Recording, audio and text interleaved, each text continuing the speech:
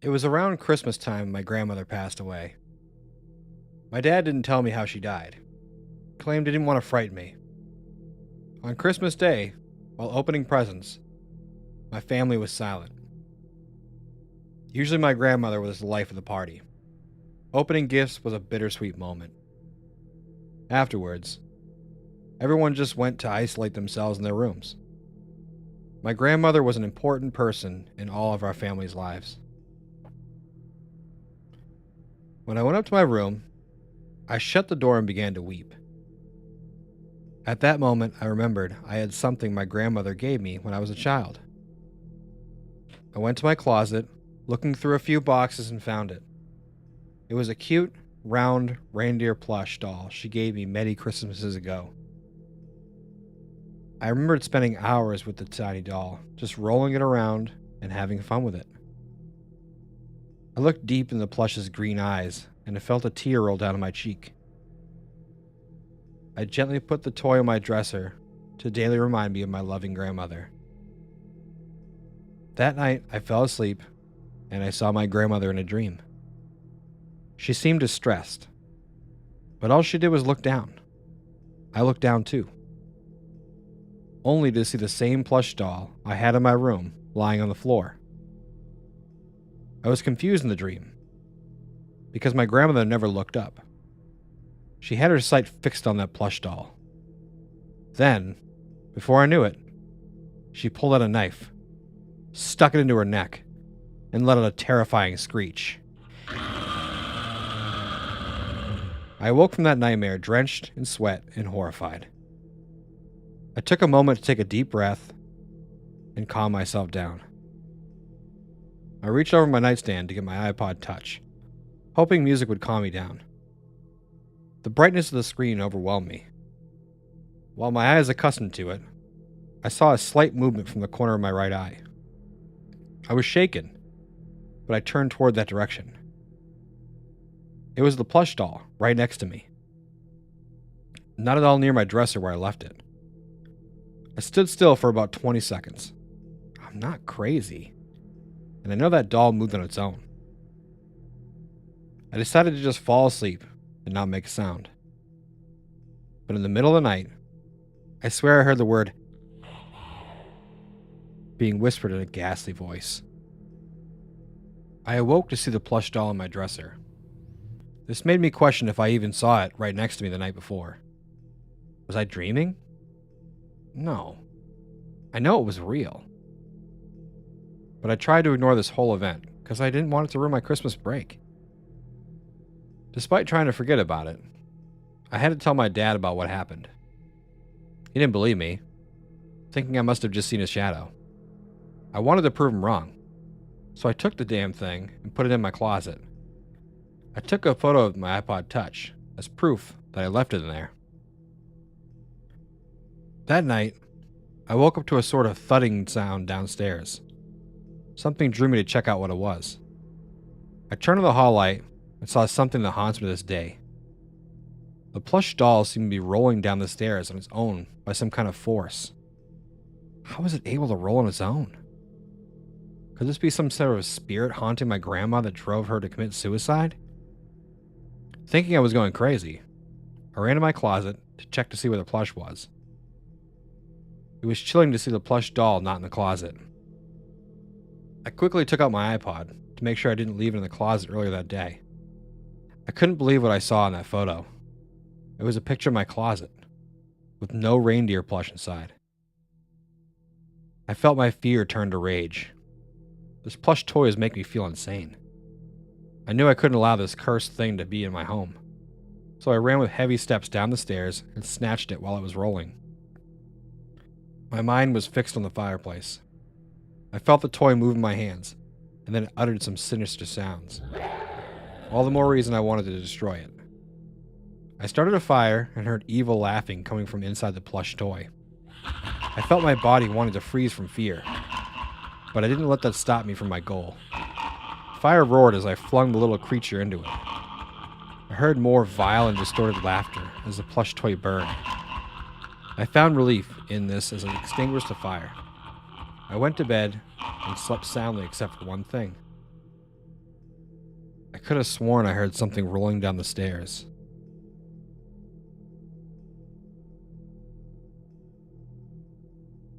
She commandeered the room in the basement of her dorm room as soon as she realized she would have to pull an all-nighter in order to prepare for tomorrow's final exam.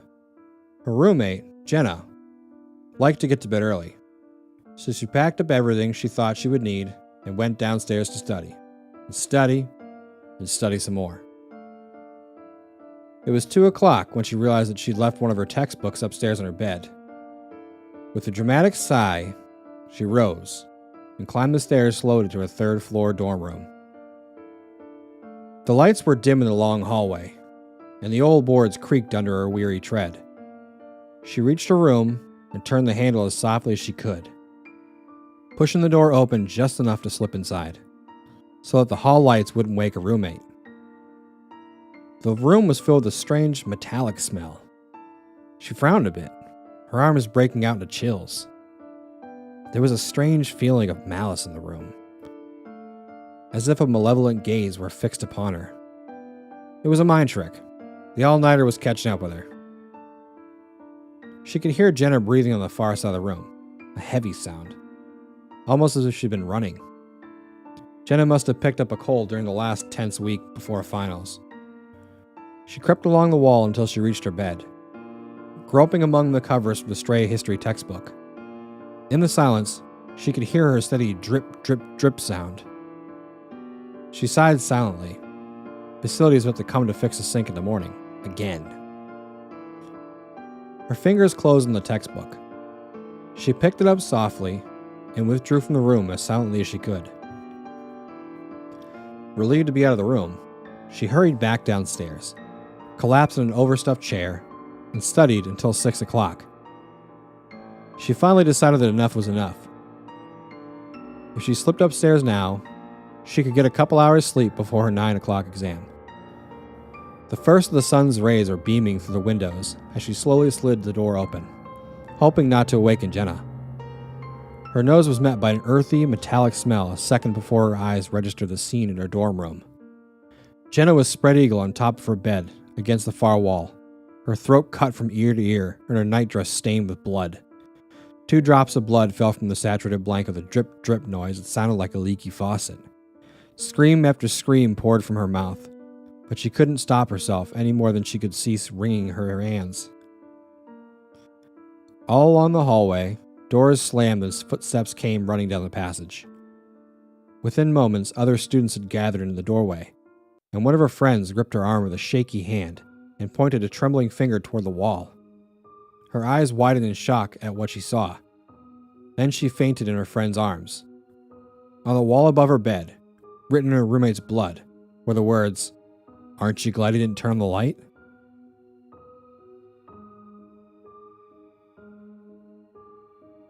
I know this road better than I know myself. I know each of Interstate 85's 250-odd miles.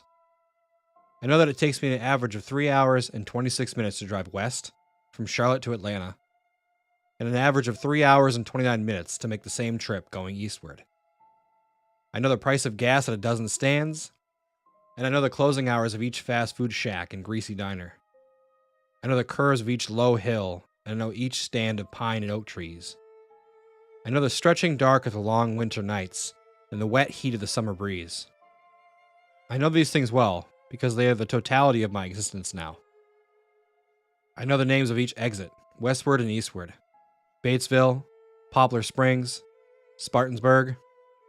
They tick through my head as I pass, but the Silver Creek Road exit is never among them. In 3 years of this endless loop, it has never appeared again. If I ever begin to doubt that it will, then I have nothing left. The Silver Creek Road exit doesn't exist on any map, or at least, it no longer does.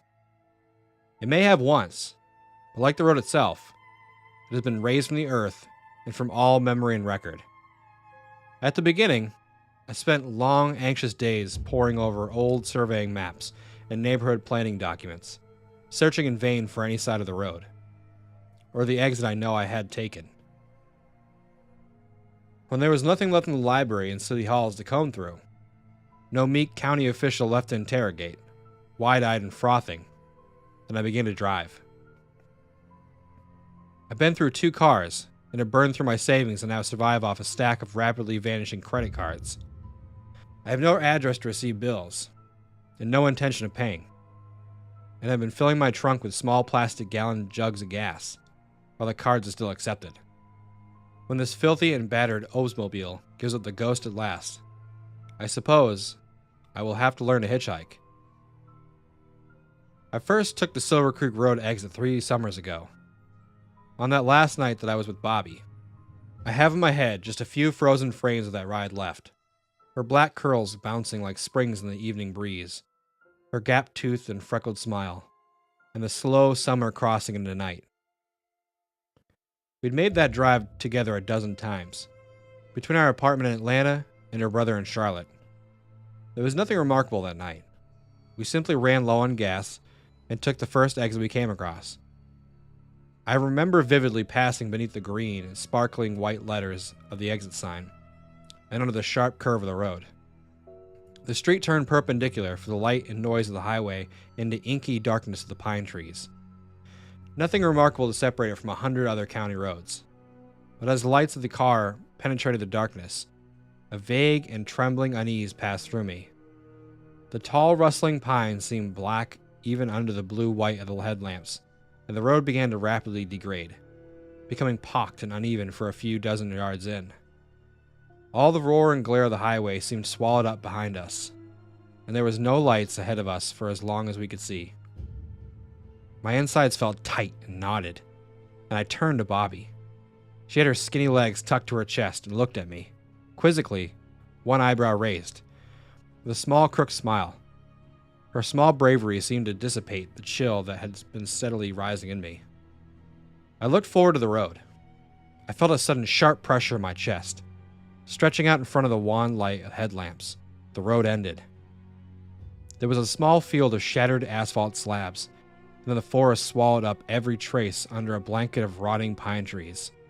Something twinkled brightly between the trees, and I strained to pick it out of the darkness. It was the smooth chrome of a bumper, attached to a pitted and rusting car, completely enclosed by the towering pines. A wave of panic and disorientation crowded down my scalp, and my knuckles went white on the wheel. Bobby placed her hand on my shoulder and gently squeezed once. "Cal," she said, firm and evenly. "We need to turn around now, honey." There was a tremulous quality to the last word, as the surreal darkness seemed to further constrict around us. I heard her take a little gasp of air. I began to turn the wheel when I realized how narrow the road had become. It had been 2 lanes when we started. I was sure of this, but the forest seemed to be pressing against both sides of the car, far too narrow to turn around. Blood pounding my temples, I threw the car in reverse. The boughs of the trees scraped against both sides, soft whispering scratches from the needles and soft thuds of thicker branches. Bobby had her hand on my knee, calming and reassuring even as panic threatened to overwhelm me. I could see the highway moments later, a thin cloud of hazy illumination over the rise behind us, and the forest seemed to part like curtain. Bobby released her breath and giggled softly, and I felt a wave of elation wash over me. I turned to her to share relieved smiles, and I looked with dark eyes when the siren sounded, once and sharp in the silence, and bright blue and red strobes flashed through the window. The police cruiser was parked in the center of the road, crouched low and silent like a predator. The familiar red and blue flicker bathed the street in weird, crooked shadows. As I turned off the engine, there was the slam of a car door, and I could hear the heavy thud of boots on the road, pacing toward us. The comforting normalcy of the sight of a police officer began to drain away as he approached in the dark. He carried no flashlight, and I saw his gloved hands hanging straight at the sides in the side mirror as he walked towards me. He was dressed in thick winter wear, with his high collar turned up and his hat pulled low. He approached the window, and as he leaned straight from the waist to fix his black and beady eyes on mine, I realized just how thin and tall he was. License and registration. His voice was muffled and thick with a strange and choked drawl, almost unintelligible, and his lips seemed to move in manner counter to the shape of his words. The summer night air around him seemed to grow even warmer. There were no sounds, no wind in the pines, no chirp of insects. I was mesmerized by the strangeness of what seemed, for all the world, to be an absurd imitation of a man. For the second time in as many minutes, I wondered fleetingly if I was dreaming. I could see now that he had no badge, and was simply dressed in unremarkable black clothes. The overwhelming fog of dread and panic seemed to condense all at once around me, and singular animal command to flee, at once, drove my hands forward toward the keys. He was quicker. One black gloved fist slammed in my temple, and a shower of stars exploded over my left eye, and the world tipped sideways. I remember him dragging me from the car. The shocking heat in his grasp seemed almost to burn. I remember hearing Bobby's screams and seeing in dizzy glimpses her brief flight, before being swept into those inhumanly long and slender arms. One glove came off in the struggle, and I saw the pale white hand, like an immense knobby spider, each leg tipped with a black and curved talon. The world swam around me, wild and burning, and I struggled to move my limbs. Bobby was limp in his arms as he approached me again, and I struggled weakly to my feet. Our eyes met in the blue and red strobe. He looked nothing like a man now. His once pale mockery of humanity was stretching and descending away into some unthinkable shape. He did a very human thing then, and smiled, lips peeled back to reveal rows of thin white needles. I was running before I knew it, bolting, dizzy, and weaving down the road. I was vaulting across the shoulder of the highway, when my rational mind clawed its way to the surface. "Coward!" it screeched at me. My legs shuddered to stop, and sudden painful guilt flooded my lungs like fluid and stole my breath. Bobby's face loomed in my vision, and I felt a profound and clear shame pressing down on me. That's when the car struck me, sliding on locked and screeching tires. I was tossed into the concrete median, striking the back of my skull. I woke up 3 days later, wrapped in plaster and flooded with morphine. Gaffney, Blacksburg, Kings Mountain. The exits passed by, each one decreasing the chance of seeing Silver Creek Road exit on this go-round. It was impossible to accept in those first few days of maddeningly searching that Silver Creek Road had simply vanished. And so I made the drive myself, carefully reaching each sign. When it failed to manifest itself, I made the drive again, this time at night, and then again. Sometimes there's a zen-like quality to the repetition. The familiar patterns of predictability and order. The immutable order of the land. The locked procession of towns and trees and comforting as it continues to grind my hope away like a millstone. Most days I can believe and accept that Bobby is gone. There is always the shadow of a doubt, that crystalline thread of hope, but it feels hollow in my hands now. There is one thing I must believe. If it appeared to us once, it will to me again. And if I can find it, that pale horror on a man's skin, I will kill it. If the bullets fail, I need only a few minutes to ignite the trunk's cargo and to lure the murdering thing to me. I swear to the stars, I will never stop looking. He awoke to huge, insect-like creatures looming over his bed and screamed his lungs out. They hastily left the room, and he stayed up all night, shaking and wondering if it had been a dream. The next morning, there was a tap on the door. Gathering his courage, he opened it up to see one of them gently place a plate filled with fried breakfast on the floor, then retreated to a safe distance. Bewildered, he accepted the gift. The creatures chittered excitedly. This happened every day for weeks. At first, he was worried they were fattening him up. But after a particularly greasy breakfast left him clutching his chest from heartburn, they were replaced with fresh fruit. As well as cooking, they poured hot, steamy baths for him, and even tucked him in when he went to bed. It was very bizarre. One night, he awoke to gunshots and screaming. He raced downstairs to find a decapitated burglar being devoured by the insects. He was sickened, but disposed of the remains as best as he could. He knew they had just been protecting him. One morning, the creatures wouldn't let him leave his room. He lay down, confused but trusting as they ushered him back into bed. Whatever their motives, they weren't going to hurt him. Hours later, a burning pain spread throughout his body. It felt like his stomach was filled with razor wire.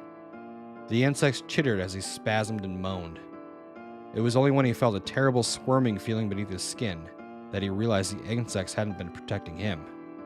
They had been protecting their young. I lived next to this old woman. In exchange for borrowing some sugar or some trivial thing, she asked me to listen to a story and tell it to the world. The following story is unedited and in her own words. As a young girl, I found myself wed to the nicest boy. I became pregnant soon after the wedding, but his family didn't seem to mind at all. They seemed to love me.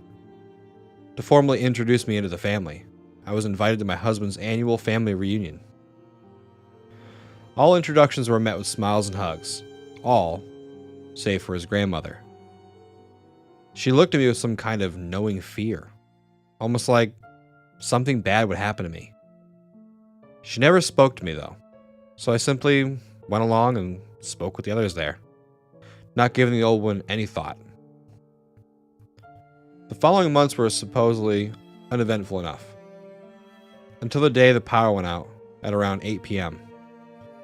I was alone in the house, so it was my duty to go check the breakers. I stepped into the basement with a trusty flashlight, but soon found I didn't need it. But something was there with me. It sought me out. This creature, if this is what it was, spoke to me.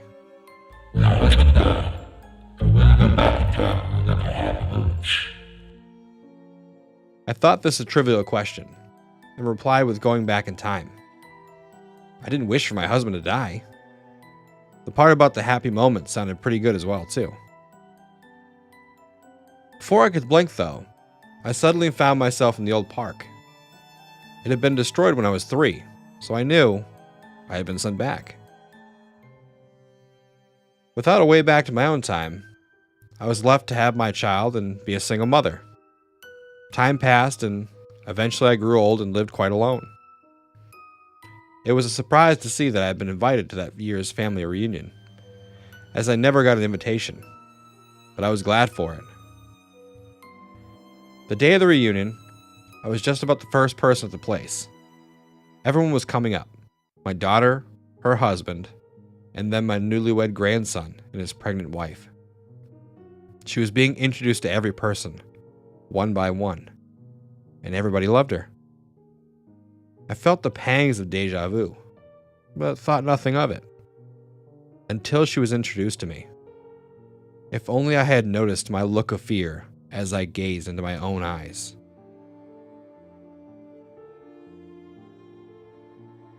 It's your first night in your new apartment. Your stuff is still in boxes.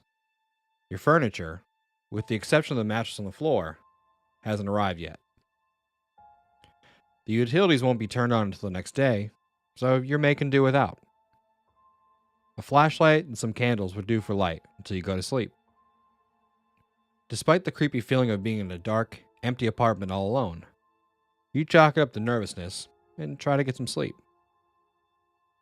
A sound wakes you up. You lay there for a moment, waiting to decide if it was real or just your imagination being too loud. When the sound happens again, you check yourself for the time. 2 a.m. You get up, using your cell phone for light, and make your way towards the kitchen. The apparent sound of the noises. At first, you think someone's broken into your apartment, but you choke down your reaction as you stare at the figure. It is a middle-aged man, wearing what amounts to striped pajamas, standing in front of the microwave with his back to you. Although seemingly solid, you can also see through his body. You're paralyzed, mostly out of fear, but partly out of curiosity. "Hey," you finally manage to say. The man looks in your direction, turning slowly. Your eyes open wide as you realize the man has no lower jaw, letting his tongue hang free. Your vision loses focus and the apparition disappears. A sound wakes you up. It's your phone vibrating against the floor. It's morning. Or at least light is coming in through the window. You're back on your mattress, and the missed call is from your mother. You're confused about the night before, and still shaking from the experience of what you saw. Was it a dream? Or did you really see a ghost?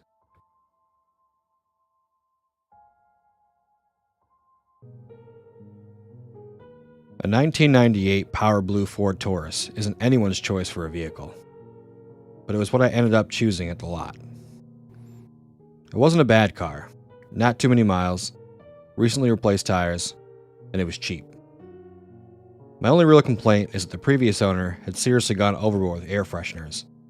The whole interior reeked of vanilla and pine. The dealer, a real nice guy, said he was cutting me a deal. Told me that they were having trouble moving this one off the lot. Explained that no one seemed to be interested. I guess I'm less picky than average, because the car looked fine to me. So a check and a handshake later, I was driving home. That's when the strangest started. I hadn't noticed it during the complimentary test drive I had been given, but there was a lump in the padding of the seat, right in the small of my back. It wasn't enough to make the drive uncomfortable, so I assumed the foam was coming loose under the fabric and let it go. The car was a decade old after all. For about 2 weeks I drove the car like that, to and from work, picking up groceries and stuff like that. The lump was pushed to the back of my mind, and I'd pretty much got used to it. Then it moved. At first I thought I was imagining things. Foam padding doesn't squirm around, obviously, and it had just been the slightest feeling in my back that set me off. But no. As I kept driving, it became clear that the seat had shifted. It definitely felt different against my spine. At this point I thought maybe this was what was wrong initially with the seat, that maybe the loose foam had shifted when I first got the car. Once I got home, I decided I would examine it in more detail. By the time I got to my driveway, the lump was downright irritating, so I hopped in my seat and began to probe the fabric with my fingers. Whatever was in there, I quickly noticed it wasn't foam padding.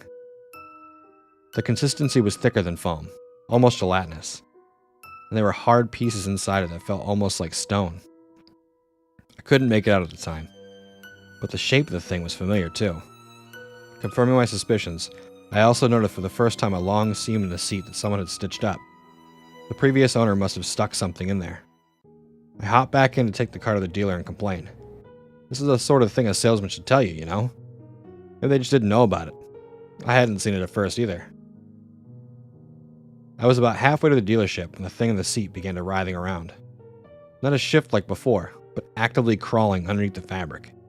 If you can imagine the feeling of something worming its way across your lower back, you can probably replicate my reaction. The number on the speedometer doubled. I nearly ruined those recently replaced tires swerving into the dealership parking lot. It didn't take long for me to find the man who had sold me the car, and even less time to grab him by the shirt sleeve and stammer out what had happened. He was surprised by the story, but strangely receptive.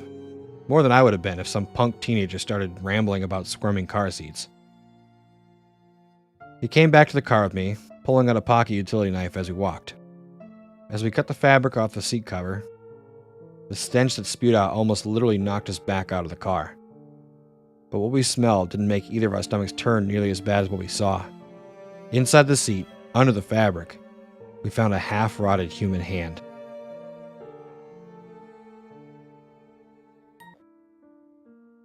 I've always enjoyed working nights wherever I work. If I wasn't working somewhere at night, I would toil away working on some type of passion project in the middle of the night. This one night has changed the way I look at the night. It is no longer my place of solace, but something to be respected and sometimes feared. It all started in my first week closing by myself. I was still getting used to all the duties that I had to complete. Stocking the shelves, front-facing all the products, and restocking the cooler, along with all the cleaning that needed to be done. It all seemed a bit overwhelming for the one person to accomplish on their own. But I really needed this job, so I pushed forward. That's probably the reason I didn't notice them at first, when I was rolling some trash out of the back dumpster. There were two kids standing in front of the front door of the store. Both were not dressed for the weather at all. I couldn't put my finger on it at the time, but something seemed off about these two. It wasn't that weird to get teenagers out here in the middle of the night. Most were either trying to score a pack of smokes or try to buy a beer. This was met with a no on the night I worked, so they tended not to come in when they saw my truck out front. I hadn't seen these kids before, so I said hi and walked into the store. I figured they were building up the courage to come inside and buy beer. I stood at the counter expecting them to come inside, but they just stood at the front door. They had turned when I walked by and were faced toward the front of the store, but they were staring at the ground. I didn't know what to make of this, and I figured I'd just go stock the coffee bar while I waited for them to do whatever they were going to do. After 15 minutes of this, I had had enough. I hadn't yet seen much of the horrors I'd seen now, so I assumed they were just kids messing around with the guys working at the gas station. I walked out front and asked if they needed any help. They just stared at the ground like I hadn't even said anything at all. I asked if they needed anything, and one of them said they were cold. I told them to come inside and warm up. I asked where their parents were, but they didn't say anything to that. I asked how they got here, and was met with more silence. This seemed like a good time to call the police. I started to walk back to the phone when all the lights went out of the building.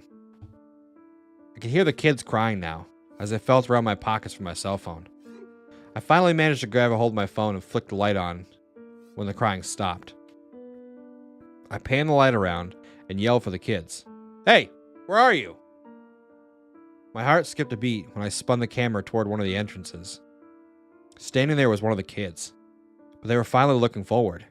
Its skin was pale white and its eyes were black as coal. It stared directly at me, smiling. I asked where its friend went, but it didn't answer. I heard laughing from the other entrance and saw the other child standing there. Same pale skin and coal black eyes, with a giant smile on its face like the other one. They both started to laugh in unison, and I didn't know what to do. This kind of thing didn't happen in real life. You always think you'll either be the fight or flight type of person. But what really happened was worse. I was paralyzed with fear, and their laughs bore into my mind. Their laugh was all I could hear, and it felt like I was starting to reach a breaking point. It felt like two stereo speakers blaring into my ears. After a moment, I broke free of the paralysis, aware of the danger I was in. I didn't know what these things had in mind for me, but I was sure it wasn't anything good. I didn't want to pin myself into a place I couldn't get out. That meant the back room, cooler, and storage area were no-go. That left me with staying here and trying to withstand the overwhelming laughter, or I could gather my courage and try to make a break for one of the entrances. Standing still didn't seem to be working, so I grabbed the closest fire extinguisher and decided that I was getting out of here whether they liked it or not. As soon as I picked up the extinguisher, the laughter ended. They just stared in silence now. Their eyes followed me everywhere I walked. I decided the front door was going to be my escape because my truck was closest to it. I walked toward the front door, and the smile on its face melted away, replaced by the terrified look of my manager. She asked me if I was okay, and I completely just broke down. She told me she realized that she didn't tell me about the backup generator we had in the back. It popped in her head because all the lights went out in town. She asked why I had the fire extinguisher in my hands.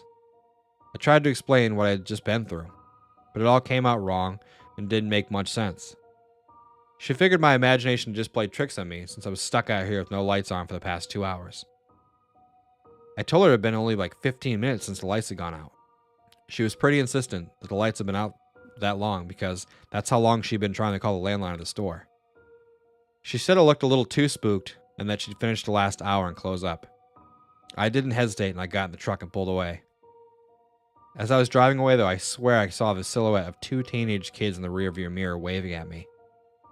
I almost didn't go back, but I really needed this job.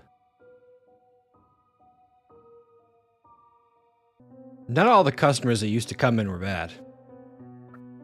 You'd have your regulars that were usually pretty nice. The regular I'm talking about was named Thomas. He would come in every Friday night and get himself a tall boy and a pizza for his kid. This was the only place for about 30 miles that sold pizza, so most of the locals just came here. My coworker said he'd been doing this for years. Always the same Bud Light tall boy and a pepperoni pizza. I didn't know this at the time, but Thomas had a wife and son. Thomas had a little movie night every Friday night with his wife and son, and that's what the pizza was for. They were his world, and he was theirs. For the next few weeks, I saw Thomas come in every Friday with a big smile on his face, tall boy in one hand, and his wallet to show me his ID in the other. He would ask for the pepperoni pizza he had ordered, and I would ring him up. He would thank me and wish me a happy weekend. Thomas had a kind of energy that would light up a room. The kind of energy that brightens everyone's day anywhere he goes. I loved it when Thomas would come in, because it would make closing on Friday nights bearable. The following Friday, I waited for Thomas to come in, but he just never did. He had broken his multi-year streak, and it set me on edge. I had only really seen him a few weeks in a row, but I was weirdly worried about the guy. I waited for a few more weeks, but didn't see Thomas. I figured he must have found a job somewhere else and had to move. It wasn't until a few months later that I finally saw Thomas again. But he wasn't the same happy-go-lucky man I'd seen last. Something was missing. Whatever light that had been in that man had been extinguished. This time he didn't just grab one tall boy. He grabbed a 30 rack and stumbled up to the counter. I couldn't tell if he was drunk or just hadn't slept in a while. When he walked to the counter, I got the confirmation. He didn't smell like booze, but he had huge bags under his eyes. I asked him if he forgot to order his pepperoni pizza, and he just broke down crying. I just let him cry for a little while. Then I asked him if he was alright. He didn't say anything else, just paid and left. It was a few more weeks before I saw Thomas again. This time he looked even worse than before. He still had large bags under his eyes, but as he walked with his 30 rack, I could smell the beer all over him. I had seen him drive in, so I didn't want him to get into an accident when he left. I felt like I had no other choice but to call the cops and have them take care of him.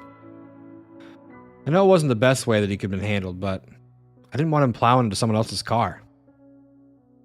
I ended up telling Thomas that we couldn't accept payment right now, and that he'd need to wait a few minutes for our system to reboot. This was a pretty normal thing. It had happened to him a couple times before, so it didn't seem like it was anything out of the ordinary. He sat down in the subway dining room while he waited and cracked open one of the cans from the 30 rack he hadn't paid for yet. I let it go, and I just waited for the cops to show up. You could see the look of defeat in his eyes when the trooper pulled in. Thomas just sat there and waited for the trooper to come in. The trooper thanked me for giving him the call, and said Thomas hadn't been the same since the incident. He told Thomas to get in the car, and he would drive him home. The incident piqued my interest, though, and I decided to look into it. I scrolled through the articles until I came across a mother and son who had died in a tragic robbery gone wrong. Apparently, at some point before Thomas had made it home on Friday, a man had broken into his home and tried to rob the place. People assumed that Thomas's wife and son had been coming back from school when they walked into the house while the burglar was still inside. The burglar must have panicked and shot his wife and son. Thomas was the first person to find them. I welled up reading this and began to cry. Thinking of my wife and boys in a similar scenario was too much to think about. Thomas has since started to get his life together, but you can tell something's missing. A large piece of him died that day. It's a part he will never get back. He used to be able to fill a room with love, and now he's just an empty shell of a man just going through the motions. I hope Thomas finds peace one day. Have you ever been taking a shower while alone in the house and felt like something was moving around behind the curtain? Or watching you? Did you look up? Did you catch the very vaguest hint of eyebrows or a tuft of matted, greasy hair above the curtain? That's not a good idea. It doesn't really like it when you see it. It likes it the most when you got shampoo on your hair, and your eyes are shut tight so your eyes don't sting. Or even better, when there's soap and bubbles all over your soft, pink face. It likes that the best, because your eyes are clenched so tight. And even if you did want to open them, if you heard a soft scratching against a plastic shower curtain, or a rasping of claws on bathroom tile, or the gentle splatter of drool or blood or God knows what. Well, you wouldn't open your eyes because it'd burn. Right? Right? Don't open your eyes. Because if you ever see its face, catch its eyes, well, it'll notice.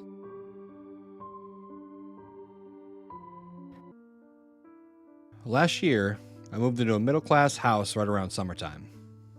The move went smooth, and it seemed like everything was just working. Nothing broke during the cycle. I had plenty of friends to help me out. Hell, I even found $20 on my couch. Beer money. Hell yeah. Anyway, back to the house. For the first day or two, I thought life couldn't get any better. My girl was beautiful, my friends were happy, and my parents were fixing their relationship. However, I hadn't realized, until it was too late, that I was doomed to remain in this prison, which I sit in now as I tell you this story. The first time it happened, I was in my room. I was in the zone on my Xbox. You know what I mean, where you get 10 headshots without breaking a sweat? Yeah, that. As I was kicking fat terrorist ass, I heard movement downstairs. My room was on the second floor. It sounded like someone was running around down there. Like they were running from room to room, banging on the walls, just being flat out obnoxious. Hey, Jeff! Get out of my house! I said 3 o'clock, dumbass. The noise stopped. I waited a few moments before turning back to my game, but it was too late. I was already doomed. I saw it come at me too late. A tank. Son of a bitch, I sighed. The next few days were normal. There were no more sounds that shouldn't be there. Just the pipes. The heater. You know the sort. Yet, about 3 days later, that idiot Jeff snuck into my house and started beating up my shit. Alright, you're not getting off so easy this time, I shouted as I charged down the stairs. As my foot hit the last step, something out of the corner of my eye moved. I looked over so fast I got whiplash. Aw, damn it! I moaned. I didn't even pay any attention to the fact that whatever was in my house had disappeared. After that, it got worse. That same night, as I lay in bed, the banging started again. Not only was it worse, but it was on my floor of the house this time. I was sure I locked everything before I came upstairs. So here I was pissing my pants at 900 miles an hour while something was destroying my house. I actually pulled the blankets over me. Hey, I was scared. As the noise approached my door, just as I expected to bash open and slaughter me, it stopped.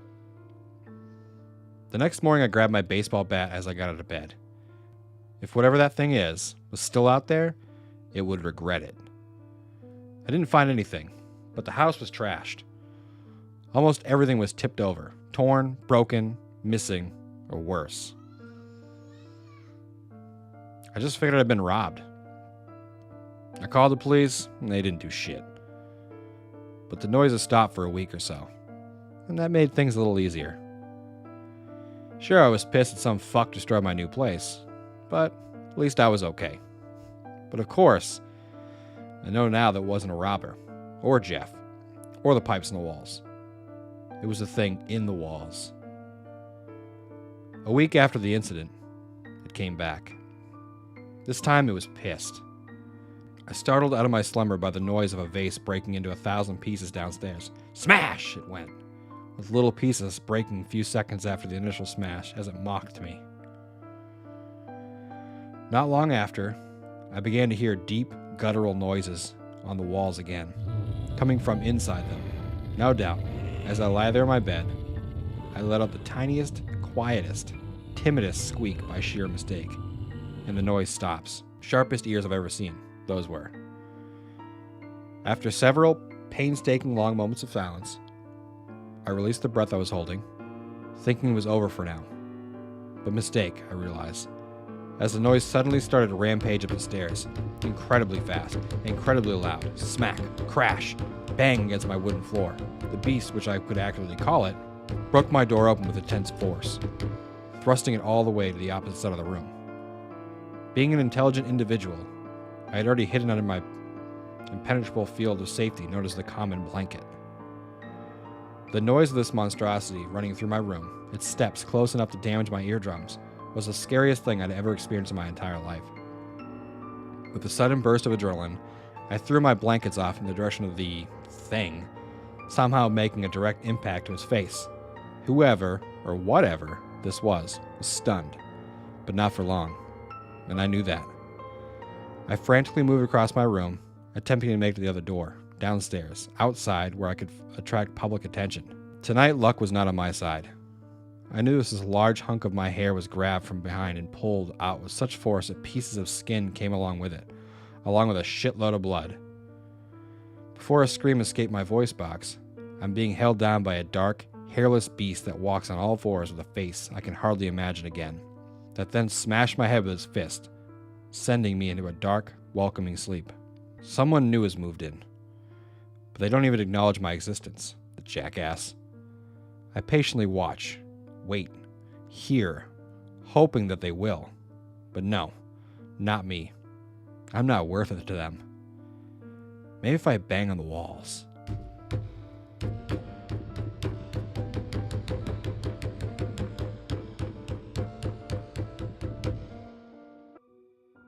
Everyone loves the first day of school, right? New year, new classes, new friends. It's a day full of potential and hope, before all the dreary depressions of reality show up to ruin all the fun. I like the first day of school for a different reason, though. You see, I have a sort of power. When I look at people, I can sense a sort of aura around them, a colored outline based on how long that person has to live. Most everyone I meet around my age is surrounded by a solid green hue, which means they have plenty of time left. A fair amount of them have a yellow-orangish tinge to their auras, which tends to mean a car crash or some other tragedy. Anything that takes people before their time, as they say. The real fun is when the auras venture into the red end of the spectrum. Every now and again, I'll have someone who's basically a walking stoplight. Those are the ones that get murdered or kill themselves. It's such a rush to see them and know their time is numbered. With that in mind, I always get to class early so I can scout out my classmates' fate. The first kid who walked in was basically radiating red. I chuckled to myself. Too damn bad, bro. But as people kept walking in, they all had the same intense glow. I finally caught a glimpse of my rose-tinted reflection in the window, but I was too stunned to move. Our professor stepped in and locked the door. His aura, a sickening shade of green. The following is a witness's recount of their incident with the Slender Man. After waking up with a jolt, the girl laid in the bed a few seconds longer, reaching over to switch on her bedside lamp. She tried to remember exactly what had stolen her sweet slumber away. When she couldn't, the brunette swung her legs over the side of the bed and heaved herself up. Checking the time on her phone, she snorted when she saw it was 3 a.m, the witching hour. Knowing that sleep would only evade her, she left her bedroom for the kitchen, a good cup of coffee on her mind. As she passed by her front door, a chill spread like liquid fire down her spine. It's only winter, she told herself, focusing again on the coffee plan. Measuring out scoops, water, and preparing her cup kept her occupied. But as the dark liquid boiled, she had nothing left to keep her mind from wandering off. The chill returned, and she couldn't help but glance behind her to the front door. It stood there innocently enough, just like always. The deadbolt was still in place, and she could see nothing amiss with it. Turning back to her coffee, she did her best to forget about the feeling.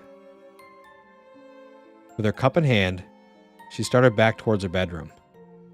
As she walked by the front door, she decided a quick glance out of the peephole would help calm her restless thoughts. The chill worsened with each step she took towards the front door, and further away from the safety and warmth of her blankets. She pressed her empty hand against the cold, metal door and took a deep breath before leading her eye to the peephole. At first, She could only see an inky blackness that somehow seemed to swirl in itself. When she blinked in surprise, the void melted away. She wished it hadn't. In its place, there stood what she could only guess was once a man. The limbs were long and inhumanly awkward, with bulky joints branching off into several arms, not unlike the branches of a tree. The creature was draped in a black suit, somehow making the thing more nightmarish to her. The icing on the cake, however, was what passed as the hellish thing's face. It was as though her mind blurred the ghastly visage to spare itself further shock and horror. She shoved herself away from the door with the hand still pressed against it. The scalding mug of coffee fell, the liquid burning her bare legs as she fell backwards and tried to crawl away from the door. She knew somehow that her mind hadn't been playing tricks on her. As she crab-walked away from the door, she watched as the tendrils as black as the void itself snaked around through the cracks. The girl was trapped besides the instinct to flee and the gut feeling to not turn back on the front door. When the door jolted, the urge to flee overcame her, and she slipped in the burning liquid as she tried to make it back to her room. She knew deep down that she was trapped herself in a corner, but she had to get away from the door. The girl was halfway down the hallway when she heard the previously locked door creep open. She screamed and slipped into the wall, cracked her chin, and it stunned her. After that, there was only blackness. Nicole? A warm male voice snapped the woman out of her trance. As she turned around, she was met by one of her sister's doctors. She nodded, not sure if she should say anything, or even if she could find her voice. She had to say something. That morning, she had gotten an urgent call from the hospital saying that her sister, Lindsay, was there. Before they had even let her see her, the doctors had pulled her off the side and insisted that they talk to her about what might have happened. Phrases like self-inflicted and assault had been thrown around, and Nicole felt her mind reel. She still hadn't fully understood what they were saying until she saw Lindsay with her own eyes. Her little sister had a bandage wrapped around her head, covering both of her ears as well as her eyes.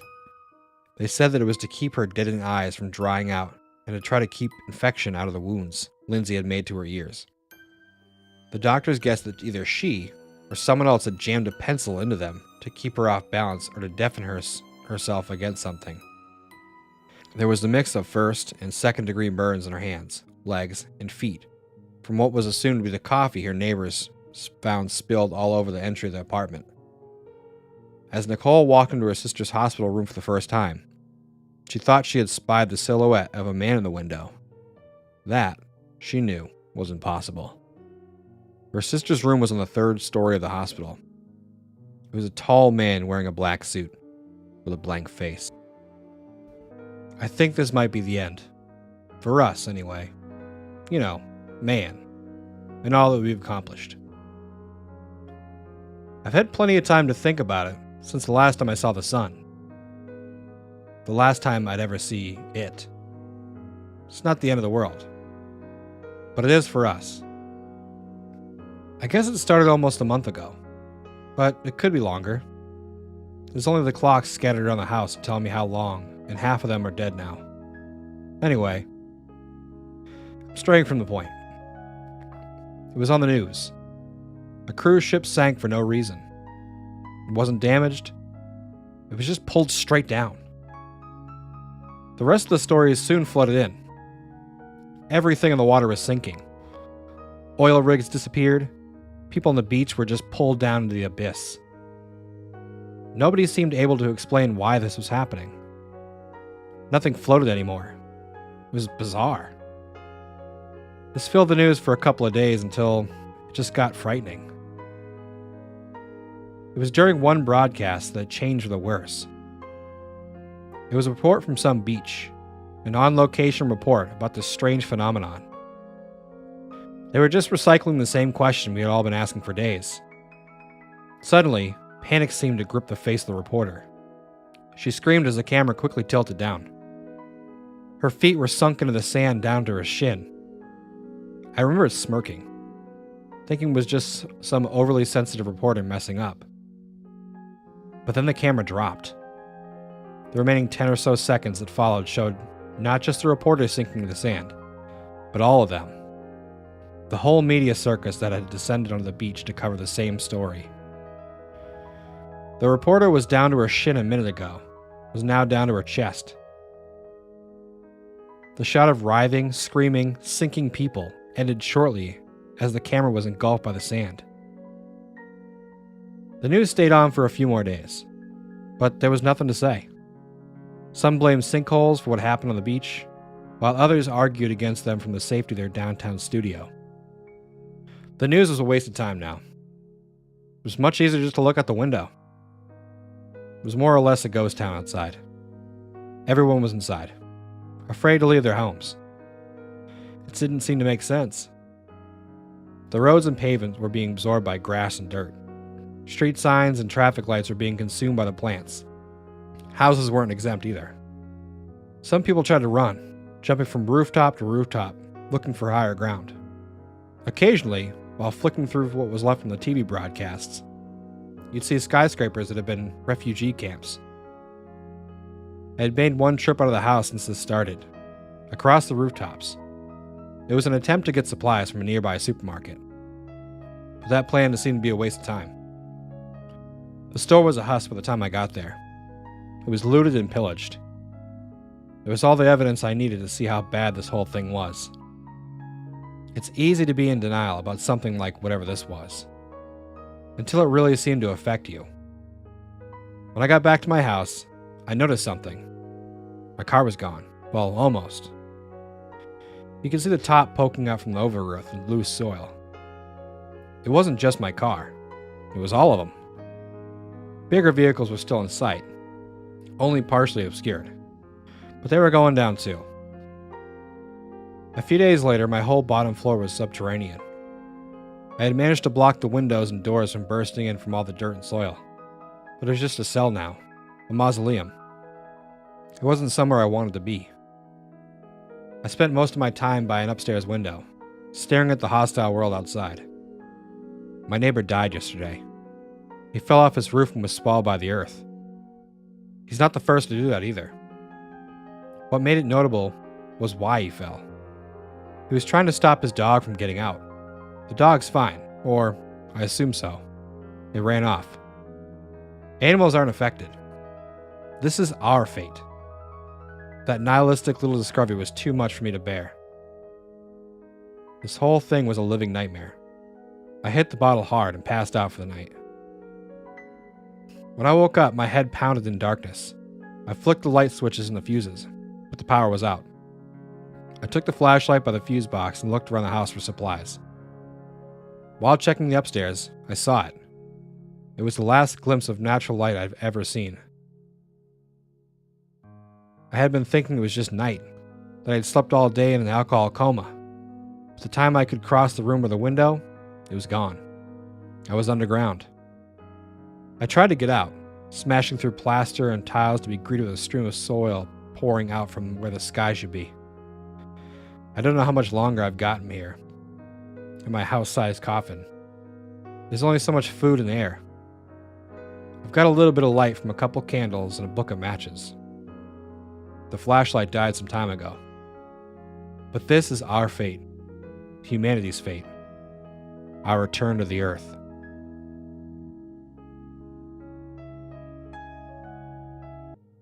While honeymooning in Maine, my wife and I stopped in the picturesque town of Booth Bay on a particularly dreary and rainy day.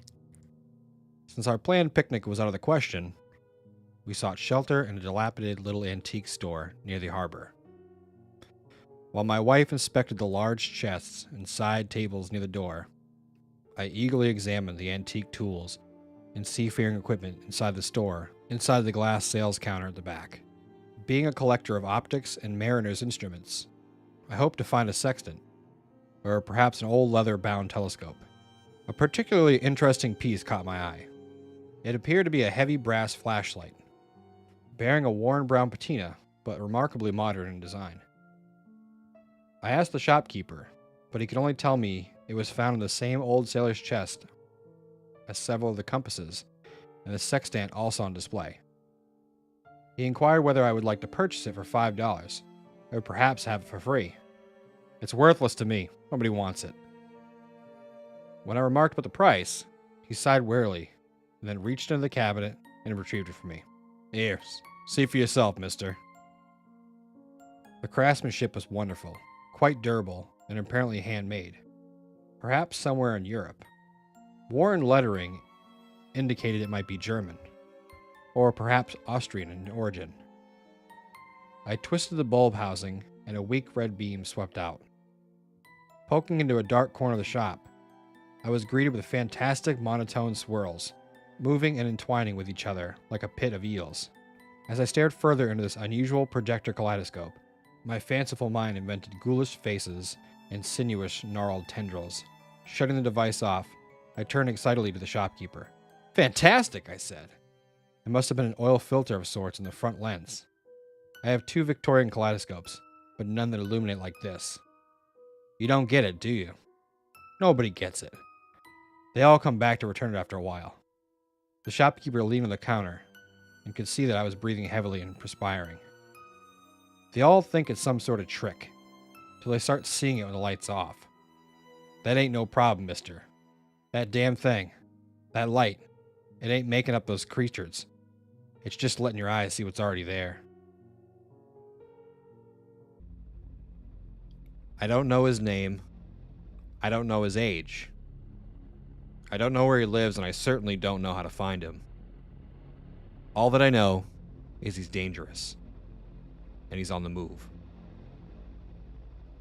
I'm a government employee. I work in a research lab that develops experimental weaponry, primarily of the biological variety. I don't want to say much more than that, as this is really a massive risk of exposing my identity. But I will say that I'm not exactly an intern. I've seen things. I've studied things. I've created things. I created him. Or better put, I recreated him. Confused? I don't blame you. If you're reading this, then you're well aware of the concept of legends and mythology. Things that feed on our collective imaginations to grow more powerful. That live in our tongues as we utter their names and speak their stories. Growing and evolving until they become a force of their own. Unstoppable, unforgettable. The man with the red notepad is one of them. I'm not positive, but I think this legend began in an email chain from the late 90s. You know the type. Forward this to 20 people in the next hour, or some asshole's gonna hack you up to pieces with an axe. Except his went a little differently. In his, he would just find his victims and draw them. Sometimes he would draw them drowning to death. Other times he would draw them wasting away in a hospital bed. And other times he would draw them being cut open and pulled apart. It was a coin toss what version of the internet myth you'd encounter. But all of them had one thing in common. He'd draw you, and you'd die. The thing about the man, though, was that his sketches were thorough. It wasn't enough to simply make a stick figure labeled Sally and have the stick figure be impaled by a flagpole. No, in his sketches, Sally was a detailed work of art, with immaculate shading and perfect lines. There were exceptions to the rule, of course. Wrinkles, makeup, long hair, short hair, things that would naturally change over the course of a lifetime. Those never needed to be exact. As long as the core of the individual was on display, his nightmare worked its magic. As such, his sketches would take hours. Sometimes they would take days. It was only after he was finished his sketches and signed them with his messy initials that the death sentence would trigger.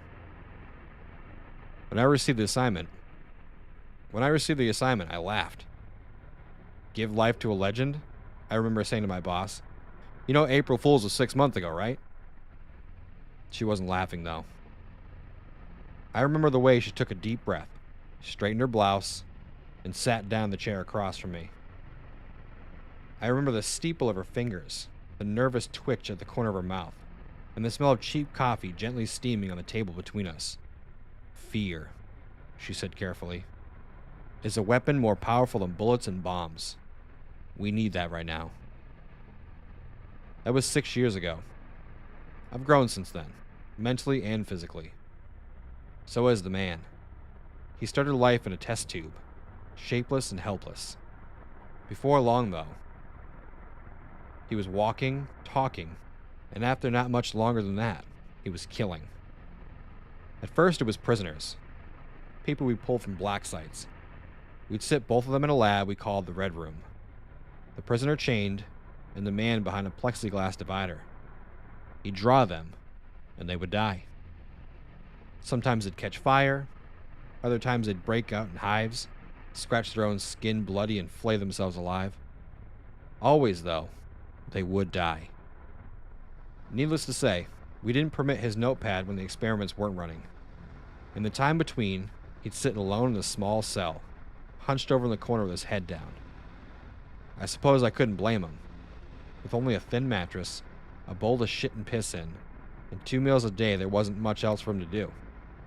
We kept 2 cameras pointed at him in the front of the room, just in case, monitoring the man at all times. We even made sure to cycle the guards, on the off chance he managed to coax one into becoming sympathetic. Hell, thanks to some clever genetic work on the part of my science team, he rarely even needed showers, so he was virtually always under lock and key. We took steps, is what I'm saying. We covered our bases. Despite it all, though, he escaped. I got the call last week, and when my boss broke the news, at first, I called bullshit. It wasn't possible. Nobody escaped the facility. Hell, I remember the day it first opened, when I was still a young man with stars and stripes in my eyes, and fantasies of helping my country defeat the bad guys. I remember the contractor who'd overseen the construction, a round and hairy man with breath like garlic sausage and the fingers to match. He'd call the facility state-of-the-art, proudly boasting that Sherlock fucking Holmes couldn't break out of here. And yet the man was gone. Not only was he gone, but he'd left a bloodbath in his wake. All in all, there were over 10 security personnel dead. One of the guards was found outside the man's cell, her skull cracked open and brain matter gently oozing from the fracture. Another was found in the camera control room, a bottle of Drano at her side and vomit covering her chest. Another was a personal friend of mine and head of the overnight guard detail, and he was found draped over the woman who ran the front desk, a bullet in both their brains. It was horrifying and mystifying all at once. How could this have happened? The man's cell was entirely enclosed and didn't allow him to see any of our personnel. The most it had was a tiny slot in the bottom that we passed food through, and he passed his shit and piss through. Each week when we'd retrieve him for our experiments, we'd even dispatch personnel to scrub the room and ensure he wasn't drawing on any surfaces. Of course, we tried consulting the camera footage, but the camera had been disabled during the escape. There was nothing. He was just gone. A few hours after the escape, I got a call from the IT department. They'd been going back through old footage of the man, trying to determine if there was some hint of what to come. Something that might indicate exactly what happened. They showed me footage of the man in his cell, and it looked like the same routine I'd seen 1,000 times before. He sat in the far corner with his head down, silently waiting for his next meal or bowel movement. There was the sound of a latch opening, followed by a woman's voice calling the man to supper. And then a covered plate of food slid across the floor. The man shifted, getting up to retrieve their plate, and when he did, I saw it. A tapestry of red was written under his flesh, detailed and intricate, marking covering his stomach that looked to have been carved by the edge of a fingernail. He quickly readjusted his shirt, taking care to tuck it back into his waistband. My jaw dropped in stunned silence. "Can you play the footage back with his shirt up?" I said quietly, "But take a still capture and zoom in." The IT technician nodded and did so. That's when it all came together. The markings in the man's flesh was his escape plan. His sketches, each one an immaculate carving of the facility's guards, each one a piece of the puzzle. One showed a guard unlocking the man's cell, then caving in her own skull with the heavy steel door. Another had a guard disabling the cameras and then swallowing drain cleaner. The last sketch was of the man I knew, the head of the nighttime guard detail. It pictured him shooting and killing 7 other security personnel and then turning his sidearm on himself. There was also another sketch. I recognized that face as well, and my heart sank momentarily before realizing the subject of the sketch was still alive. She was a secretary in our archives, a young woman who had tragically lost her arm in a traffic collision 2 months ago. She hadn't been back to work yet, but it pictured her burning down the archives and all the local research we had on the man before walking into the flames herself. In the man's flesh, though, he still had 2 arms. My mind turned and I realized how the man had pulled it all off. It was in the time between the experiments. It was during the walks we'd take to the Red Room. While he made his way along the corridors and chains, he'd catalog faces, features. He'd store them away in his memory, taking care to notice small details of their schedules. He'd grown up here, after all, spent years in the facility. He had plenty of time to grow familiar. At first, my boss refused to believe it. She argued that never indicated any such capability in the email chains we'd pulled his legend from. That he'd always needed his red notepad. And once he had it, he needed his subjects present to sketch them. It was, of course, our mistakes that legends evolve. Now, that mistake has cost people their lives. I see in the news reports. They're easy to miss if you don't know what you're looking for. But I know that the man is on the move, and is killing again. The facility and the government refuse to comment on it. They refuse to come clean in the things we're doing and the danger the public is in. My boss died 2 days ago. The day before that, a member of my research team passed away. The day before that, 2 other members died. I'd probably be dead myself if I hadn't seen the writing on the wall and taken one of my own fingers off. So now I'm taking matters in my own hands. I'm raising the alarm to you, the public. The man with the red notepad is out there. He may be sketching you. You might not even know what he's doing. You might not even see him doing it. Maybe he'll just say hello to you in passing. Maybe he'll just take a memory. But if you do catch somebody looking at you a little too carefully, or glancing your way before putting pen to paper, then it's time to run. It's time to run, and maybe leave a finger behind for good measure. It has been said that the definition of insanity is doing the same thing over and over and expecting different results. I understand the sentiment behind the saying, but it's wrong. I entered the building on a bet. I was strapped for cash and didn't buy into the old legends of the hotel to begin with. So $50 was more than enough to get me to do it. It was simple. Just reach the top floor, the 45th floor, shine my flashlight from a window. The hotel was old and broken, including the elevator. So that meant hiking up the stairs. So up the stairs I went. As I reached each platform, I noted the old brass plaques displaying the floor numbers: 15, 16, 17, 18. I felt a little tired as I crept higher. So far, no ghosts, no cannibals, no demons. Piece of cake. I can't tell you how happy I was as I entered the last stretch of numbers.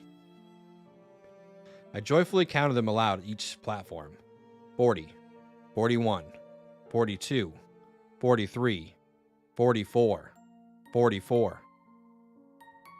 I stopped and looked back down the stairs. I must have miscounted. So I continued up. 44.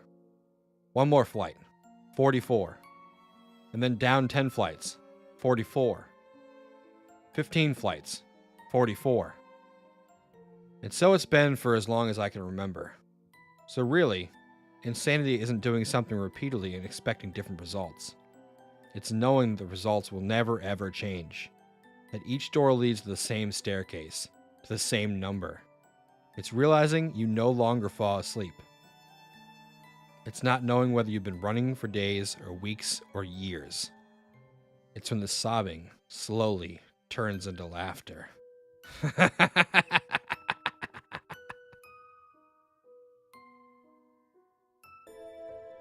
We bought an old house, my boyfriend and I. He's in charge of the new construction, converting the kitchen into the master bedroom, for instance, while I'm on wallpaper removal duty. The previous owner papered every wall and ceiling. Removing it is brutal, but oddly satisfying. The best feeling is getting a long peel, similar to your skin when you're peeling from a sunburn. I don't know about you, but I gotta make a game of the peeling. On the hunt for the longest piece before it rips. Under a corner section of paper in every room is a person's name and a date. Curiosity got the best of me one night when I Googled on the names and discovered the person was actually a missing person. The missing date matched the date under the wallpaper.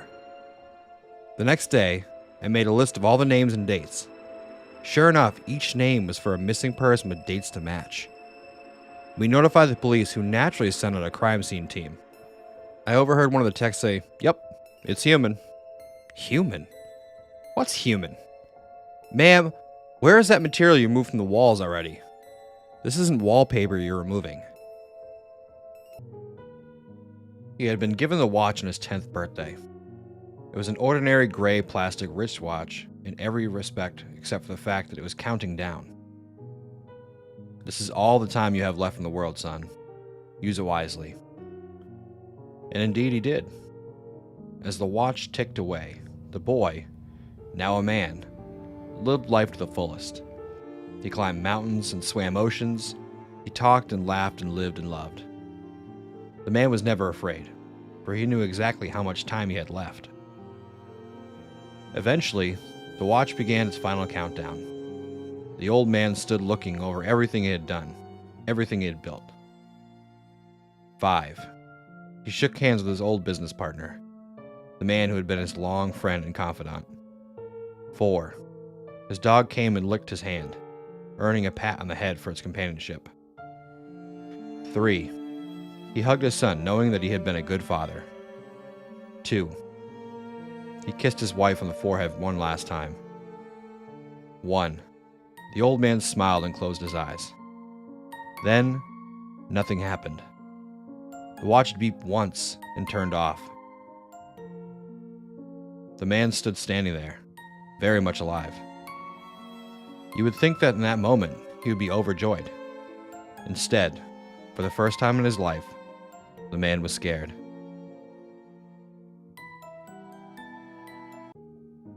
I honestly don't even know where to start with this, but I guess it really began when I was just a little kid.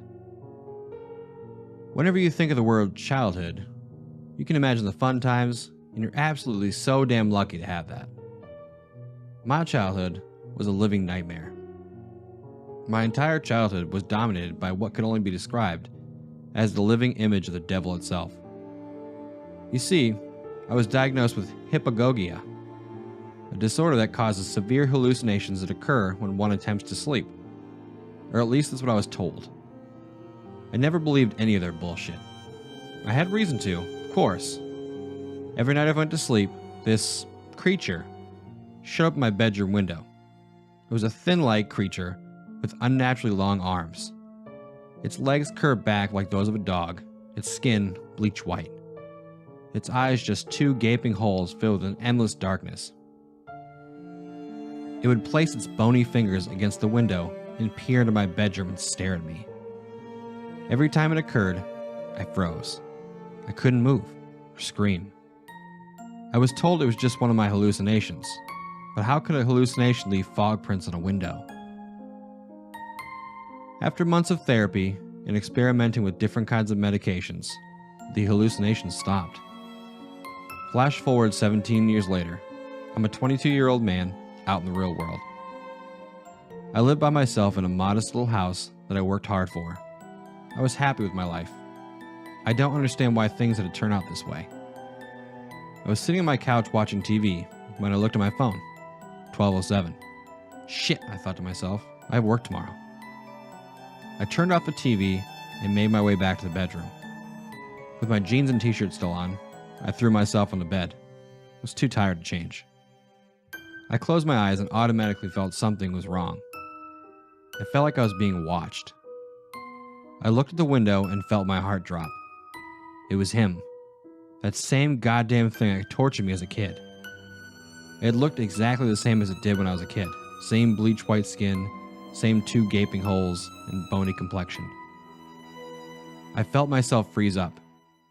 It was like that the entire night. I was too scared to move. Eventually, the sun rose and the creature backed away from the window and crawled away. I remember passing out after it left. This continued to repeat over a span of 4 weeks. I didn't understand why this was happening. It would watch me the entire night and I'd pass out in the morning from exhaustion. I lost my job after my boss got tired of me not showing up. I tried boarding up the windows, but upon my return, they would be removed no matter how many times I tried.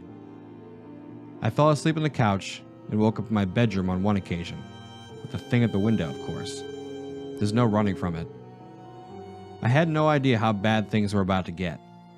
On one of the nights, the thing crawled up my window, and instead of placing its hand against the window, it put them at the bottom of the window. I wasn't sure what it was trying to do until I heard the loud screaming of the window being pulled up. That damn thing was trying to get in my room. He doesn't open it all the way, just a little every night, with every night being opened just a little more than the night before. That was 2 weeks ago. Last night, he opened it to the point where it was opened almost all the way, but not quite. He needs it opened all the way to get in, and I know what's going to happen tonight. That's why I'm sitting here in my bed typing this. The sun's starting to go down. It's going to be night soon. I'm tired of fighting this. It's weird. Knowing with every key I type that it's going to be my last. I know now it's not a hallucination. I've always known. Why they lied to me, I don't understand. I have to go though. I can hear him approaching the window.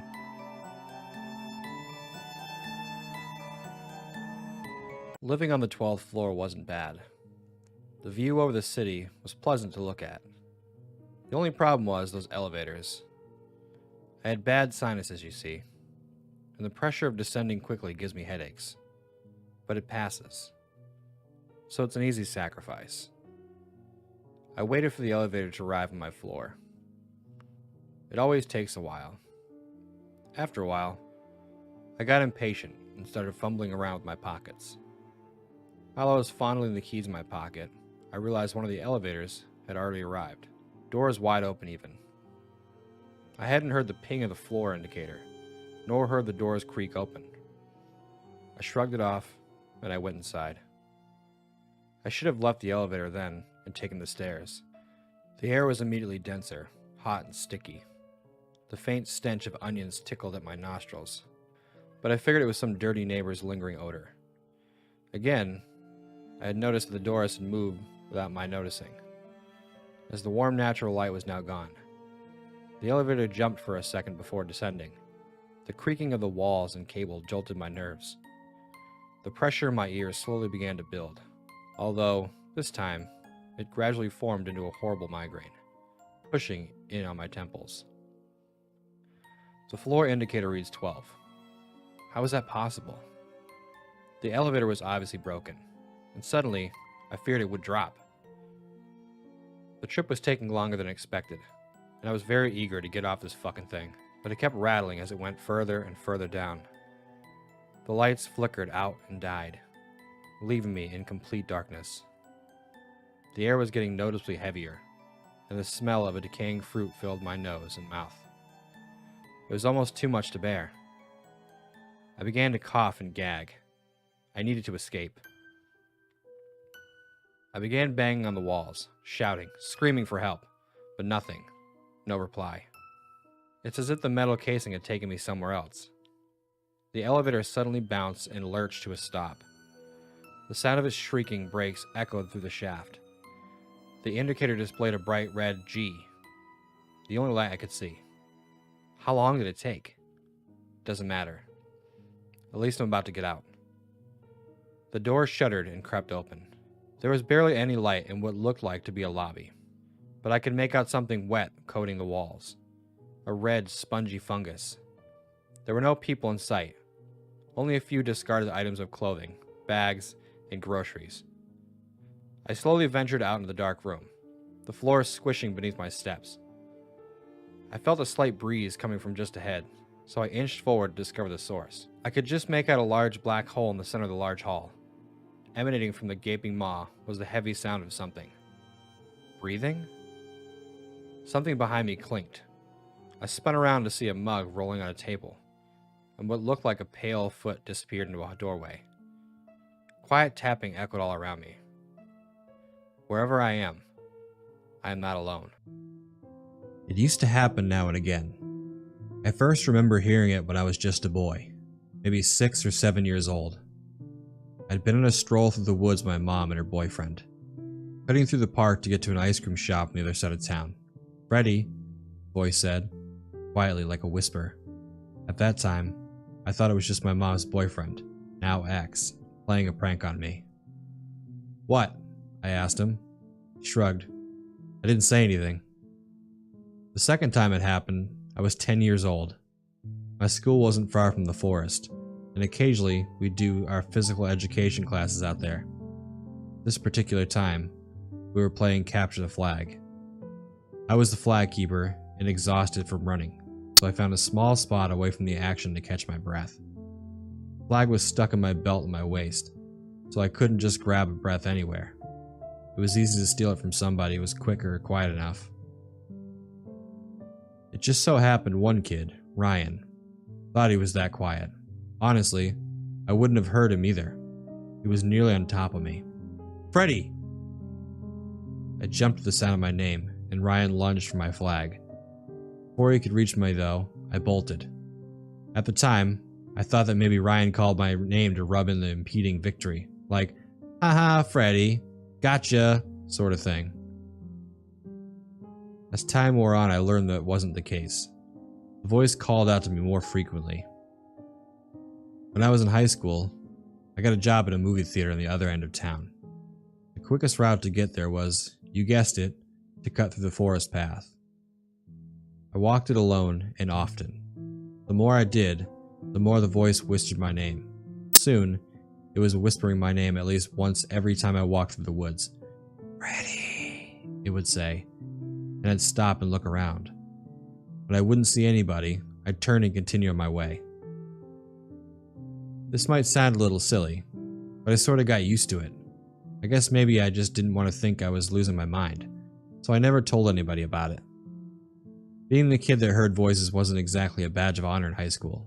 Plus, I like to think that maybe I was just some kind of special connection with the woods, like some spiritual hippie thing. I was 17 years old when the voice terrified me. I'd been leaving a late shift at the theater, one much later than I'd ever done before, and had an exam I still needed to study for the next morning. As much as I didn't want to cut through the woods after dark, I didn't have the money for a cab, and the buses had stopped running, so I went through the forest. I'd walked the path 1,000 times before. Why should tonight be any different? It was quiet at first. Only the wind and the swaying trees greeted my ears. Now and again, I would hear something moving in the brush, but it was always easy enough to dismiss as a squirrel or raccoon. After all, I was in their territory. They were probably surprised by me. My heart jumped at the sound of my name. "Freddie," the voice said. "Jesus!" I snapped, not expecting it in the dark. I took a deep breath and told myself to relax. "It's just you," I mumbled to myself with a chuckle. I walked for a few minutes when I picked up a faint sound of footsteps behind me. Was somebody else taking this shortcut? I turned around, peered into the inky dark of the forest trail. While the moonlight was enough to make out the path directly ahead, it was tough to see much further than 10 or 15 feet. I pulled out my phone and turned on the light, casting it over the trail. Nothing. Just wood chips and a stray candy wrapper. I pocketed my phone, pulled my jacket tighter around me, and continued on. This time I picked up my pace, moving at a fast walk. "Freddie," the voice said again, this time a little airy and more forceful. I ignored it, continuing on my way. I just wanted to get the hell out of these woods. It's hard to explain, but I'm sure you've felt the same impulse now and again. The sensation that you aren't safe. I felt it in my gut. My body was telling me to leave as quickly as possible. The voice repeated my name, its tone shifting lower, then higher. It sounded unhinged, like an out-of-the-tune instrument. I'd never heard it repeat my name so often in such a short span of time. "Freddie," it said. "Freddie, Freddie, Freddie!" I broke into a run. "Freddie!" it screamed, and footsteps thundered behind me. My mind went blank, my body acting on its own. I ran as hard and as fast as I could. The voice screamed my name over and over again, its footsteps closing in on me. I shouted for help, my voice crackling. "Freddie!" it shrieked from behind me. I pulled my phone out and frantically dialed 911. I wasn't sure any longer that I could outrun this thing. Whatever it was, I needed help, desperately. The phone beeped and I heard something answering on the other end. 911, what's your emergency? Something grabbed my shoulder. I screamed and whipped my hand around, connecting with nothing but air but managing to lose my phone in the process. Leave me alone! I screamed, throwing everything I had in my sprint. My lungs felt like they were on fire, but I knew the alternative of stopping would be far worse. I heaved breath after painful breath. Tears streamed down my face and my legs burned with exhaustion. I was going to die. I knew it. Then I burst out of the woods. I didn't stop to catch my breath. I didn't stop to look behind me. I kept running until I reached the nearest neighborhood a couple blocks away. That night, I took the long way home, sticking to the best lit streets and only those lined with homes. The voice, whatever it was, didn't follow me beyond the tree line. I'm home now, breathless and still trying to calm down. My mom's not here. She's still at her late shift at the hospital, but I'll tell her everything when she gets back. In the meantime, I contacted the police and they're searching the forest. I don't know what it was whispering my name all those years, but I know one thing. I'm never going back into the woods again. Shit, 1 second. I'm pretty sure I heard the back door open. Alright, looks like I'll have to leave this one here. I just heard my mom call my name downstairs. She must be home early.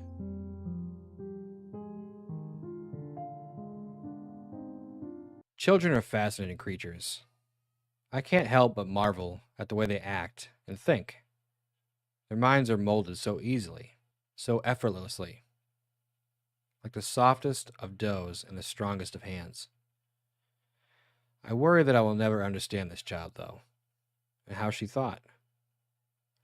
These things drifted through my mind as I examined my dimly lit room. The doors and windows were taped off with crime scene ribbon. The sticky messes on the floor were being sampled by a forensic team. The sight sat before me was grisly. What was once an 8-year-old lay on the ground. One wouldn't be able to tell what she was just by looking. Her head was hardly attached, if only by the spinal column. It lolled grotesquely to the side. This syrupy liquid coagulated after all these hours. One eye was missing from the skull and sitting a few feet away. There was a gap where her stomach used to be, as if bitten through by a beast. Innards lay strewn about her, like a party popper on New Year's. Ghastly slash marks adorned her tiny wrists, hands, and fingers crusted with blood and shredded bodily tissue. Most likely from who, or what, was after her. Clearly something wanted her dead. Her parents were in similar conditions.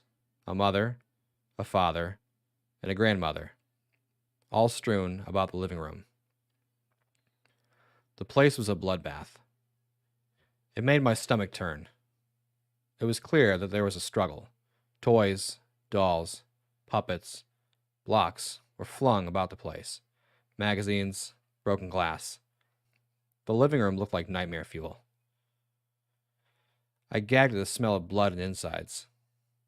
They had to be at least 3 days old. It was becoming too much. Dizzy, I turned and walked away from the scene. Perhaps somewhere in the house would be easier to stomach. I found myself upstairs once my daze passed. From the looks of it, I was in the child's room. No sign of struggle here. All was peaceful and everything was in place. Except for one thing. A notebook. A little school notebook lay open on the floor. I plucked it from the ground, turning it over my hand. I nearly dropped it out of shock. Crusty, bloody lettering covered it. Symbols, signals, and signs. A face was scrawled on the paper, on almost every page. A stitched-up, twisted face. The eyes were blacked out with tiny lines through them, like buttons. It looked familiar, but I couldn't place it. A small piece of paper fluttered out of the pages and landed on the floor. I knelt and picked it up. Don't you fear, my child. I'll keep the ghouls away. I'll keep you safe at night. I'll be your friend by day. But when it comes to friends, I have very few. So please don't leave me, darling, or my heart will be torn in two. This didn't seem quite right. I turned the paper over and read the back. Madame Zoe's Worry Dolls. Your friend to the end. How strange. I paged through the book again, starting at the beginning. It looked like any normal diary. Little things were written about friends at school, conflicts with parents, though one thing caught my eye. Grandma got me a doll on my birthday. It's nice, I guess, but scary. Mom said I couldn't give it away. I don't want it, though. A few pages later was a similar entry. I keep Grandma's doll in a drawer. I don't like its eyes. It stares at me at night. It's creepy. There were several more like this. The doll watches me wherever I go now. Its head turns. None of my other toys have come alive before. It's weird, but neat. I named my doll Aggie. She's not so bad. She told me today that we're going to be friends. Aggie doesn't like my mom or dad or grandma. I don't know why. Maybe because they think I play with her too much. The entries become more and more disturbing as I read them. Aggie made me mad today. She called my mom bad things. She wouldn't stop talking, so I ripped off her eye. She didn't like that. I said sorry later. Aggie is my best friend. I love Aggie. I hate my parents. Help. After the last entry, there was nothing but scribble and symbols. A chill struck my spine. I felt acid of vomit rising in my throat. Something was terribly wrong. I had been in the room for hours and hadn't realized it. Hastily, I made my way downstairs as quickly as I could. The house was empty. The investigators were no longer there. All that was left was puddles of blood and the mess. The bodies had been moved already. I glanced around the room, my eyes skimming over anything that could mean something. She did this to herself, you know. I nearly shit myself as the sound of the hollow female voice. It sounded like it was right next to me, old and ancient. I spun around, looking for the source, and halted abruptly as they passed the doll I had seen earlier. One of its button eyes were gone. No. No, no, no, impossible. The voice came again. She did it to herself. There was no movement anywhere, but the sound came from the direction of the dolls. I felt crazy for doing it, but I spoke. Aggie? Yes, the voice replied, almost pleased that I was speaking to her. That was it. I couldn't hold it anymore. I vomited. This was far too much for me to handle. Oh dear, she said to me. Poor thing. Come and sit down. You're not feeling well. What the fuck, I choked, swearing to God I had been dreaming. Regardless, I bit. Did it to herself. What did she do to herself? Who? Yes, the girl. She did it to herself. I saw the whole thing. Killed her family, one at a time. Granny was first to go. She used her own little hands. The doll's head lolled over to the side, as if someone pushed it. Ripped them apart. Then herself. She tore out one eye. I saw it. Then she ripped out her throat. It's an amazing thing, possession. Before she even knew it, she had torn open her insides like a gutted fish. That's what she gets, the little bitch. I couldn't believe what was happening. I was being spoken to by a fucking puppet. A doll. A toy. It was talking and moving. A fucking plaything describing to me a terrible murder. It was horrible, but alluring. I had to be crazy. I had to. But I moved closer to listen and ask. Why? I said, my eyebrows furrowing in confusion. The doll simply shook her head. Shh. Don't ask. It'll be okay. A rush of hot air filled my head. My mind was suddenly blank. My eyes were drooping and tired. I was losing control. My hands suddenly lifted and made their way to the front of my shirt, fingers gripping at my flesh. It hurt, but I didn't want to stop. Don't tell my secret, Aggie whispered to me. All I did was nod. My nails began digging into my skin. Blood began trickling, appearing through my shirt. Within seconds, my fingers were embedded in my flesh, the first two knuckles sinking into the warmth. It hurt. It hurt. It was on fire. No, I started, unable to control my movements. No! My flesh was tearing, the muscles rending in two. She had me. She had me completely as I felt the pressure of my organs pressing against the muscle and membranes. This was it. I couldn't stop. Have you ever heard the expression, an apple a day keeps the doctor away? Most assume, with no reason to think otherwise, that it is simply an easy to remember rhyme that stresses the importance of eating healthy foods to young children. But the saying did not originate as a harmless reminder. It was born in a frontier town in the early years of the gold rush, where food was scarce and money even scarcer. One August, when a bad drought had struck the region, a series of bloody killings swept through the town. Every night, a single house would be broken into, and anyone who saw the invader would be swiftly, brutally slain. Nothing was ever stolen, except for a few scraps of food. After 2 weeks of this, the local grocer set out a few apples and a glass of milk in the town square overnight. He then hid in the tower of the church, hoping to catch a glimpse of anyone who came by. Fighting fatigue, the grocer waited for any sign of life below. Just after midnight, he was rewarded by a chilling sight. A man, carrying a black bag with dully shining metal tools and covered from head to foot in cloth bandages, staggered into view. He paused at the sight of the apples and milk, then whipped his head around, as if looking for someone who dared to patronize him. Seized with fear, the grocer ducked out of sight, staying hidden till sunrise. The strange man had only taken one of the apples, and didn't even touch the glass of milk. No houses were broken into, and no one was killed. For decades, the town continued to place an apple or two every night, even long after a single apple stopped disappearing.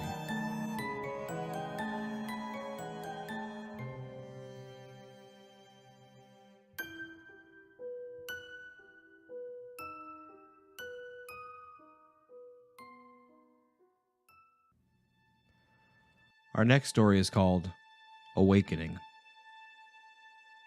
You're awoken from a dreamless sleep by a dull thud from the hallway. Your eyes snap open and fixed instantly on the door. What made that noise? Breathing hard, fear beginning to twitch in your mind, you realize with a shiver that you kicked your duvet off in your sleep. You quickly grab it, pull it around you, and unconsciously begin to tuck it around yourself tightly as you curl up, leaving no part exposed. You become a warm, safe ball coiled, leaving only a small gap between the duvet and mattress so you can see out, pillows becoming shields between your head and the wall. You are briefly reminded of your childhood, hiding from imaginary boogeymen, but this feels more palpable, more dangerous. And another thud. This time, it seems louder, deeper, coming from just outside. Trying to keep calm, you run through all the things it may be. It has to be the pipes in the walls, which have been groaning for weeks now, with ever-increasing frequency and urgency. They were never this deep or this loud. The blind in the bathroom, left to flap by an open window. You double-check all the doors and windows each night. Perhaps it's your parents, returning late and drunk. They're away on a cruise for another week. Your cat, prowling through the house at night. You put it out that evening. Despite all your desperate reassurances, you feel the fear turn to panic, and you pull the duvet tighter around yourself, reducing your field of vision to a thin chink. Another, the loudest yet, just inches from your door. Your churning brain conjures images straight from your childhood nightmares. Mass psychopaths, giant spiders, shape-shifting creatures, amalgamations of bone and gristle, twitching their way across the door, scrabbling with twisted limbs from the door handle, then scuttling in with a burst of speed, claws grasping for your quivering body. Another, your breathing is hoarse and shallow now, Mere gasps in a suddenly dry throat, lungs closing up, stomach churning and roiling, eyes wide and fixed. Your blanket is still tucked vice-like around you, your body pinned underneath its futile protection, just inches of cotton between you and whatever it is to burst in, eyes burning, talons gleaming dully, to claim its prize. Suddenly, in a flash of realization, you realize what the source of the noise is: the old, falling apart bookcase in the corridor. One of the legs must have given way, and the tilt is tipping books one by one onto the floor. As you listen carefully, you can hear the quiet riffle of the pages as another tumbles to the ground. There ought to be one last thud, and yes, silence once more descends, and with it, a soothing calm. As you sink back into sleep, you glance around the room, still snugly cocooned, seeing the vague shapes becoming defined as your night vision improves. Your desk, chair, and television all emerge out of the muck, imposing good, sane reality on the void of night. Then, just before you close your eyes, you see something that makes the bottom of your stomach drop away into nothingness. There, on the floor is your duvet. Your screams are muffled. For her birthday, I took my girl, Katie, to Arizona so we could stay with some friends of hers to spend a few weeks partying and getting crazy and stuff before heading back to school for the year. We drove up in my dad's car. It's a really old Ford make. It's pretty beat up. The road there was bumpy and long. Our relationship seemed at its strongest on the road. We were really in love. That was the first time I realized that. I had never truly been in love before. We were about halfway there when we realized we were going to run out of gas long before the nearest petrol pump. Katie's head was out the window, sunglasses on and the blistering heat outside. Nothing but the wild desert landscape to be seen in all directions. We became frantic. We hadn't seen another car on the road in almost an hour. What if he broke down here, in the middle of the desert, with no food or water, with no one out there to find us? I sped up slightly, driven by fears. It was then that we came across the gas station, smack bang in the middle of nowhere, in dry, empty nowhere. It was an old, worn-down servo. Long, yellow grass blew in the breeze beneath it. Outside were two rusted gas pumps. At first, we didn't know if it was occupied. It seemed so lifeless. But as we pulled up and saw the petrol stains in the dirt, we were convinced otherwise. Katie started refilling the car, and I went inside to pay, grabbed something to eat in the road. When I first went to open the door, it jammed. This perturbed me, so I looked up at the sign to check, and was reassured the store was open, according to the torn sign that hung in between the dull yellow curtains of the door window. I pushed harder and harder with effort, got into the shop. Inside it was totally abandoned, and left to ruin. Complete aisles lay on the ground. The fridges were smashed and the glass coated on the floor. Despite the brightness outside, the interior of the gas station was dark and bitterly cold. Then there came, from behind me, this quiet weeping, like a child. I felt my heart race. It was coming from the back room.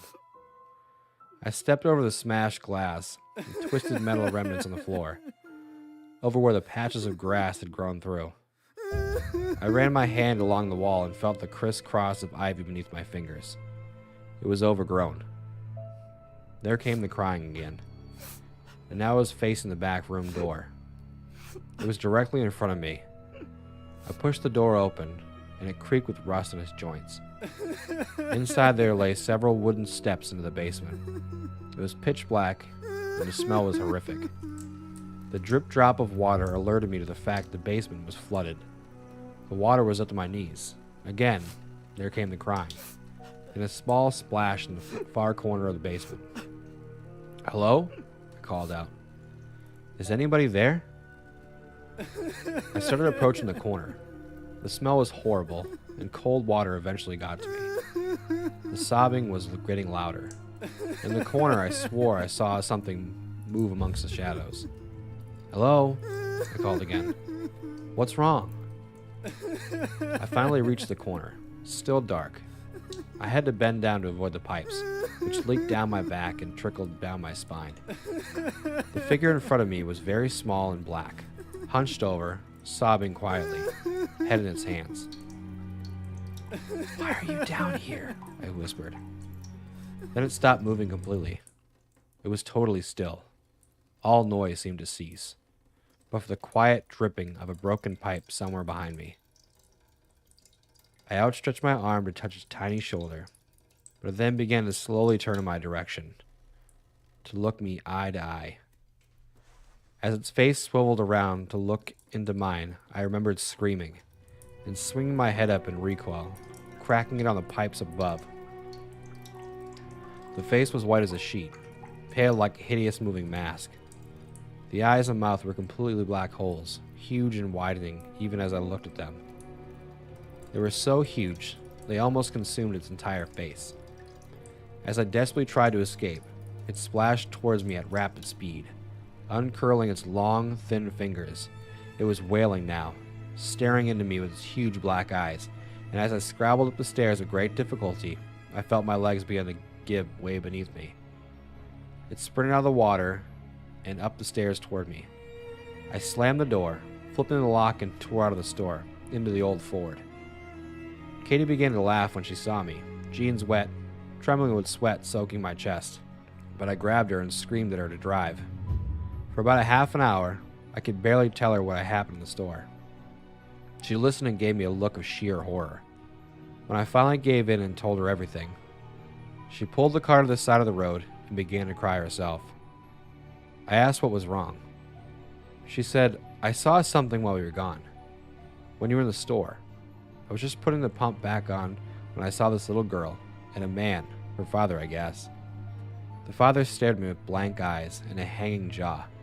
But the girl, oh God, the girl.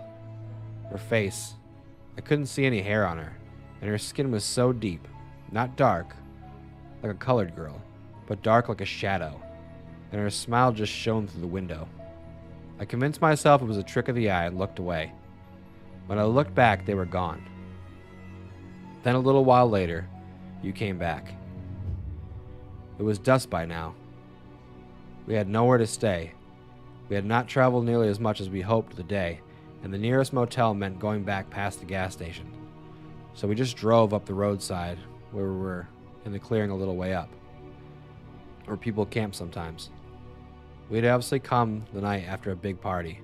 There was broken glass everywhere. When we arrived, however, it was empty. After a while, I tried to reassure her that we were okay. I calmed her down, put my arms around her, and we started to kiss. I moved to get closer to her when she suddenly screamed like hell itself. "It's her! It's her!" she screamed, fumbling to start up the engine. I turned in time to witness a small black face, grinning literally ear to ear with only darkness inside. It was crawling into the car through my open window, with its limbs splayed out like an insect. It had too many limbs, way too many long arms, the fingers feeling my face like antennae. We sped off, back down onto the road. Back on the road, nothing seemed right. There were no stars. That was when I noticed first. I was too shaken to think much about it, but there were no clouds that could be blotting them out. It was just a vast night sky, devoid of all light. Then a few minutes after, we had began driving forward, still sweating and breathing heavy. We passed the gas station. My heart skipped a beat. The gas station was at least a half an hour away, in the opposite direction. All the lights were on, and I saw the door sliding open. As we shot past it, Katie was in such hysterics, she found it hard to keep driving. We stopped the car in the middle of the desolate road. I decided we should switch seats, so I could drive. She shuffled across from her seat to mine, and I opened the door to get out. As soon as I was outside, the foul stench of a basement overwhelmed me. I gagged, then vomited down the side of the car. It was then that I noticed the runner, a pale white thing, sprinting toward us through the fog, its limbs practically a blur. I could make out no face. How long had it been following us? Running after us in the night? I got into the driver's seat as quickly as possible. We drove off again, not talking. Katie whimpered and I silently prayed. Then we passed the gas station again. The door was open now. There were 2 figures standing at the door, waiting. As we forced ourselves on, we both became aware of a soft, barely audible weeping in the back seats.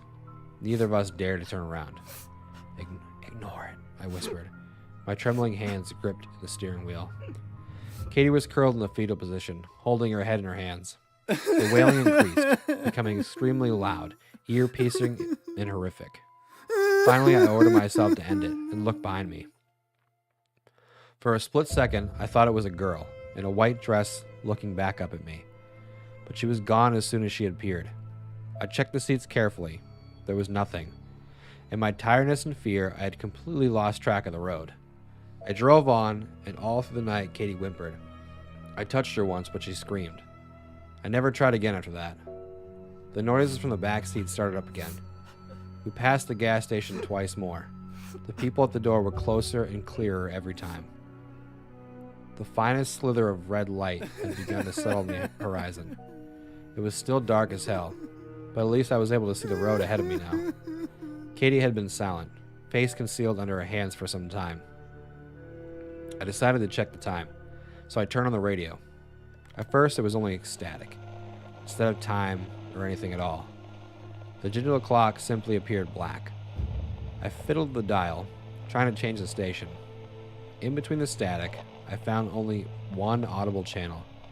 It had a high-pitched buzz in the background. A man was muttering names and numbers under his breath. 29, Lucy. 30, Adam. 31, Katie. I switched back to static. I knew which name was next. When we got back to Katie's friend's house, it was morning. It was overcast and everywhere had the smell of rain on it. Her friends weren't home. Katie's friends lived way out in the country, with no one else around in a mile. The grass was climbing the walls outside. How long had they been out? As soon as we were inside, Katie started whimpering again. I realized that while she had been silent, she was biting on her lip. Blood was trickling down her chin, and the skin around her mouth was torn and chewed through. She grabbed the newspaper and some masking tape off the table and began blocking out the windows.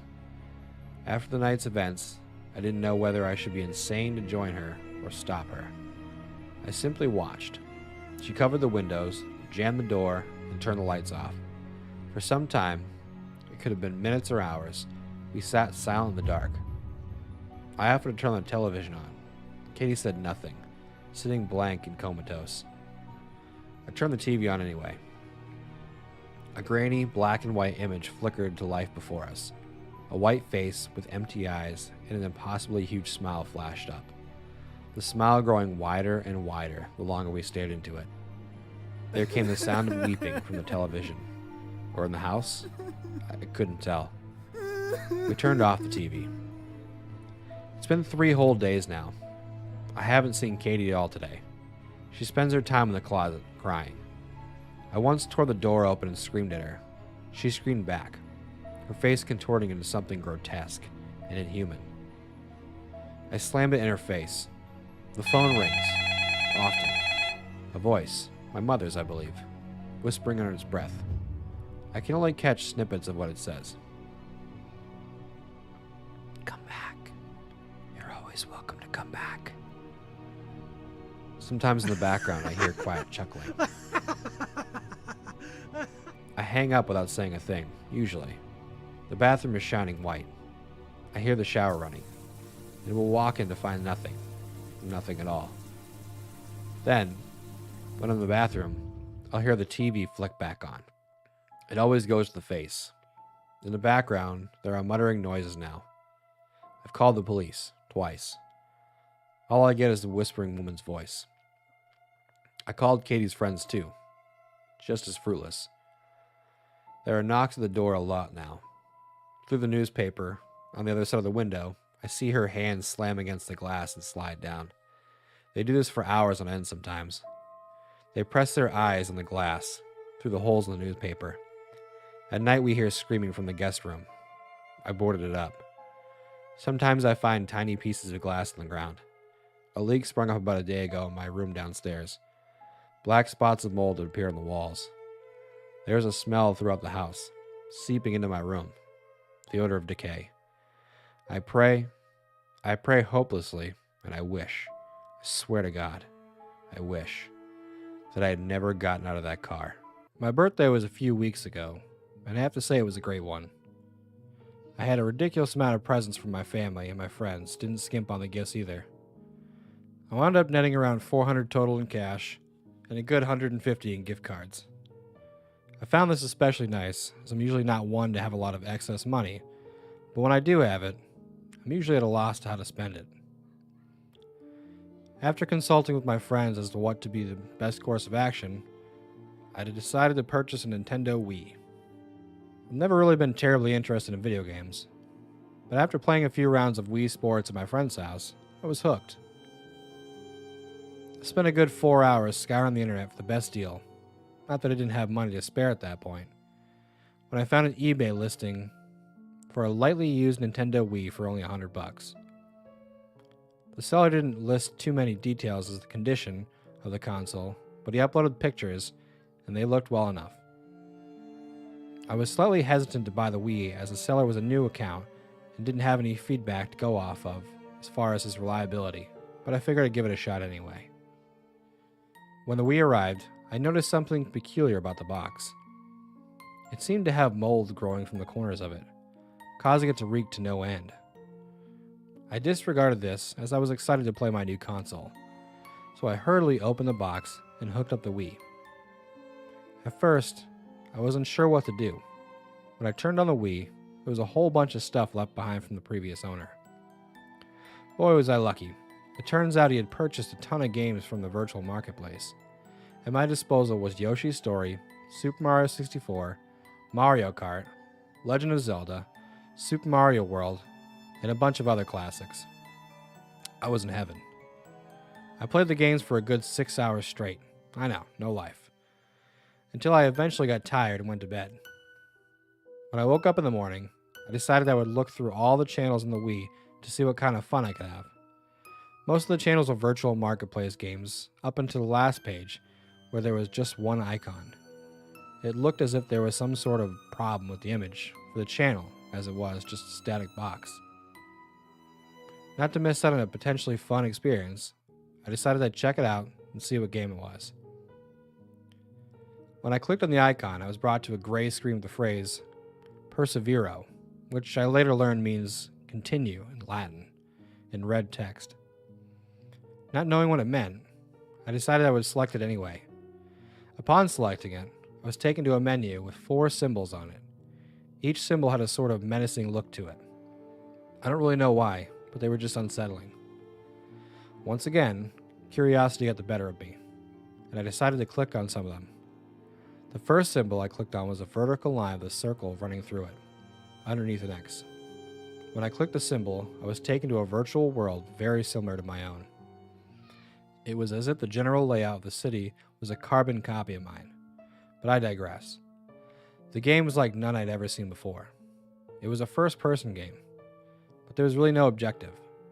You started out in a house, one bearing a remarkable resemblance to mine, and you were just free to roam about. I spent a good 3 hours walking around the virtual world when I decided I would see exactly how close this game world paralleled mine. It was truly remarkable. Everything seemed almost exactly the same.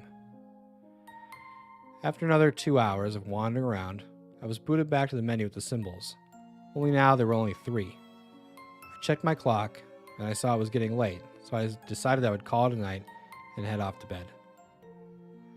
The next morning, I was eager to play out the next 3 symbols of the mysterious game I had found, so I quickly turned on my Wii and launched the channel. I once again was brought to the menu with now 3 symbols. The second symbol was an upside-down cross with a triangle going from arms to the bottom of it. I selected this symbol. The game I was taken to was essentially the same as yesterday's, only now there were people. They didn't really have any features, so it looked like there were a bunch of mannequins walking about the town. I explored the town some more before being booted again to the symbol menu. I continued to click the next symbol, which was just a square inside of a circle. The game I was taken to this time was slightly off-putting. The world I was in seemed to be drearier, and the characters moved more sluggishly.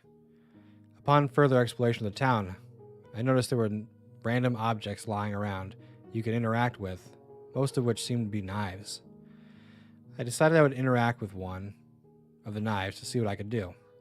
And of course, one of the options was to kill a few mannequin-esque citizens and of what seemed to be my town. As sadistic as it sounds, it was actually pretty entertaining. When you killed a person, they would drop to the ground and writhe in pain until they finally just vanished. It was strangely satisfying. After about 20 minutes of killing random civilians, I was booted back to the symbol menu again. By this time it was getting late, and I decided to get some sleep, and then I'd get around to the last symbol in the morning. The night went by relatively quickly, and I awoke to a strange odor in my house. I assumed I had forgotten to take out the trash and continued on with my morning. I turned on my Wii, and I once again loaded the channel. When I did, I was brought again to the symbol menu. The last remaining symbol was a simple X. I clicked it. I was taken to the same page world I was in before, only now, everything was tinted a dark red, and I started with the knife in my hand. I assumed I knew what I had to be done. I ran around stabbing countless citizens of this virtual town for what seemed like a good 5 hours when I was booted to the menu. It was blank. I was relatively disappointed at such a dull ending to what seemed to be an interesting game. I decided I would head off to bed for a nap, as 5 hours straight of gameplay was rather tiring, having to flail my arms as if stabbing for so long. While asleep, I had a very weird dream. I was alone in a black room holding nothing but a knife, and another man came in. He had a distinct gunshot wound on his forehead, and he reached his hand out to me. I stood staring back at him, not knowing what was happening.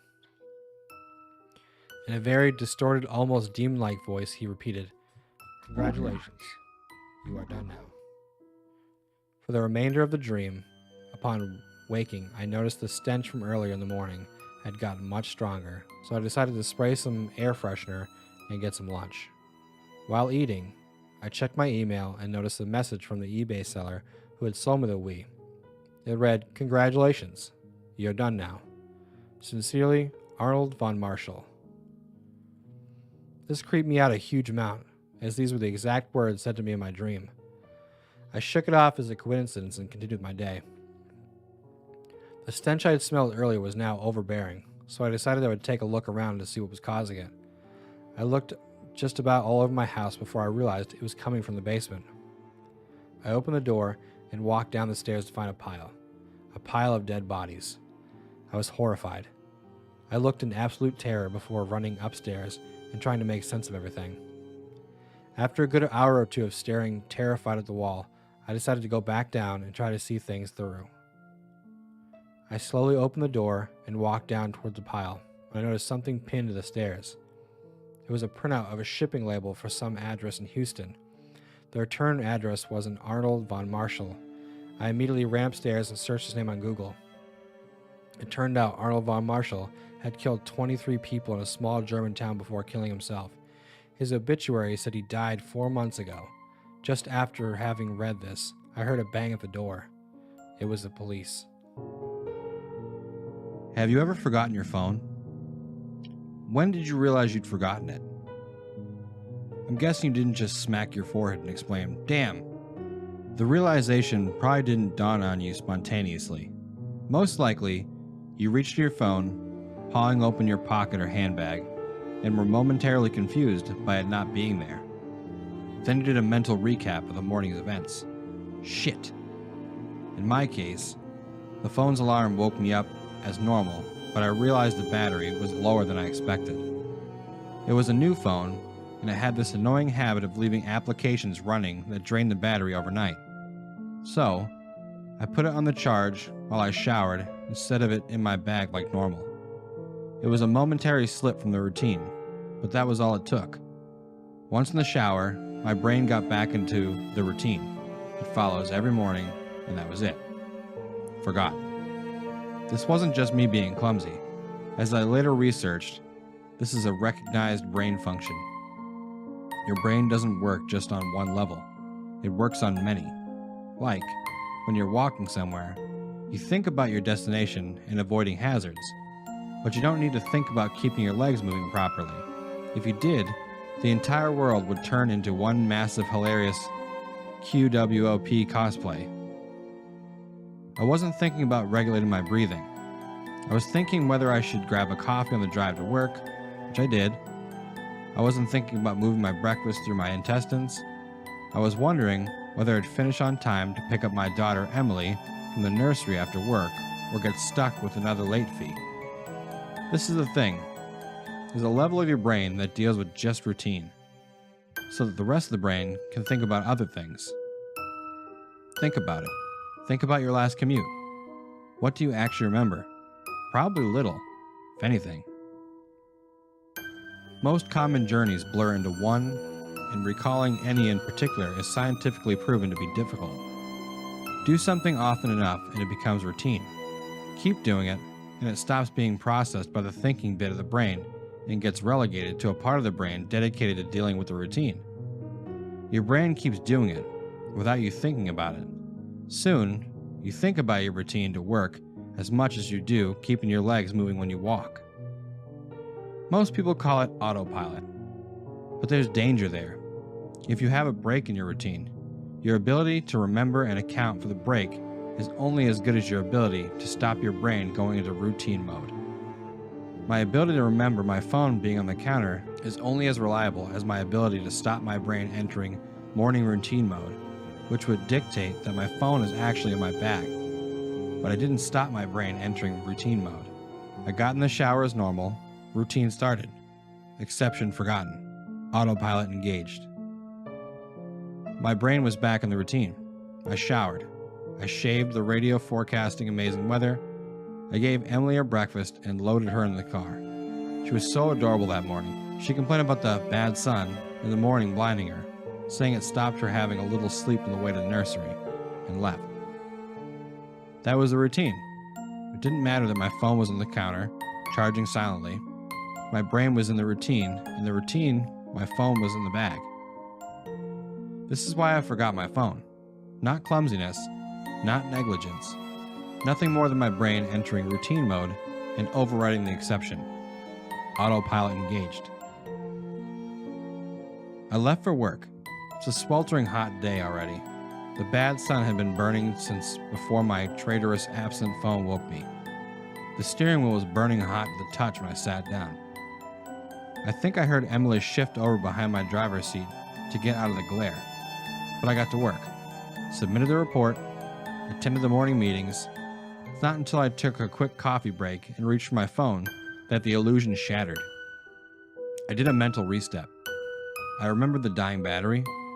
I remember putting it into charge. I remember leaving it there. My phone was on the counter.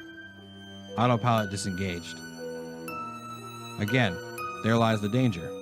Until you have that moment, the moment you reach for your phone and shatter the illusion, that part of the brain is still in routine mode. It has no reason to question the facts of the routine. That's why it's a routine. The acts of repetition. It's not as if anyone could say, "Why didn't you remember your phone? Didn't it occur to you? How could you forget? You must be negligent." This is to miss the point. My brain was telling me the routine was completed as normal, despite the fact that it wasn't. It wasn't that I forgot my phone. According to my brain, according to the routine, my phone was in my bag. Why would I think to question this? Why would I check? Why would I suddenly remember out of nowhere that my phone was on the counter?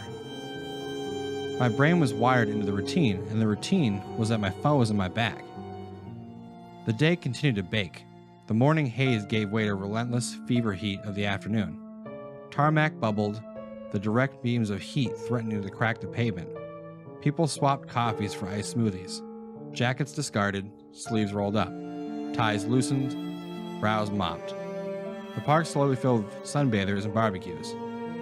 Window frames threatened to warp. The thermometer continued to swell. Thank fuck the offices were air-conditioned. But, as ever, the furnace of the day gave way to a cooler evening. Another day, another dollar. Still cursing myself for forgetting my phone. I drove home. The day's heat had baked the inside of the car, releasing a horrible smell from somewhere. When I arrived in the driveway, the stones crunched comforting under my tires. My wife greeted me at the door. "Where's Emily?" Fuck. As if the phone wasn't bad enough. After everything, I'd left Emily at the fucking nursery after all. I immediately sped back to the nursery. I got to the door and started practicing my excuses, wondering vainly if I could charm my way out of a late fee. I saw a piece of paper stuck to the door. "Due to vandalism overnight, please use side door. Today only." Overnight? What? The door was fine this morning. I froze. My knees shook. Vandals. A change in the routine. My phone was on the counter. I hadn't been here this morning. My phone was on the counter. I'd driven past because I was drinking my coffee. I had not dropped off Emily. My phone was on the counter. She'd moved her seat. I hadn't seen her in the mirror. My phone was on the counter. She'd fallen asleep out of the bad sun. She didn't speak when I drove past her nursery. My phone was on the counter. She'd changed the routine. My phone was on the counter. She'd changed the routine and had forgotten to drop her off. My phone was on the counter. 9 hours. That car. That baking sun. No air. No water. No power. No help. That heat. A steering wheel too hot to touch. That smell. I walked to the car door. Numb. Shock. I opened the door. My phone was on the counter, and my daughter was dead. Autopilot disengaged.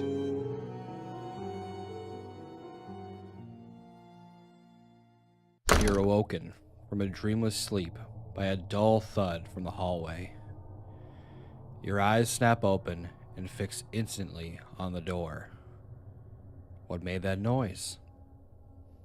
Breathing hard, fear beginning to twitch in your mind, you realize with a shiver that you've kicked your duvet off in your sleep. You quickly grab it, pull it around you, and unconsciously begin to tuck it around yourself tightly as you curl up, leaving no part exposed. You become a warm, safe ball coiled, leaving only a small gap between the duvet and mattress so you can see out. Pillows becoming shields between your head and the wall. You're briefly reminded of your childhood, hiding from imaginary boogeymen, but this feels more palpable, more dangerous. Another thud this time. It seems louder, deeper, coming from just outside. Trying to keep calm, you run through all the things it might be. It has to be the pipes in the wall, which has been groaning for weeks now, with ever-increasing frequency and urgency. They were never this deep or loud. The blind in the bathroom, left to flap by an open window. You double-checked all the doors and windows each night. Perhaps it's your parents, returning late and drunk. They're away on a cruise for another week. Your cat, prowling through the house at night. You put it out for that evening. Despite all your desperate reassurances, you feel the fear turn to panic, and you pull the duvet tighter around yourself, reducing your field of vision to a thin chink. Another, the loudest yet, just inches from your door.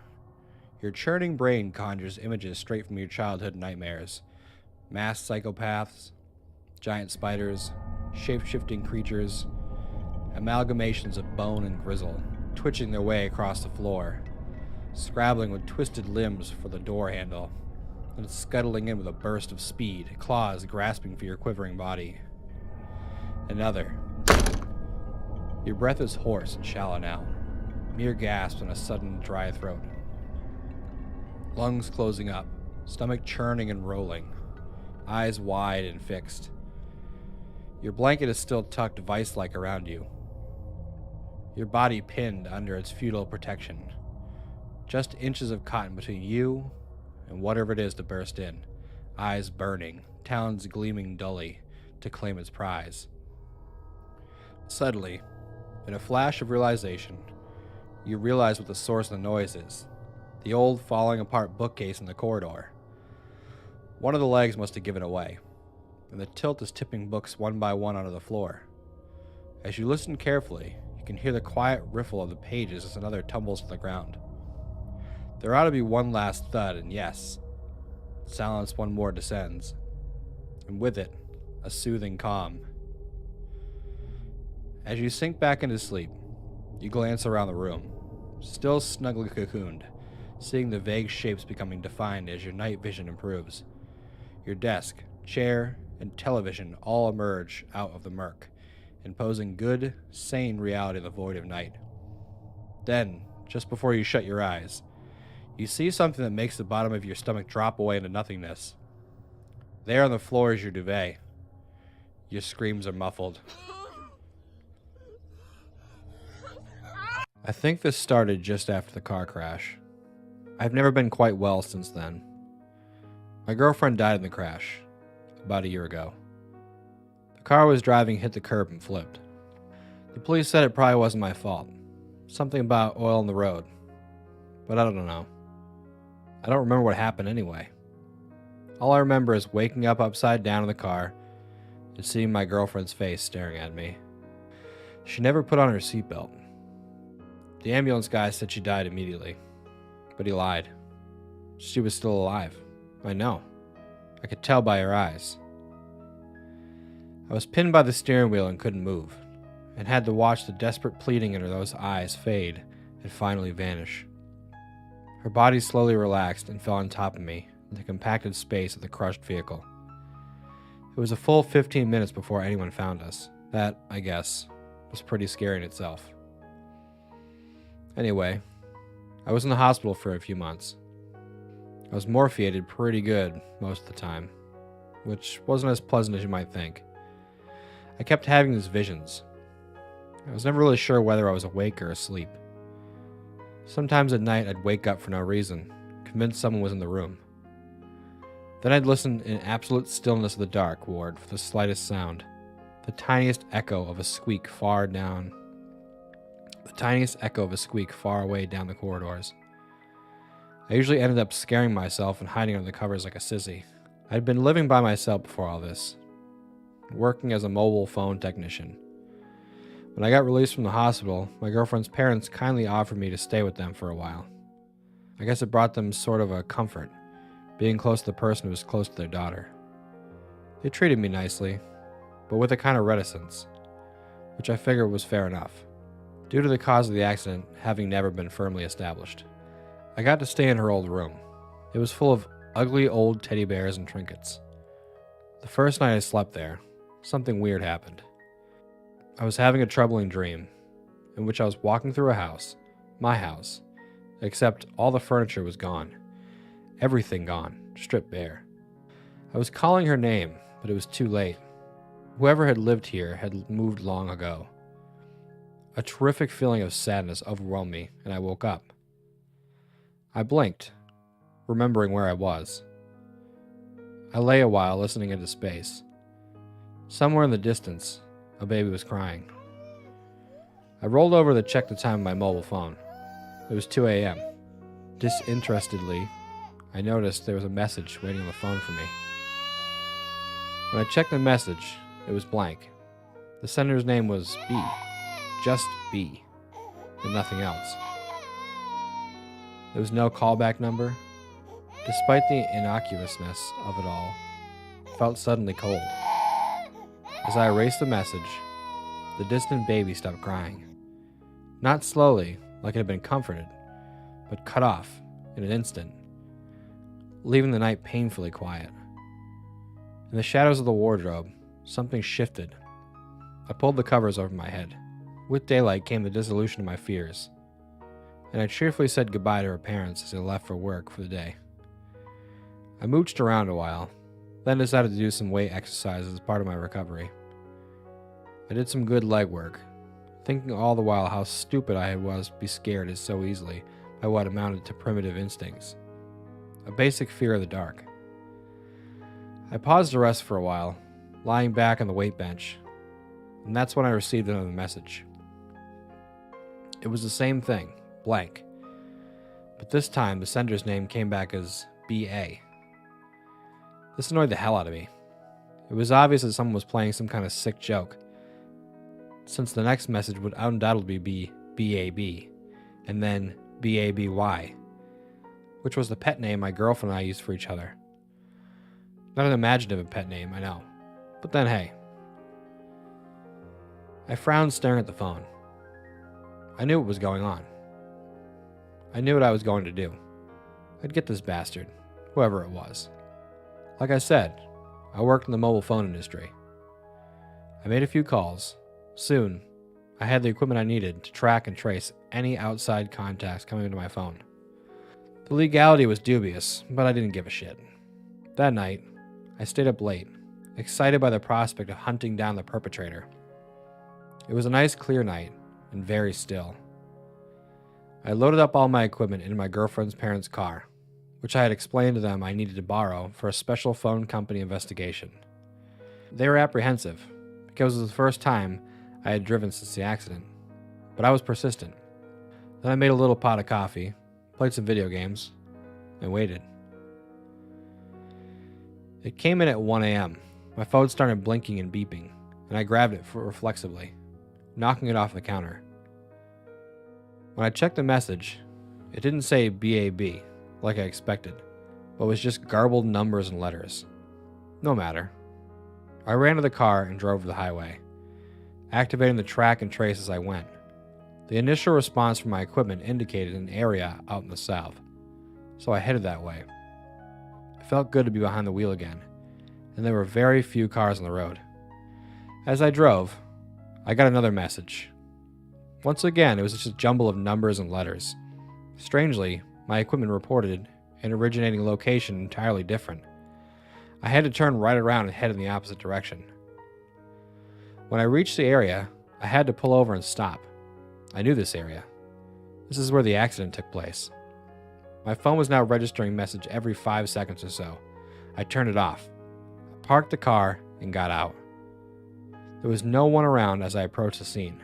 No sign that anything had taken place here.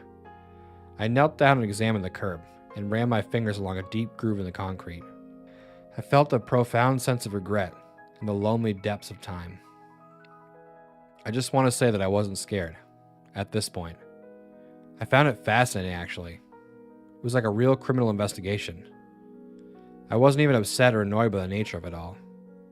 I turned around and surveyed the neighborhood. Then, and only then, did I remember. We had been driving along in an upbeat mood, gossiping about friends of ours fallen recently pregnant. She had raised the topic and driven the conversation. I had been giving my usual comments about how children were stupid and pointless. She had become suddenly quiet. Then she had told me. She had told me, and I'd grown angry, really angry, and yelled at her for the first time. And that, of course, is when things got out of control. And the car had got out of control. And I had solved all of our problems. I felt weak at the knees. I bent down, but I didn't cry. I just breathed heavily. And then I heard something.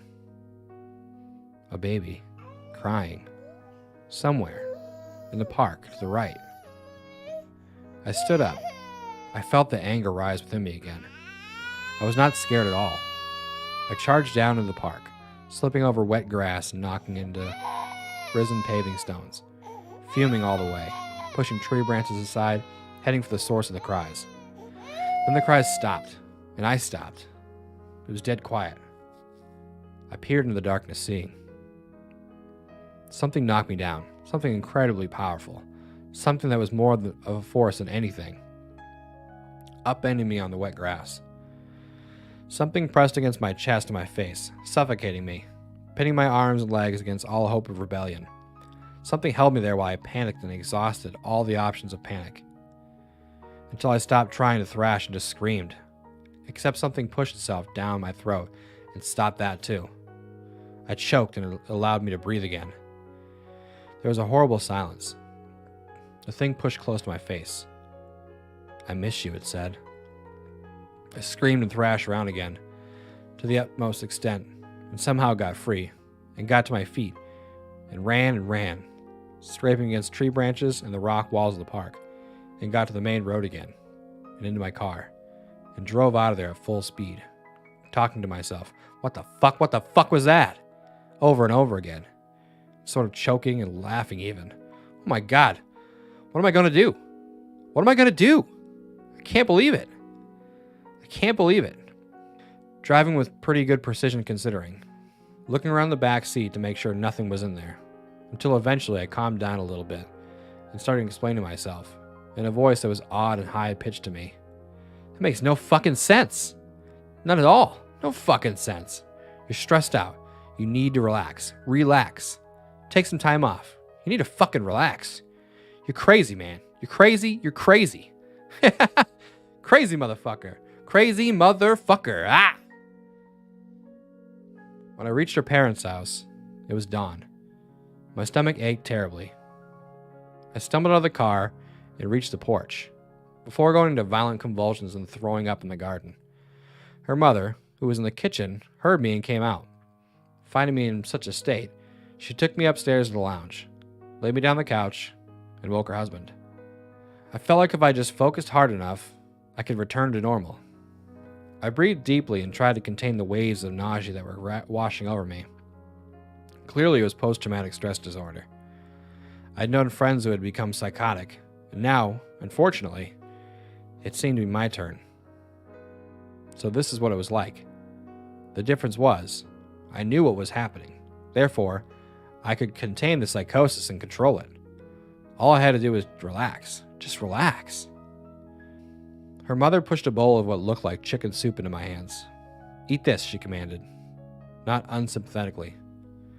The father leaned over her, looking rather put out at having to be up so early.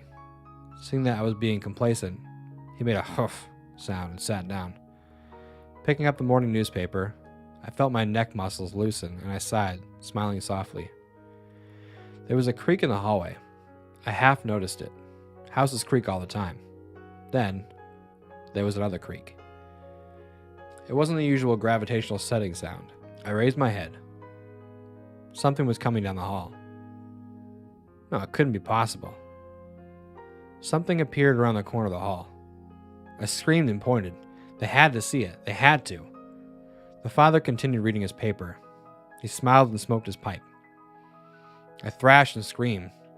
I rose to my feet, but I couldn't move. The mother calmly watched television. It saw me. It glided toward me. I fell in a heap, covering my eyes. The next thing I knew, I was here, in the hospital. The nurses tell me it has been a week since all this happened. I'm not sure if I believe them. For one thing, they all smile slyly when they tell me anything. Plus, I think they're drugging me surreptitiously. I feel so woozy all the time. I hate this place. It is so barren and lifeless. But to be honest, I like the fact that there are bars in the windows. Sometimes I wake up at night. It is always very quiet and there is no one around. I often hear babies crying in the distance. A couple of times, I heard tapping on the windows. But I took some more pills, so it didn't matter. The only thing I don't like is that there is no lock on the wardrobe. Please get me a lock on the wardrobe. I don't like what's in there, so please do something about it. Please close it off. Please help me. He shows up at 5 when you're just home from the office and dog-tired. Unannounced and uninvited. A smile on his thin lips as you open the door. Sorry to stop by so late, old chum, he says, but I have something I've got to show you. You wave him in with a forced grin, cheerily inquiring about his health as you shoot an apologetic look to your wife. She knows, and you know, that he's always been bad company. Dinner's in the oven, of course, and there's just enough for an extra mouth. She sets the third plate at the table and checks the wine cooler. Should be fine. He notices, you're sure, that he's straining for 3 an ample meal for 2, but he's never perturbed. Bad company, this one. Mark your words. Dinner passes with merry laughter through gritted teeth. You smile and chortle while shooting daggers. He, oblivious as always, makes subtle passes at your wife. She tactfully demurs. Ever the hostess, ever the sweetheart. You make a mental note to pick her up something nice on the way home from work tomorrow. You might even find the energy to make tonight special if he'd just leave. But that would be too easy, especially for someone who's proving himself to be very bad company. After dinner, it's coffee and dessert in the living room. The sponge cake was for your mother. Your wife baked it last night for the special occasion of her arrival.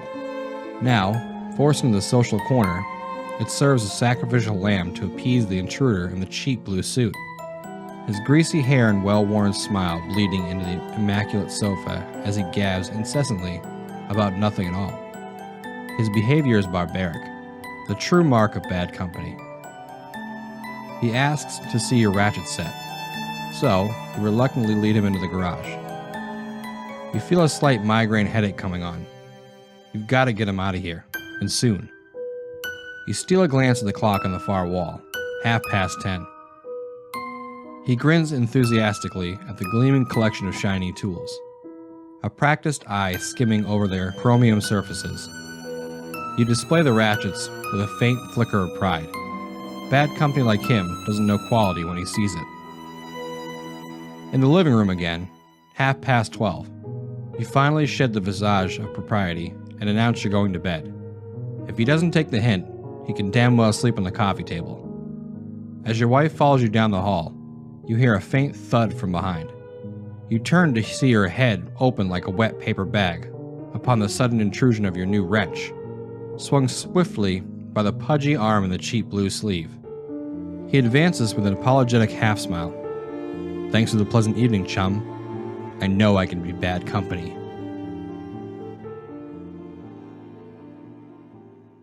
Yesterday, a friend of mine called me. It was John, an old buddy from high school. I hadn't spoken to him for years. We started to reminisce about all the crap we pulled in high school. A few days later, I decided to call him back, see if we could get together, maybe go fishing or something. We talked on the phone for a while, and I said to him, "Hey, maybe we can get together sometime." He first said that was a bad idea, but then agreed. I asked him for his address, copied it down, and told him I'd see him in the morning. The next morning, I arrived at his place that he said he lived at. There was nothing but rubble there. It looked like there had been a fire years ago, but nothing got cleaned up, and the plants never regrew. In the middle of the rubble, I found an old rotary-style telephone on the floor, not connected to anything. Hurriedly, I pulled out my cell phone and called his number. The phone rang on the floor. Once, twice, a third time. I dropped my cell phone in shock and knelt to grab the rotary telephone.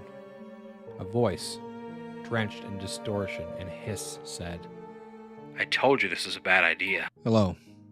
This thing happened to me a few months ago. I just need to share it with somebody. It all started at my friend's party. He's an artist who rented out a loft in the industrial part of town. If you can picture what a place like Detroit looked like in the 1920s, that's what this area looked like. A bunch of old turn-of-the-century factories crammed into 10 blocks. Most of them are abandoned. So I partied a little too hard that night and decided to crash on the couch of the loft.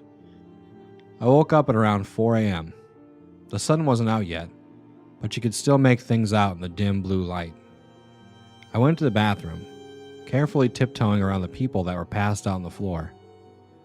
As I was taking a piss, I tiptoed to look out to the bathroom window, and I saw the panorama of deserted urban decay. I remembered how much I liked places like this. It was so dark and devoid of life, and strangely serene. So I went back to the couch and tried to fall asleep. After 45 minutes of staring at the ceiling, I decided I didn't want to be there any longer. So I swallowed my pride and decided to wake my girlfriend up to beg her for a ride, since walking around the vacant streets at this time was not an option. Being an awesome girlfriend, she was totally cool with it, and told me she would be there in about a half an hour and that she would give me a call when she was outside. My phone died 10 minutes later, so I decided I would sit by the window and watch for her car. I sat there for a while, and my eyes started getting heavy, and I began to doze off. A crashing noise outside woke me up. It wasn't loud, but just enough to snap me into reality.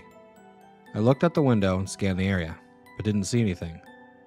Across the street from the loft, near a mountain of garbage bags and one of those enormous dumpsters, I see a computer and a monitor smashed against the floor that hadn't been there before. When my girlfriend arrived, I went downstairs and greeted her. Just as I was about to get in the car, I remembered a friend of mine who'd been blown out his power supply. So I decided to walk over to the dumpster and see what I could salvage. The monitor was useless, but the tower seemed to have suffered almost no damage, so I put it in the trunk and we drove off. About a week had passed and I was completely forgotten about the tower until my girlfriend called to let me know it was still in the trunk and that she wanted it out. That night, I brought it home. Before I could take it apart, I decided to hook it up to my monitor and see if it still ran. And to my surprise, it did. It ran Windows XP and it looked like it had been wiped clean. I decided to do searches for words like tits and pussy in hopes of finding some secret stash full of weird, deviant porn the previous owner had forgotten about. Morbid curiosity, I guess. Search came up nothing. Search for picture files, nothing. Then I searched the movies and one file came up. It was an AVI instead of a file titled Barbie, hidden in the Windows Systems 32 directory. So I played it. Now this is where it gets disturbing. The movie was about an hour long and was made up what seemed like raw, exported footage. The footage was of this woman sitting on a chair and talking against a white backdrop. I skipped through most of the movie and it was all the same continuous shot. Then I decided to sit through the footage to find out what she was talking about. 15 seconds into the footage, the audio goes completely bad and her voice is drowned in harsh static / background noise. I couldn't make anything out of it. So I imported the footage into Final Cut and tried to mess with the levels to isolate her voice. It helped a little, but I still couldn't hear what she was saying. I was intrigued now, and I began to really pay attention to her face and body language. It seems she's been asked some kind of questions, because she stops at times to listen and then continues talking. About 15 minutes into the footage, her face begins to redden and contort as if the questions are bothering her, but she continues to answer them anyway. Shortly after, she begins to cry. She sobs hysterically for the duration of the film. One of the few words I could lip read was skin. She repeats this word many times throughout the footage, and at one point, she even pulls at the skin from her arm and mouths the word. She seems unhappy with her skin. There is so much more I have to get off my chest, but it is getting late and I can't go on. I will share the rest tomorrow. God save my soul. It kept on building and building. And about 40 minutes in, she's crying so hard she can barely look at the camera. She stops talking at this point, and the rest of the footage is just her crying with her head down. Oddly enough, she doesn't get up or move. The screen just fades to black. I was fucking dumbfounded. I played the whole thing through many times that night, trying to find inflections and nuances in the movement that would reveal anything else that was going on. I felt so dissatisfied. I wanted to know more. That's when I noticed that there was about 10 more minutes left on this timeline after the screen went black, and about 2 minutes in, there was more footage. The footage was really shaky, almost unwatchable. It depicted a pair of legs walking along train tracks. My guess is that camera was suddenly left on as it was being carried somewhere. The person in the footage walks along the train tracks for about 6 minutes and then turns into the forest and walks over what looks like foliage flattened by a piece of plywood. The person continues on this makeshift plywood road until the movie clip ends. Now my heart started beating with excitement because there were train tracks a few miles away that looked very similar to the one in this video.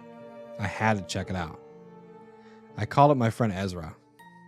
He's 6'4", 250 pounds of mostly muscle. I convinced him to go on a little adventure with me. I'm no pushover myself, but I felt like if I was going to go wandering in the woods looking for God knows what, extra muscle couldn't hurt. This whole idea of investigating this video had me so excited I couldn't sleep. The next morning on a sunny Saturday, I took my flashlight, my camera, and my 7-inch K-bar with a matte black finish and serrated edge and went to pick up Ezra. When I got to his house, he wasn't even awake. When I woke him up, he pretty much told me to fuck off. I was already packed, and I had mentally prepared myself to this, so I decided to go through with it anyway. I parked my car at the train station, took my stuff, and hopped onto the tracks. After walking for about 2 hours, I saw a broken piece of plywood, and my knees almost buckled with excitement. I searched the nearby foliage, and there it was, a little plywood trail leading into the forest. I walked slowly along the trail, paying close attention to everything. I would stop occasionally, kneel down, and listen for anything or anyone, but it was so quiet. This was the most nerve-wracking thing I'd ever done. I didn't know what to expect at the end of this trail. The dense tree line gave way into a little island of grassy field, and then I saw it, a house being consumed by the forest. From the looks of it, no one had lived there for 20, maybe 30 years. I got my camera and snapped a few pics. A few yards away from the house was a tool shed made of rusty sheet metal. I just sat there among the trees for a while, absorbing everything. I didn't want to go into the open field. I had this bad feeling that something would see me. It took me a while to muster the courage to go up to the house. The door was partly open. I pushed it in with the flashlight and was relieved that the inside was actually very well lit. I put my flashlight away, got my camera, and took a few more pics. There was no furniture. The floor was riddled with bricks and wood and rubble, and some of the walls had huge holes in them. When I went in further to explore, I saw some things I didn't pay much mind to in the moment, but now that I think about them in hindsight, they greatly disturbed me.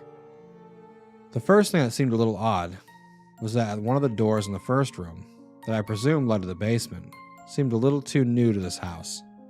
It was also the only door in the house that was locked. Also, when I made my way up to the second floor, I saw some chairs and a fold-up table that seemed a little too new to be there. But what disturbed me the most, for some reason, was the bathroom. The dust in the mirror had been wiped away, and in the bathtub, I saw a clear plastic tarp that still had water droplets on it from, what I presume, it was a wash.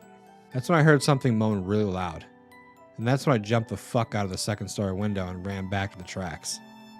Halfway there, I realized the moaning was most likely a water pipe expanding or contracting, and that little moment of relief gave into the horror which I felt when I wondered why the water would be running on an abandoned house in the middle of fucking woods. It's been a little more than 2 months since this happened, and I haven't gone back there, nor do I plan to. When Felix Agnes put up the life-size shrouded bronze statue of a grieving angel, seated on a pedestal, in the Agnes family plot in the Druidwood Cemetery, he had no idea what he had started. The statue was a rather eerie figure by day, frozen in a moment of grief and terrible pain. At night, the figure was almost unbelievably creepy. The shroud over its head obscuring the face until you were close up to it. There was a living air about the grieving angel, as if its arms could really reach out and grab you if you weren't careful. It didn't take long for rumors to sweep through the town and surrounding countryside. They said that the statue, nicknamed Black Aggie, was haunted by the spirit of a mistreated wife who lay beneath her feet. The statue's eyes would glow red at the stroke of midnight, and any living person who returned the statue's gaze would instantly be struck blind. Any pregnant woman who passed through her shadow would miscarry. If you sat on her lap at night, the statue would come to life and crush you to death in her dark embrace. If you spoke Black Aggie's name 3 times at midnight in front of a dark mirror, the evil angel would appear and pull you down to hell. They also said that the spirits of the dead would rise from their graves on dark nights to gather around the statue at night. People began visiting the cemetery just to see the statue, and it was then that the local fraternity decided to make the Statue of Grief part of their initiation rites, Black Aggie Sitting, where candidates for membership had to spend the night crouched beneath the statue with their backs to the grave of General Agnes, became popular. One night, 2 fraternity members accompanied New Hopeful to the cemetery and watched while he took his place underneath the creepy statue. The clouds had obscured the moon that night, and the whole area surrounding the dark statue was filled with a sense of anger and malice.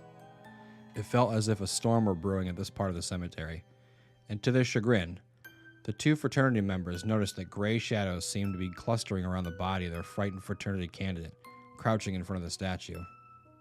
What had been a funny initiation rite suddenly took on an air of danger. One of the fraternity brothers stepped forward in alarm to call out for the initiate. As he did, the statue above the boy stirred ominously. The 2 fraternity brothers froze in shock as the shrouded head turned toward the new candidate. They saw the gleam of glowing red eyes beneath the concealing hood as the statue's arms reached out toward the cowering boy.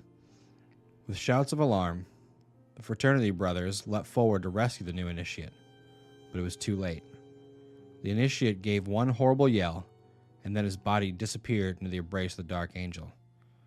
The fraternity brothers skipped to a halt as the statue thoughtfully rested its glowing eyes upon them. With gasps of terror, the boys fled from the cemetery before the statue could grab them too. Hearing the screams, a night watchman hurried to the Agnes plot. To his chagrin, he discovered the body of a young man lying at the foot of the statue. The young man had apparently died of fright. The disruption caused by the statue grew so acute that the Agnes family finally donated it to the Smithsonian Museum in Washington, D.C. The grieving angel sat for many years in storage there, never again to plague the citizens visiting the Druid Hill Park Cemetery. I remember it like it was yesterday. The Wrath of the Lich King expansion for the World of Warcraft massively multiplayer online role-playing game had just come out, and nobody thought more of it than myself and my brother Derek. I was 18 in my last year of high school and ready to take on the challenges that life brought afterwards. And, although my brother was only a year younger than me, he was my complete opposite. I was quiet, didn't have a lot of friends, and rarely left the house on weekends, even during school breaks. Derek, however, was very outgoing and was out every Friday partying with his friends, and during the weekdays would often go to have coffee with them. I think that he went through 3 girlfriends before I even had one. But there was one thing that we most certainly agreed on: video games.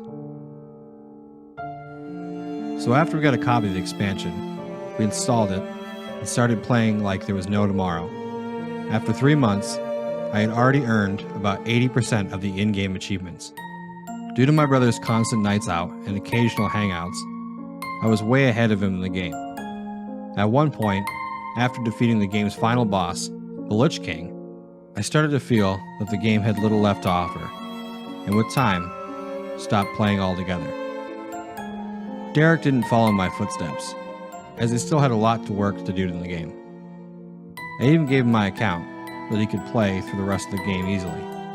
Weeks passed, and I noticed my brother wasn't going out as often as usual.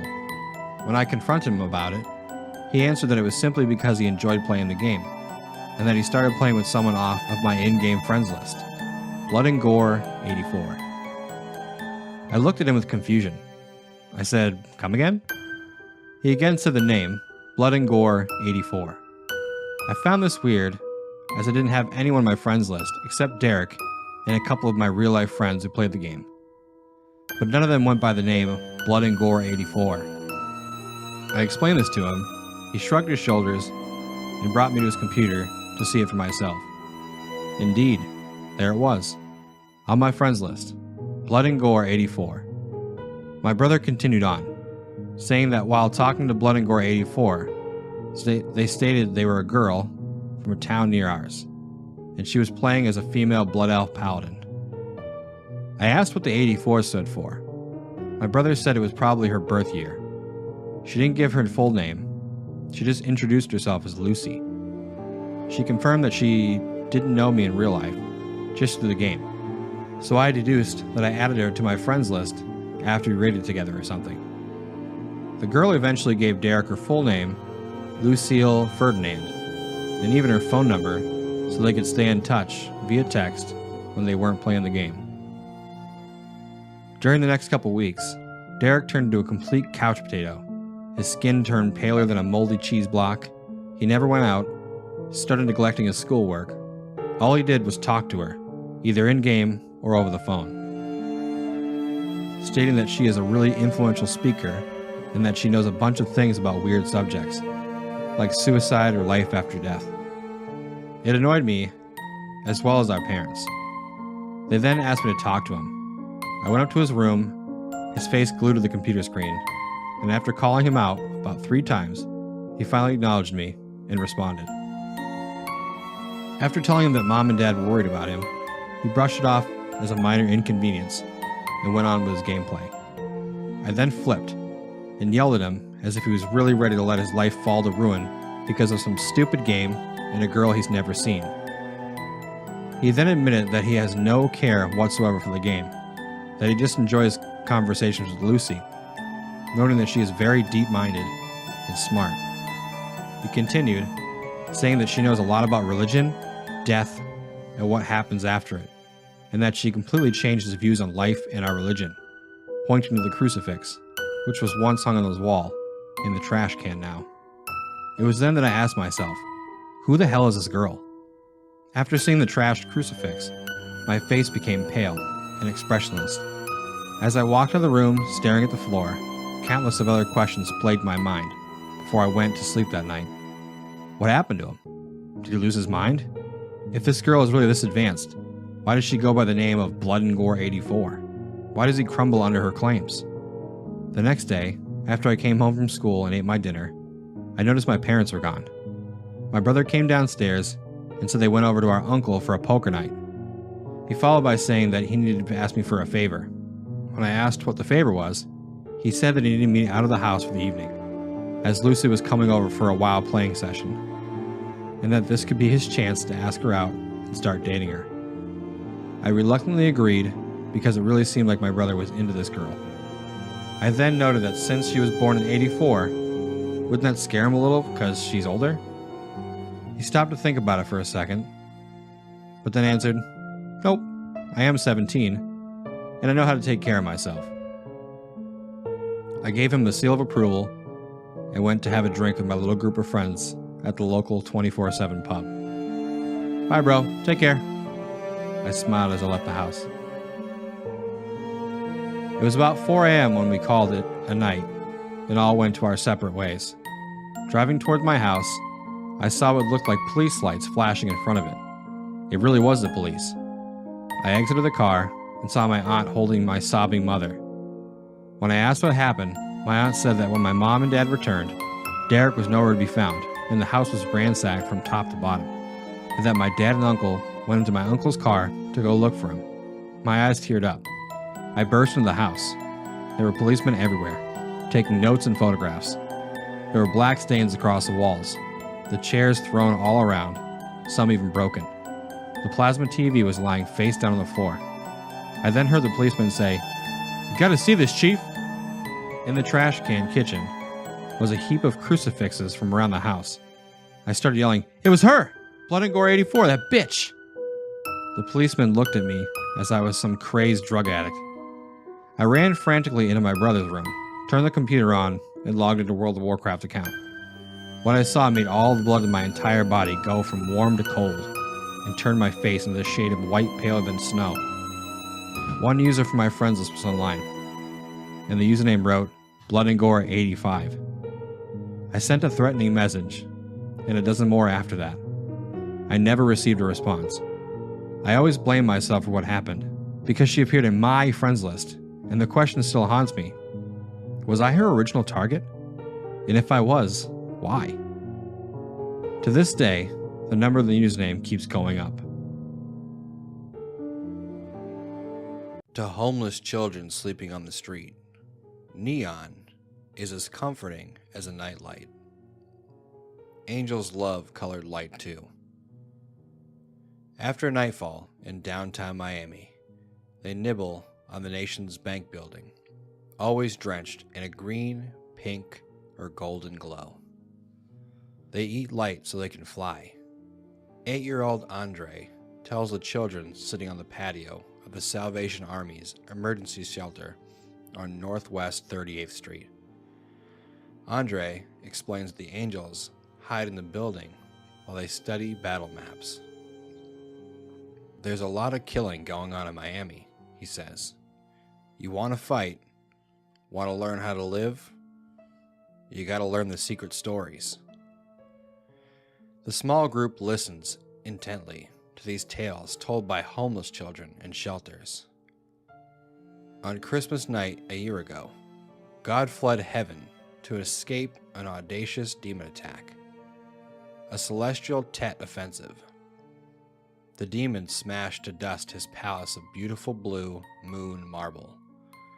TV news kept it a secret, but homeless children in shelters across the country report being awakened from troubled sleep and alerted by dead relatives. No one knows why God has never reappeared, leaving his stunned angels to defend his earthly state against assaults from hell. Demons found doors to our world, added Miguel, who sits before Andre with the other children at the Salvation Army shelter. The demons' gateway from hell include abandoned refrigerators, mirrors, ghost towns, and Jeep Cherokees with tinted or black windows. The demons are nourished by dark human emotions, jealousy, hate, and fear. One demon is feared even by Satan.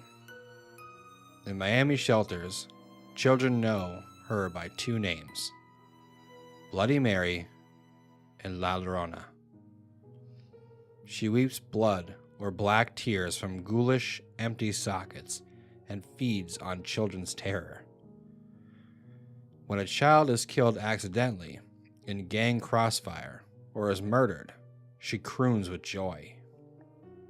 If you wake at night and see her, a 10-year-old said softly, her clothes be blowing back, even in a room where there is no wind, and you know she's marked you for killing.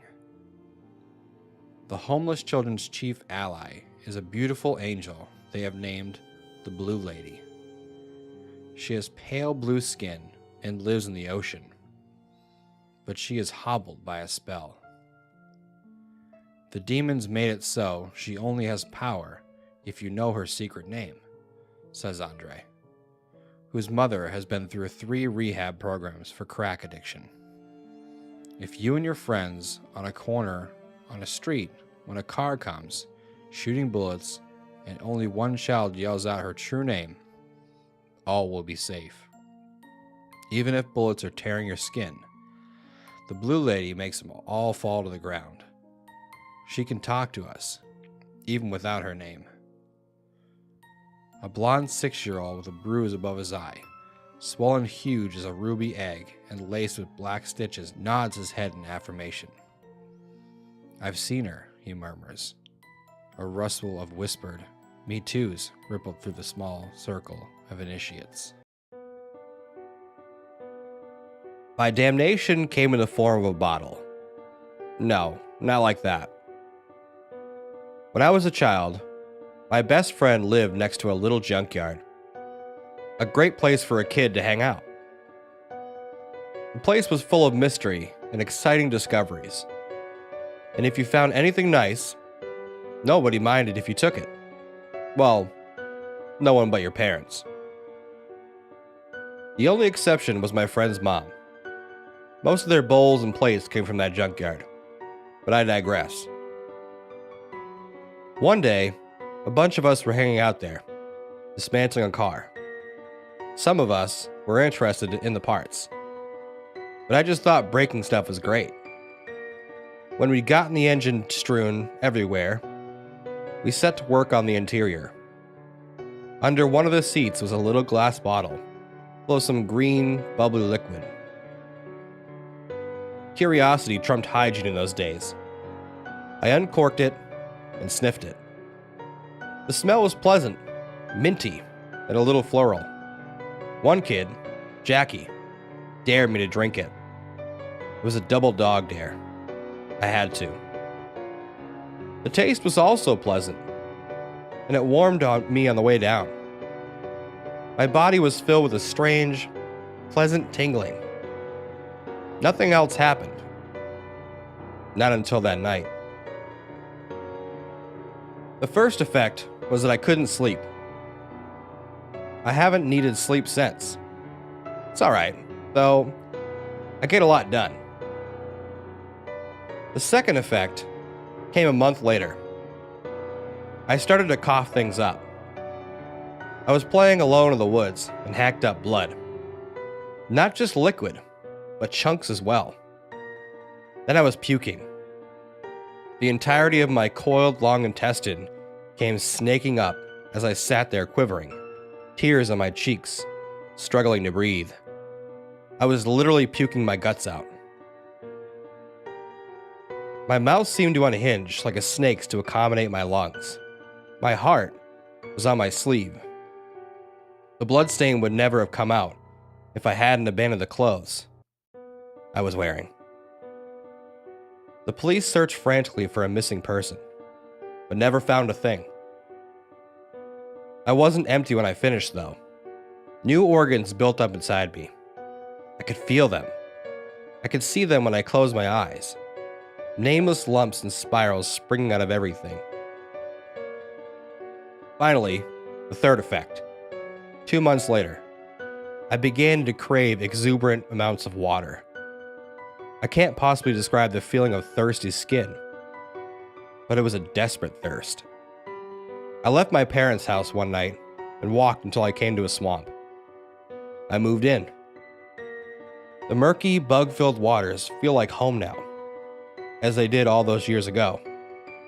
I sit under the water, watching the fish and salamanders get eaten by herons, looking at the surface and waiting for my prey. I'm sure you know what the fourth effect was. I'm trying this on the cell phone of my latest victim. She was delicious.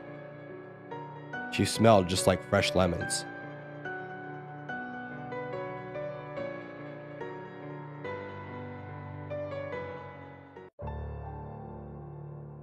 Back in 1903, deep in Clifton, there used to be an asylum buried deep within the wilderness of Clifton. Pretty soon after the Civil War, people started inhabiting the area. Population-wise, around 300 or so. It was a very small town. Nonetheless, people didn't like the idea of having an asylum miles down the road. So they all got together and signed a petition for the asylum to relocate elsewhere. The petition passed, and a new asylum was built, which is now known as Lorton Prison, a temporary facility for convicts to stay in until they are appropriately sentenced. In the autumn of 1904, the convicts were gathered and piled into the bus, used to transport them to Lorton. Somewhere during the drive, not too far from where they left, the driver had swerved to avoid something, and the bus had started to tip, and soon was rolling in a terrible collision course. Most of the convicts were injured, but managed to escape the bus, and had fled into the night, towards the woods. The next morning, a local police investigation had begun, and they begun rounding up the escaped convicts. Hours turned into days, days into weeks, weeks into months. Everyone was recovered after 4 months, except for 2 people, named Marcus A. Walster and Douglas G. Griffin. During the search for both men, the police found dead rabbits, all of them half-eaten and dismembered, every now and then along their search. Finally, they were to find Marcus dead by the Fairfax Station Bridge, now known as Bunnyman's Bridge. In his hand, he held a man-made hammer/knife like a tool, made with a sharp rock and a sturdy branch as a handle. They thought nothing of it, and didn't care how he died, only that he was apprehended and they no longer had to worry about him. They had a name for Marcus, but later on they realized they had named the wrong person the Bunny Man. Still searching for Douglas, they kept on finding half-dead rabbits every so often while the search went on. Eventually, they were to name Douglas the Bunny Man from now on. Months passed by, and the police gave up on their search. Everybody assumed the Bunny Man was dead by now, if not gone, so they went on with their small-town lives. Come October, people started seeing dead bunnies reappearing out of the blue, and started to fear the unseen. Halloween night came around, and as usual, a bunch of kids had gone down to the bridge that night to drink and do whatever kids their age in the early 20th century did. Midnight came, around within minutes, and most of the kids had left. Only 3 of them remained at the bridge. Exactly at midnight, a bright light came from the bridge, right where the kids were. A few seconds later, they were all dead. Throats slashed with that same type of tool that was found next to the other escapee, Marcus. Not only were their throats slashed, but they were cut up and down their chests, gutted like fish. The bunny man then hung both the boys from one end of a bridge, with rope around their necks, hanging from the overpass with their legs dangling in view of any passing cars. The girl was hung the same way, on the other side of the bridge. This happened on Halloween in 1905. After that, they didn't see or hear anything from him for another year. Halloween 1906 was approaching, and parents as well as the teens in Clifton still remember the incident that occurred 1 year ago at the bridge. His bridge. The Bunny Man's bridge. That night, 7 teens were left, remaining right before midnight at the bridge. Thinking little of it, 6 remained inside the bridge while one, Adrian Hatala, had remained a good distance from the bridge, hoping to have enough time to escape if the same thing happened again. She was the only one to witness this. A dim light walking the railroad track just before midnight stopped right above the bridge at midnight, then disappeared at the same time that a bright light flash was inside the bridge. She heard the deafening sounds of a terrified screaming coming from inside the bridge that lasted only seconds. Moments later, they were all hung from the end of the bridge, in the same way as the corpses a year earlier. Horrified, she ran home and refused to tell of what she saw, just spattered words mixed with incoherent mumbling that the people of their town had to put together to come up with their story. No one understood it or believed her. They charged her with the teens' murders and locked her up in the asylum of Lorton. In 1913, the same thing happened, with 9 teenagers this time, on a Halloween night once again. Adrian was still locked up. They dropped her sentence, but it was too late. The insanity had finally conquered her. Even if she was released, she was far too gone to have a life. So she spent her remaining years in the asylum until she finally died in 1953 of reported shock. No one knows exactly what she died from shock from, but supposedly she had died in her sleep, dreaming of what had happened that dreaded night. Perhaps the Bunny Man had finally gotten her. More murders were to take place, however. Although, after the murders in 1913, most people stayed clear of the bridge on Halloween. 1943 rolls around, and 6 teenagers go strolling out on Halloween night. A couple hours later, all of them dead. Same way as all the others. Investigations took place, but as usual, nothing was discovered. 1976. The same situation occurs, this time with only 3 people. The only other incident that occurred since then was in 1987, 12 years ago. Janet Chartelier was enjoying the night with her 4 friends. Halloween night had finally come, and they had gone driving out to enjoy the night after invading the children's candy bags.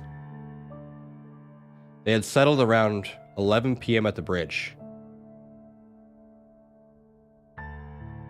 waiting for midnight to come. They didn't believe in the myth, so they decided to see it for themselves, and were to be the only ones who actually withstood the Bunny Man.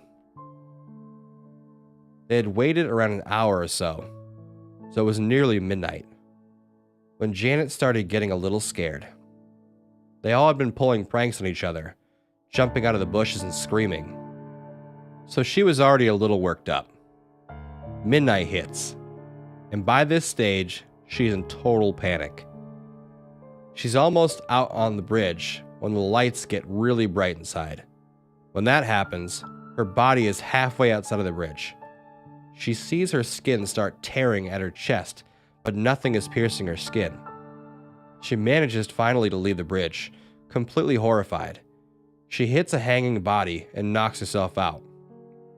When she awakens, she discovers that she has been bleeding. She was lucky that the cut had just started and wasn't very bad at all. She left and never returned to the bridge again. She had been sitting on a swinging bench on her balcony every morning, just staring in the direction toward the bridge a couple miles down. From then on, the story remains untouched and unmoved.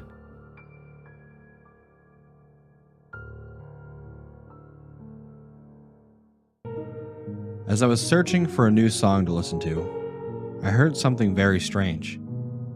It sounded like a fly, but it didn't come from anywhere else in the room.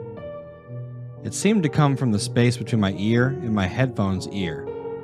Naturally, it startled me, making me yank the headset off my head and shake my head vigorously. When I regained control of myself, I looked inside the headset ear I heard the sound from. As expected, it was no fly. I thought nothing of it from that point, at first, and just went on my day as usual. A few weeks later, at my checkup, my doctor told me they had found something rather disturbing. They said that a small fly had somehow gotten into my brain. I laughed at them, thinking it was some sort of silly prank. When they showed me the x-rays, however, my smile got swept away. They were right.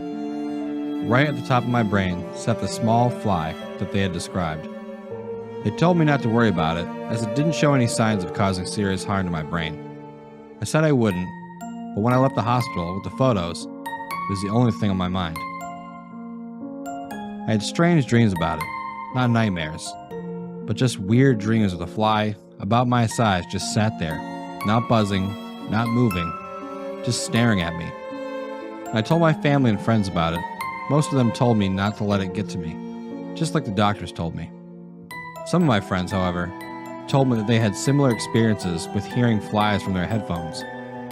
Finally, one day, after making sure that it couldn't be explained by officials, I decided to get to the bottom of it myself. I downloaded a sound image app on my phone. I opened it, put on my headphones, and began recording. Nothing happened for the first minute. I decided to kill the awkward silence with a hum. After another minute, I was still humming. Or at least I thought I was. Another minute, still humming. Another, and another, and another.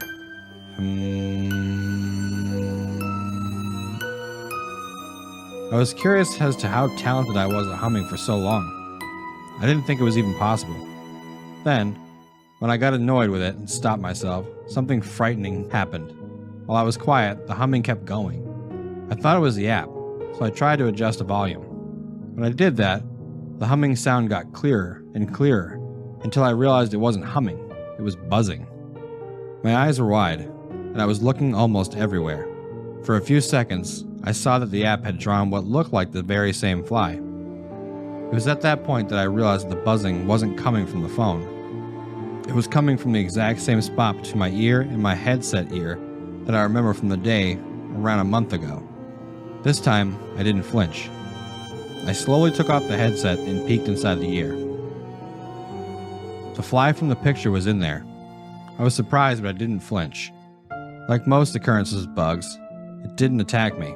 In fact, it wouldn't even come out of the ear of my headphones, at least not until I put it into a jar. After freeing the fly in my backyard, I started to feel better. At my next checkup, when the doctor told me that the fly was gone, a tsunami of relief splashed over me. I was so glad that I was going to be okay. I was free. There were no more flies in me. The next day after school and homework, I tended to my garden. Everything was going just fine when I heard buzzing. It was just annoying to start. It followed me around for a minute. Then, I heard something that was just as close as the buzzing.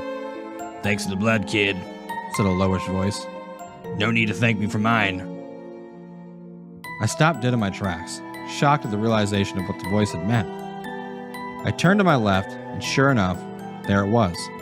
The exact same fly from the picture, except this time, it was the same size as me, just like in my dream. As it started to slowly glide itself away from me, I pulled out my phone and recorded a video of the fly. I followed it to make sure the camera got as much footage as possible before the fly disappeared into the trees. I had barely slept for weeks, almost months now. Most of my family and friends, except for the few who had the similar experiences, think I'm crazy. I know I'm not.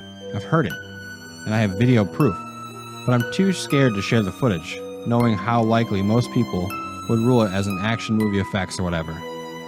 But the most frightening part to me is that every day since I saw the fly, the world has started to look much bigger to me. Or is it me getting smaller? I was 6 the first time I found a 4-leaf clover. My mom told me it was lucky, and I took it home with me. That night, I had a terrible nightmare. The sort that you forget you had until something small reminds you the next day.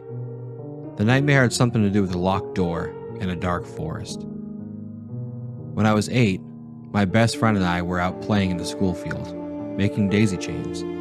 I was carefully picking through them when I saw a clover, taller than all the others, and with 4 leaves. I remembered what my mom said, and I picked it. That night, I woke up in the middle of the night to the figure of a man standing at the end of my bed, a clover in his hand. I screamed, and he disappeared. My parents came in, and when I told them, they looked at me with sympathy and told me it was just a bad dream. I decided to believe them. The next time I found a 4-leaf clover, I was 9. Playing in my grandparents' garden, I had yet to think that clovers may be anything other than lucky, so I picked it, and I tucked it behind my ear. My grandma said it looked cute. I was staying at hers overnight and went to sleep in the spare room. I don't remember anything from that night, but my granddad never tires of telling the story of how they woke up to find me gone, only to discover me fast asleep in a patch of clovers in the back garden. Nothing like it happened for a couple of years. Then, when I was 12, I spotted another one on the way into school. By then, I was a little freaked out by it, and I decided not to pick it. I made it through the school day without incident, and soon forgot about it. I went most of the way home with my friends, but for the last 5 minutes or so, I walked alone. For the entirety of this part of the trip, I couldn't shake the feeling that someone was watching me, but there was nobody there when I turned to look. Some horrible part of my brain thought of the clover, and I ran in a dead sprint for the last couple minutes, convinced it was the man I saw when I was 8. I locked the door of the house behind me, even though you can't open it from the outside without a key, and it's never locked when someone's home. I bolted the door to my room too. Then, I stuck my hand in my pocket and grabbed my phone, and I pulled out the clover. I didn't tell anybody. I didn't think they would believe me. Once again, I went a couple years without event. Even as I write this, it's been over 3 years since then. Until tonight, I always laughed it off when I thought about it. Told myself I had an overactive imagination, that I must have a stressful day, or that I must have put that clover in my pocket. There's no other explanation. I told myself this again and again, until I almost began to believe it, even though I still woke up from the nightmares about locked doors and forests. Even though I had a near panic attack when one of my friends said they just found a 4-leaf clover, I almost convinced myself. Until last night. My parents never really take us anywhere. We can't afford fancy holidays. But my dad got a big bonus from his work recently, and they decided to treat us. Somewhere nearby and not too expensive. Somewhere where we can hang out as a family without Wi-Fi or phones. They decided on a forest. They bought a tent and camping gear, packed some board games and disposable cameras, then off we went. I'll be honest, I gave them a lot of grief over it. Beyond my reoccurring nightmares of forests, I'm also 15, and there are many things I'd rather spend my summer holiday doing than hiding in a tent, unable to even look at Instagram. They were stubborn, and I ended up going. Last night was the last night of camping, but every day for the past week, whenever I left the tent, there was sure to be a 4-leaf clover growing in the clump beside our tent. I even went so far as to tear up the entire clump the other day, prompting a strange look from my sister. They were back by morning, and nobody, Not even my sister seemed to notice. When I asked her, she laughed and told me I was being weird, which I was, but all the same. Then, last night, I woke up. I don't know why, I suppose it just naturally came around. But when I did, I immediately saw the familiar shape of the man, clover and all. I'd like to take a moment to say I'm not an idiot. I do have some level of common sense, and thinking back on it, bolting out of the tent into a still, unfamiliar forest in the middle of the night was not the smartest thing to do. But when I woke up to see my childhood demon standing over me, my sleep-deprived and panicked brain just said run. So I clambered out of the tent and into the night. I slipped in the exit, landing on my knees in the clump of clovers. Except they were no longer small and relatively innocent looking. They all came up to my elbows, and every single one had 4 perfectly 4 leaves. I panicked again and fled. Even as I ran, the forest seemed eerily familiar. I knew without much thought that this was the forest from my nightmares. I hardly remembered the actual nightmares, but everything was just so horribly familiar, like deja vu, and still, I kept running. There was a small wooden building before us. I had never seen it before, even though my sister and I had come down here a few times. But I was still exhausted, running on adrenaline, and my brain decided that solid walls meant safety, and I went inside. You may remember that I said before about dreaming of locked doors. The doors weren't locked though, not yet. I ran inside, then fell backwards, panting. I leant with my back against the wall, trying to ignore the sound of knocking that came from, not the door, but below my feet. When I could breathe again, I pulled myself clumsily to my feet and turned to face the door. There was a picture of a clover on it, 4-leaved, painted in what I hoped was rust-colored paint. I doubt it, though. I had calmed down a little bit, but this picture set me off again. I tried the door. As you may have guessed, it was locked. I tried again, knowing already that it was useless. I pushed, I pulled, I cried, but I never screamed, never shouted. I knew, somehow, that was going to be the worst thing I could do. It seemed like I was in there for hours, but I couldn't tell you if this was true. Eventually, however, the door swung open. I raced outside, momentarily oblivious. Then I realized the trees were gone. I was in a large, open field. It was brightly lit. I've never known light to be scary. Daylight means safety, out of the dark and the unknown, into something you recognize. But this wasn't normal light, and there was nowhere it could be coming from. No sun, no moon, just a big, white, empty sky above a large, endless green field. I'll give you 3 guesses what filled the field. I turned, went to head back into the hut, but it was gone. In its place was a man. Despite the light, he looked as fuzzy and featureless as though he was stood in a dark room. And he wasn't holding a clover, not exactly. In his hand glinted a knife, brightly lit in the unnatural light, with a 4-leaf clover clearly engraved on the blade. I ran, and he pursued. I ran until I was wheezing and my legs were aching. I couldn't run anymore, but when I turned, he was there, blurry and motionless, the knife glinting in his hand. I tried to continue running, but I didn't have it in me. I fell to my knees and began to crawl, when I noticed something strange. Far smaller than any of the surrounding 4-leaf clovers, nestled amongst their roots, was a single, tiny 3-leaf clover. Unlike the others, its leaves were not perfectly formed. One was ripped, and the other had a missing tip. I turned to look behind me. The man had gotten closer.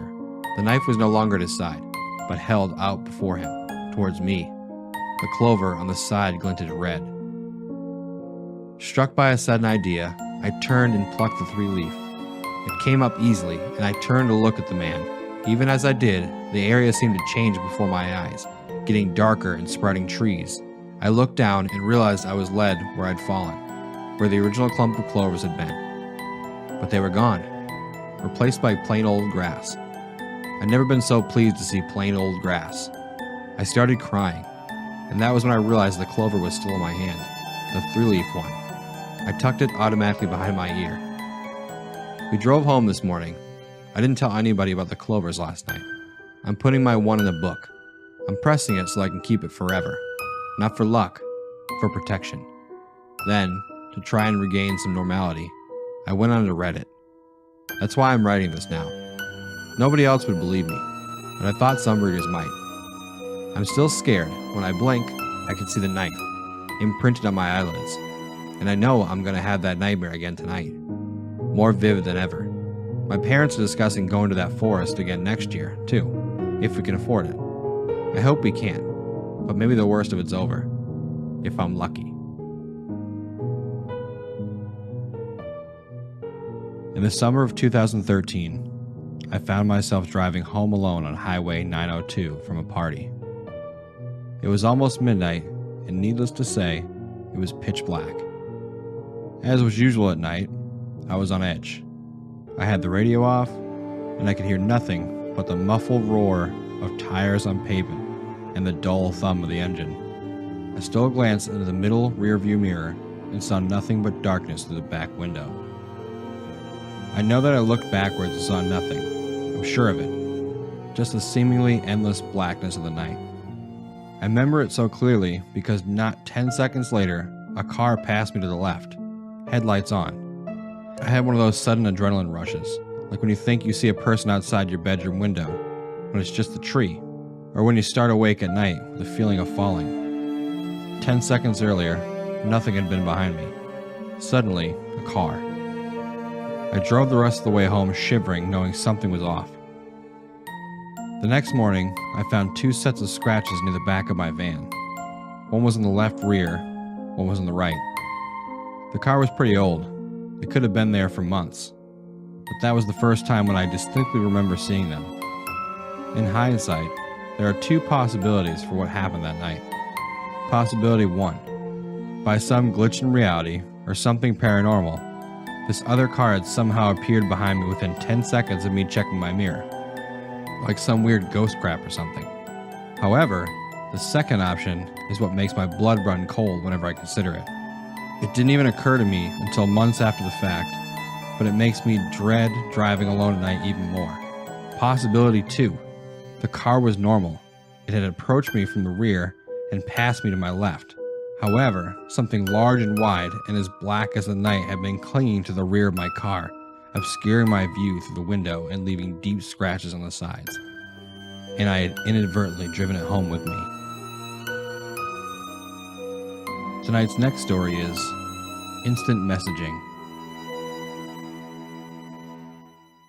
It all started on the 14th night of March, the night of my parents' 20th wedding anniversary.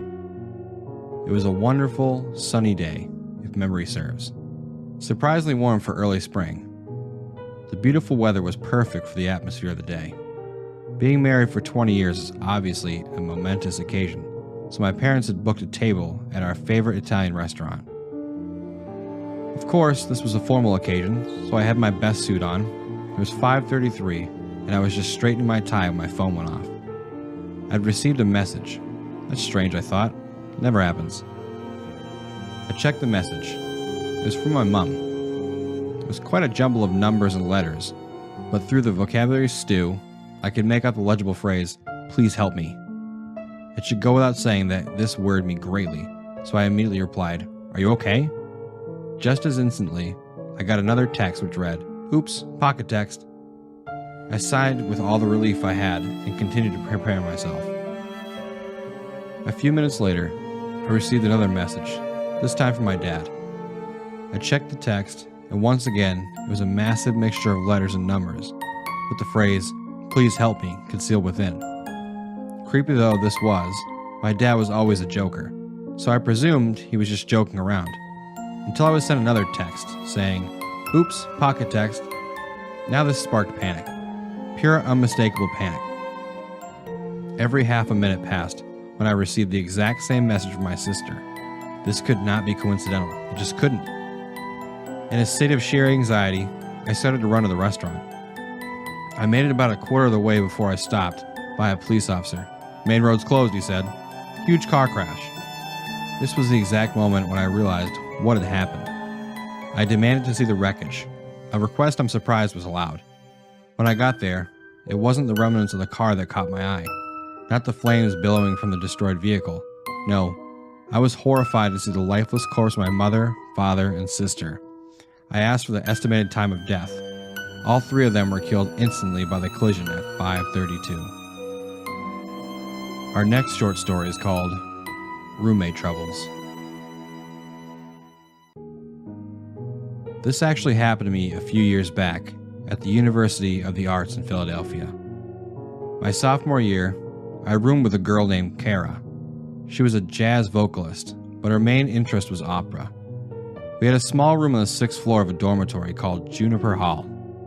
The walls were thin, and her late-night singing and voice practices would keep me up late. After a month or so of lost sleep, I convinced her to move her late-night practices to the music studio in the Merriam Theater building a block away. Around 8 one evening, Kara announced that she would be practicing late for an upcoming recital and probably wouldn't be home until around midnight. Great, I thought. That means I can go to bed early. I was beat. I had a horrible day in acting studio and was ready to pass out as soon as I had dinner. She said goodnight and left, coffee and sheet music in hand. I made some grilled cheese and soup, gobbled it down, and immediately began to prepare for bed. By the time I got out of the shower, my eyelids were so heavy I could hardly brush my teeth. I pulled on my PJs and crawled into the top bunk of our bunk bed. I was out as soon as the head hit the pillow. I should take a second to describe the layout of our apartment. When entering the apartment, the bedroom was through a door immediately to the left. Our bathroom was inside the bedroom, just past the bunk beds. UART is nice in the sense that you don't have to share bathrooms. Anyway, I woke up to the sound of the apartment door closing. I opened my eyes and groggily checked my phone. Midnight on the dot. I rolled back over and closed my eyes. I heard Kara enter the room and stop in front of the bunk beds. Checking to see if I'm actually asleep, I thought. She flopped down on the bed below me, which was strange, as she was a stickler for brushing her teeth and washing up before bed. Then again, exams were just around the corner, and we were all exhausted. The mattress below me creaked, and then was silent. I couldn't even hear her breathing. I started to drift off again. I was just on the edge of deep sleep when I was startled awake again by a noise. A key in the lock, the door opening, and Kara entering our apartment, humming an opera tune. The mattress below me creaked. My name is Thomas Jones, and for the past 2 weeks, I've been terrified to leave my own house. Let me explain. It all started when I started taking more night walks with my dog. I've worked mostly nights since I was a kid, so this really didn't strike me as odd. If anything, I could never be used to going for a walk during the day. Too much sound and too many people. It just always rubbed me the wrong way. Anyways, I usually go for about a 30 to 45 minute walk most nights with my dog. I usually take the same lap around a few blocks and then just come back home the next street over. Well, 2 weeks ago, I decided to take a different route because the one I had been doing was getting boring, and I even think my dog was getting sick of it. So instead of heading north like usual, we ended up heading south towards town. This is usually not a deal because there are a lot more people in that direction. But at the time we were going, it really didn't matter. It is a chilly night, so I'm bundled up and my headphones are in so I can listen to something as I walk. I'm kind of a weirdo, so I tend to listen to something a little spooky to get my blood pumping as I walk. It adds to the experience of my walk for me. So it isn't unusual for me to get a little spooked out as I walk. On the other route I normally take, I've seen all the nooks and crannies, so it doesn't really spook me anymore. This was a bit different. I wasn't used to going to this part of town at night, so I was a little nervous. I don't usually see anybody walking around at night on these walks, especially since winter has hit. I made it about 20 minutes of my walk when I caught a glimpse of someone walking in my direction on the same side of the street. I walked on the outside of the snowbank since I had my dog, and I didn't want her to jump on them. This person struck me as a bit odd because they were pretty young and were definitely not dressed for the weather. I took out my headphones and asked if they were okay. They didn't respond at all and just stared at me. I asked again but had no luck with a response the second time either. I asked if they needed me to call someone, and for the third time I got no response. I decided that maybe this was a teenager and he was too damn cool to talk to me or wear a jacket. I did notice something was a bit strange. My dog wasn't reacting to this person at all. Usually she would be hopping around like a jackrabbit trying to get to this person to pet her. The person noticed I'd stopped talking to them and just continued down the road like I didn't even talk to them at all. I chalked it up to weird stuff happening at night and continued on with the walk. This was definitely going to be a shorter walk. That kid had kind of freaked me out. I would take the next left at the next road and start working my way back to the house. A minute later, I turned left on the new street and was shocked to see the teen I had seen a minute ago, sitting on a stoop about 2 houses down the street from me. He stared at me now very intently. Gone was the expressionless look I had received earlier. It felt like he was staring right through me, and if looks could kill, I would be dead on the spot. I moved to the other side of the road because honestly, I couldn't figure out how he beat me over here when he was going the opposite direction. He kept staring at me as I walked by, and I was grateful that this was such a short road and that I could take another left and hopefully be done with this odd kid. I could feel his eyes on me as I had my back turned to him, and I had goosebumps all over. I had never experienced something this odd in any of the walks I had taken in my life. Also, my dog was acting like no one was there, and I think that was what freaked me out the most. I made the left and picked up the pace as I made my way to my house. I figured there was no way this kid could be anywhere on the way. Part of me wasn't really even that surprised when I saw him again. But this time, he had another kid with him, sitting on a swing in a park on the right side of the road. It looked like the kid that was with him was also not dressed well for the weather and was roughly the same age. They both gave me that determined look, but this time they had a little smirk on their face. As if every time they saw me and I saw them, something lit them up. I picked up my pace even more and started panting as I was walking. I don't know why I felt like I needed to get home so quickly, but I decided that if I didn't, something bad was going to happen. I thought I could hear someone whispering my name, but I couldn't hear well over my heavy breathing. I was officially freaked out, and it felt like I was being hunted. I shouldn't have been this freaked out, right? They were just kids. Something about them gave me the creeps, and I didn't want to stick around to find out if I was wrong. I didn't dare look behind me for the fear that they would be right behind me with those beady eyes and that smirk. I walked about a quarter mile down the road and looked down an alley, and this time there were about 6 of them, all roughly the same age and poorly dressed. I barely looked at them this time, but noticed that their smiles were getting wider. I knew I heard one of them yell my name this time. Thomas! I just started running at this point, and as I made my way down the street, I saw them on every stoop gathering more and more kids, their smiles getting larger and larger and larger, yelling my name, Thomas! Thomas! Thomas! Thomas! My dog was running with me as I sprinted back to the house, and yet again, she didn't react at all. I don't think she could see them at all. This was getting ridiculous, and I needed to get home now. I was only 2 houses away now, and my lungs were burning. I was completely spent, and I was just hoping my legs would carry me the rest of the way. 1 house away, and there must have been about 50 kids at this point all screaming my name, Thomas! They never moved, and their smiles never faltered. It's as if they were screaming directly into my mind. I was hoping I was just going crazy, because there was no way this was happening. I got up to my porch and pulled out my keys and opened the door as fast as I could. I slammed the door shut behind me and ran to the phone. I called 911 because I really thought they were going to break down my door and kill me. As I called them, I ran into my room and grabbed my handgun. If they were going to take me out, I was at least going to take a few along with me. I got on the line with the dispatcher and told her some guys had chased me home and I thought they were going to try and break in. There was no way I was going to tell her what I was actually seeing. I had to have her almost yell because I could still hear them screaming my name as if they were right in my ear. Thomas! I loaded my handgun and the dispatcher said an officer would be there in about a minute. I wasn't even sure if I had that long. I told her I'd be armed and to let the patrol know that so it doesn't shoot me. She said she passed it along and stayed on the phone. I could still hear them scream my name in my ear, and I just buried my head under my pillow because all this screaming was giving me a splitting migraine. Thomas! Thomas! Thomas! Thomas! After about 10 seconds of that, I had to remind myself that I wasn't safe yet. I got up and went heading from the front door. I went downstairs to see if I could still see them through the window. I pulled the curtain back slowly and was surprised to see that the windows were completely fogged up, like someone had been breathing directly on them. This made it impossible to see out the window, but I thought I could make out the shape of them in the window. The yelling came to a halt, and the sound of silence almost scared me more than the yelling. I finally saw what I was hoping to see. I could see the red and blue of the police cars as they were coming down the road.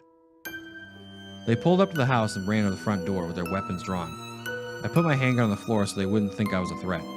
They knocked on the door and I answered it. He asked if I was the person that called, and I told him that I was. He asked where the intruders were. I could see the teenagers standing on my lawn staring at me and pointing out at the lawn. They looked at me They looked at me confused as if they couldn't see what I was seeing. They told me they didn't appreciate being brought out here for a joke. I swore that they were right there on the lawn, and they told me they could clear the house and check the perimeter. I thought to myself that I must be going crazy if these guys can't see these kids. It almost makes more sense this way. I mean, how could this even be possible? Is it more plausible that I'm going crazy, or that these police officers can't see someone standing right there in front of them? The officers went into the house and did a thorough search of my house. All the while, I stayed at the front door, just staring back at the original teenager. He stood just a little ahead of the rest of them. There was a massive circle of them around my house now. I don't think I could see a way out of here. The cops told me they didn't find anything, and I pretty much just accepted that I must have had a nervous breakdown. They told me again that I shouldn't waste their time like this, but if anyone does come and try to break in, to call again. I thanked them for their time and went back into my house. As soon as the cops left, the windows cleared up and I could see them all in my windows. I ran to my room and hid under the covers, like I would when I was a kid. I'm not sure when, but at some point I finally fell asleep. When I woke up, I couldn't see any of them in the windows, and there didn't seem to be any sign of the kid. I chalked it up to have been a bad dream and tried to go on with my day. A few days went by without anything eventful happening. That was until I tried to go for another walk again. This time I went my normal route and went earlier in the night. I didn't see anything until I was about 5 minutes from coming back to my house. That's when I saw him walking on the opposite side of the street. He looked at me with the biggest smile I'd ever seen, and I just ran for my front door. Luckily, this time he didn't run me down, but I felt like I was being watched as I ran home. I haven't left my house since that night. He has been sitting under a tree in front of my house and always seems to know where I am in the house, because every time I look out the window, he is staring directly at me. I don't know what he wants, but I feel like if I go out there again, I'm not going to make it back. My neighbors don't even seem to notice he is there, because they have walked by him plenty of times and never mentioned anything. It got down to -2 last night, and he just sat there like nothing bothers him. I keep hearing him whisper my name to me, over and over again. Thomas. Thomas. I think he's trying to drive me crazy, or hell, I might already be crazy. I woke up this morning, and of course he was right there waiting for me under that tree like usual. I heard the mailman walking up the driveway and walked up the door to get the mail from him. I couldn't risk going to the mailbox to get it, just in case that was enough for him to get me. I really thought I was nuts until the mailman asked me why there was a kid sitting on my lawn. I was so happy to hear him ask that, and I completely broke down in tears. I told him everything, and he just stood there wild-eyed. He had been seeing the same kid walking around his house as well. I asked him how long ago he had seen him, and he told me it had been about 3 weeks. He said he was delivering mail late and saw a kid in a similar state as I did, and he relayed a similar story as me, except the army of kids and the screaming. He had been seeing this kid every day on his route. He didn't seem worried about it. I told him he should come into the house. He declined my offer, and he said he had to finish his route. I watched him walk away and didn't realize it was the last time I would see him alive. I saw in the local news that he had frozen to death while out on his route. It didn't make any sense either, because it was a relatively warm winter day. I've come to the conclusion that I only have a week left. He made it about 3 weeks before the kids got him. I'm hoping if I stay in the house that I won't suffer the same fate. But all I can say is that you should not talk to strangers at midnight, or you might be stuck in the same situation as I am. Wish me luck.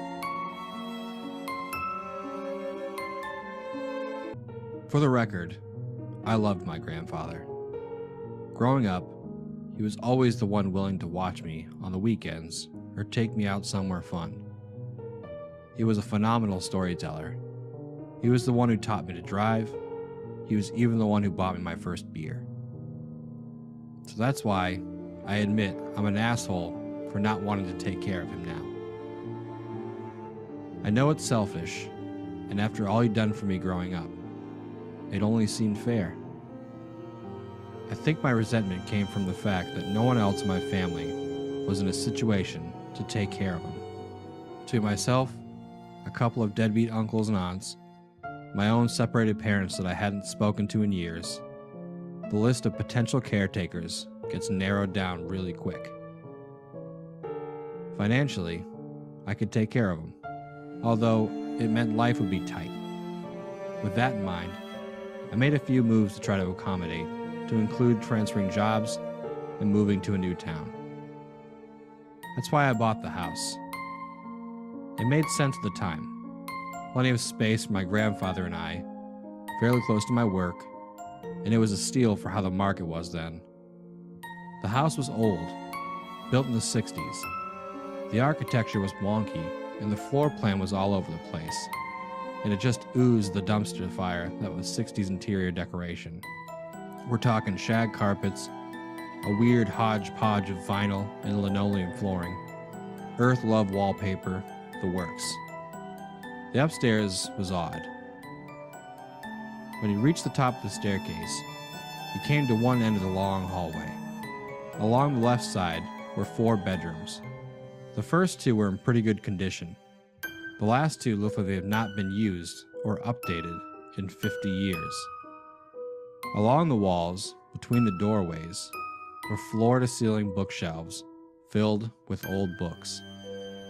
The dust jackets read titles like Gulliver's Travels, Tom Sawyer, things like that. Not really my preferred genre, but I knew that my grandfather's bread and butter, so I left them in case he wanted to read them.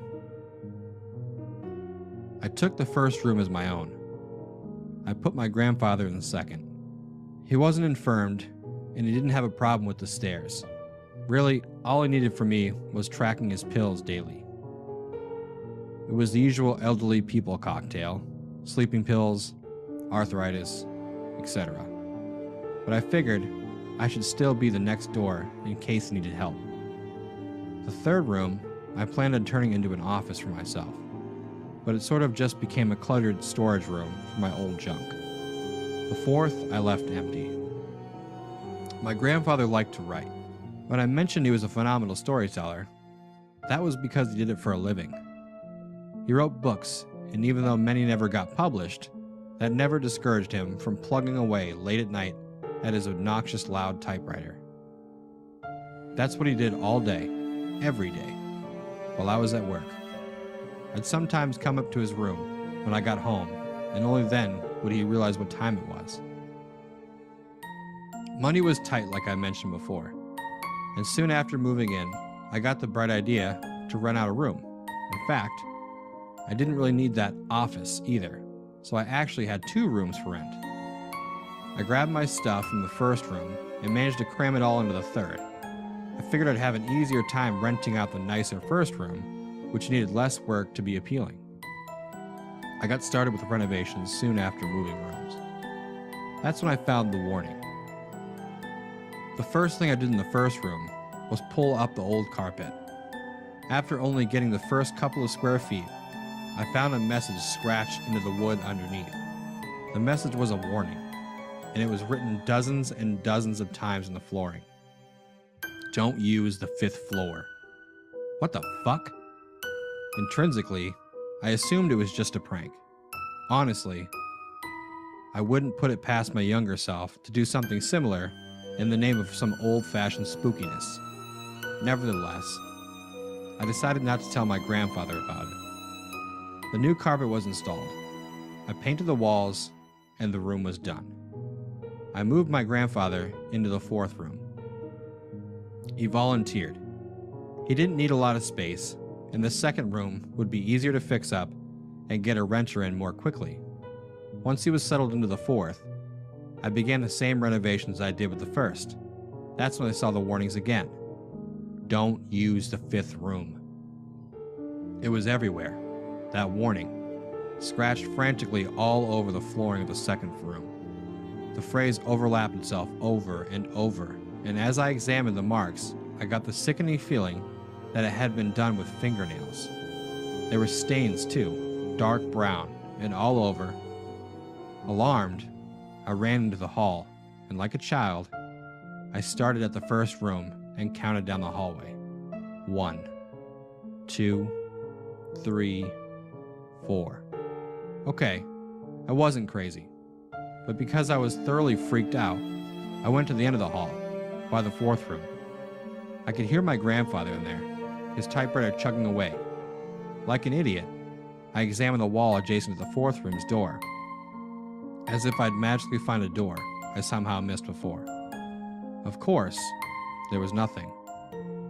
Huffing to myself, I again brushed it all away. shaming myself for getting scared so easily. I covered the warnings and finished the second room. That night, I was woken up by thumping coming from the wall adjacent to the fourth room, where my grandfather was sleeping. It was rhythmic and loud. I didn't hear his typewriter either, just a loud thump, thump, thump, thump. I got out of bed and went to his door. I called out first. "Hey, Grandpa, is everything okay?" Silence. Can I come in?" Silence again. I hesitated for a second before cracking the door open. But when I looked in, I saw my grandfather lying in bed asleep. His chest was rising and falling, and I could hear his snoring. I waited a moment, watching him, before I decided to go back to sleep. As soon as I laid back down, I heard his typewriter going off. I almost felt like he had timed it. It wasn't slow to start, too. I heard him typing ferociously, loud and chugging. I could hear him almost slamming the carriage into place over and over. I was afraid he was having some sort of insomnia-induced episode. I ran out of bed and started knocking frantically at his door. Still no response. So I tried to open the door. It was locked. "Hey, Grandpa, let me in. Come on, what's going on in there?" Still met with only the abusive sounds of his typewriter, I tried the door again and again. Fuck. I wasn't a nurse. I didn't know how to deal with this shit. Grandpa was exceptionally healthy for someone his age. This didn't make sense. The keys to the room were somewhere downstairs. I ran down, almost also figuring I could grab his meds and find something that could help. I started fumbling around in kitchen drawers. That's when I heard a door slam and running feet. I jumped and turned, but then heard another door slam upstairs, followed by silence. This time, I didn't call out. Instead, I decided to creep up the stairs slowly. When I got to the top, I was met only by the hall, pitch black, and all the bedroom doors closed. Several of the books had fallen off the shelves and were scattered across the floor. One was laying at my feet. For some reason, I decided to pick it up and open it. The dust jacket had fallen off, but when I opened it, I realized it wasn't a book. The pages had no printed text, but were filled with a warning, written over and over from top to bottom of every page. Don't use the 5th floor. Don't use the 5th floor. Don't use the 5th floor. No fucking way. With a growing sense of dread, I grabbed another off the shelf, then another, and another. All were the same. Each one was in different handwriting, but all had the same message. Don't use the 5th floor. Don't use the 5th floor. Don't use the 5th floor. Don't use the 5th floor. I placed the book back on the shelf, and with a sudden, unexplainable weight on my ankles, I made my way down the hall. I tried each door, one after another. 1, 2, 3, 4. Each one was locked, until I got to the 4th. The door opened without force, and I stepped into the room. It was how it always looked, but my grandfather's typewriter looked to have been beaten to death. Sheets and sheets of paper were piled high next to it, and one was still in the paper rest. A request this time, repeated across the page. Let me out. It was written over and over on hundreds of pages piled on his desk. I wondered how long it had taken him to do this. All those nights of hearing him typing, a rock hit the pit of my stomach as a realization came over me. I grabbed the shag carpet at the end of the floor and pulled. The old stitchings tore from the tacked strips with ease, and underneath, I saw the same request. Crisscrossing, repeated over and over, scratching into the floor with feverish claw marks. Let me out. Let me out. Let me out. Let me out. Let me out. Fuck this, I thought. I had to find my grandfather. I stepped out in the hall and tried all the doors again. All were still locked. After getting to the first and finding it still locked, I pounded my fist on the door. Damn it, Grandpa, let me in. There's some crazy shit going on. I've got to get out of here. A book on the shelf to my left fell and landed on the floor with the pages open. Don't use the 5th floor. Don't use the 5th floor. Don't use the 5th floor. Don't use the 5th floor. Don't use the 5th floor. Don't use the 5th floor. I looked at the shelf and saw the books packed into it. So many warnings. I grabbed another book and pulled it down. Then another and another, letting them fall to the ground. Their cryptic warning yelling at me to do something I hadn't done. I know I didn't use the 5th room. But that's when I saw it. After pulling more and more books off the shelf, I could finally see behind the shelf to the wall behind it. Only it wasn't a wall. It was a door. A door to the actual first room. Fuck. I turned and counted, again like a child, never wanting to be incorrect so badly as I did then. 5 rooms. I counted them another 3 times. The panic set in. The rock in my stomach turned into a knot coiling around itself over and over. I pulled the shelf away from the wall until I made a gap wide enough for the door to open. The doorknob turned. It wasn't locked, and revealed a room covered in dust. It looked barely used. I heard another door slam. I turned and I looked down the hall, barely able to make out my grandfather in the dark, standing there staring. Grandpa? Hey, where are you? Are you okay? Silence. Come on, some crazy shit's going on. I don't know what, but we need to get out of here now. He stepped towards me. I still couldn't make him out clearly, but his hands glistened in the dark, and they were dripping on the floor, making dark stains in the wood. Grandpa, what? He ran straight at me. I barely had time to think before I felt an impossibly strong, vice-like grip wrap around my neck and shut the air off my lungs completely. Between the dark, the panic, and the lack of air, I could barely see anything, and I swear that must have been the reason why his face looked the way it did. His gestures were there, but strained like he was fighting with every muscle in his body. Then there were his eyes. They were gone. Not like they had been torn out or were bloody wounds. Where his eyes were, they were now black holes, surrounded by scratches. It looked as though something had clawed and scratched its way into his eyes, but with no blood and no torn flesh, leaving just dark caverns behind. That was all I saw before I left myself, lifted into the air and carried down the hall. My breath was cut off absolutely, and I couldn't see anymore, but I knew where he was taking me. I kicked and punched, but had no effect, and in the dark, it felt like he was 8 feet tall. I felt us stop in front of the 5th room. Still clinging to consciousness, I could hear him open the door with his other hand and walk in. In the dark, he just stood there, and I must have passed out for a moment, because in the pitch darkness, indistinguishable from unconsciousness, I heard voices, so many voices, whispering the same thing, almost as if they were speaking directly into my ears. Let me out. Let me out. Let me out. Let me out. Let me out. Let me out. Let me out. Let me out. Consciousness rushed back into my head, and then the rush hurt so bad I had to squint. I looked up, realizing my grandfather had loosened his grip. His non-eyes were squeezed shut in pain, and he was shaking his head back and forth, as if trying to throw something off. Finally, he stopped and opened his eyes. They were there again, but his face was still strained in pain. He looked at me, then, without warning, shoved me out of the door into the hall. Lock the door. That was the last thing he said before he slammed the door shut. I heard a titanic crash, as if some massive object slammed into the door on the other side. I fumbled for the key in my pocket, hands shaking, as I locked the door as quickly as I could. I heard more slamming, and I swear I heard multiple voices on the other side all screaming to be let out. As I backed away from the door, the voices and the slamming stopped, and were replaced with one sound. Thump. Thump. Thump. I spent the next 3 days in a motel room on the other side of town.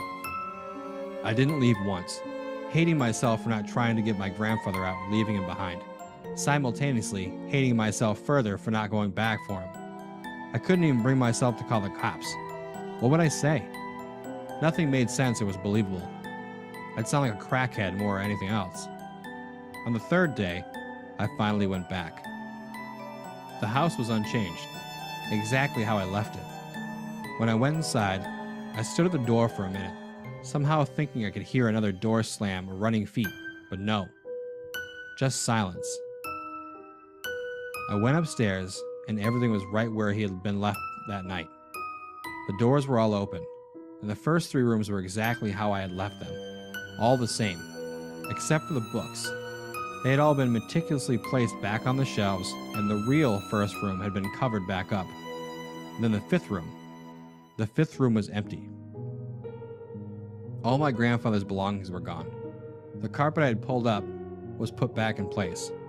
His typewriter, the papers, everything. There was even a layer of dust on the floor. I decided not to walk through the door. I shut it and left the house. Grandpa, if somehow you're alive and reading this, I'm so sorry for what happened. I've thought about this for a while now, and I know what I have to do.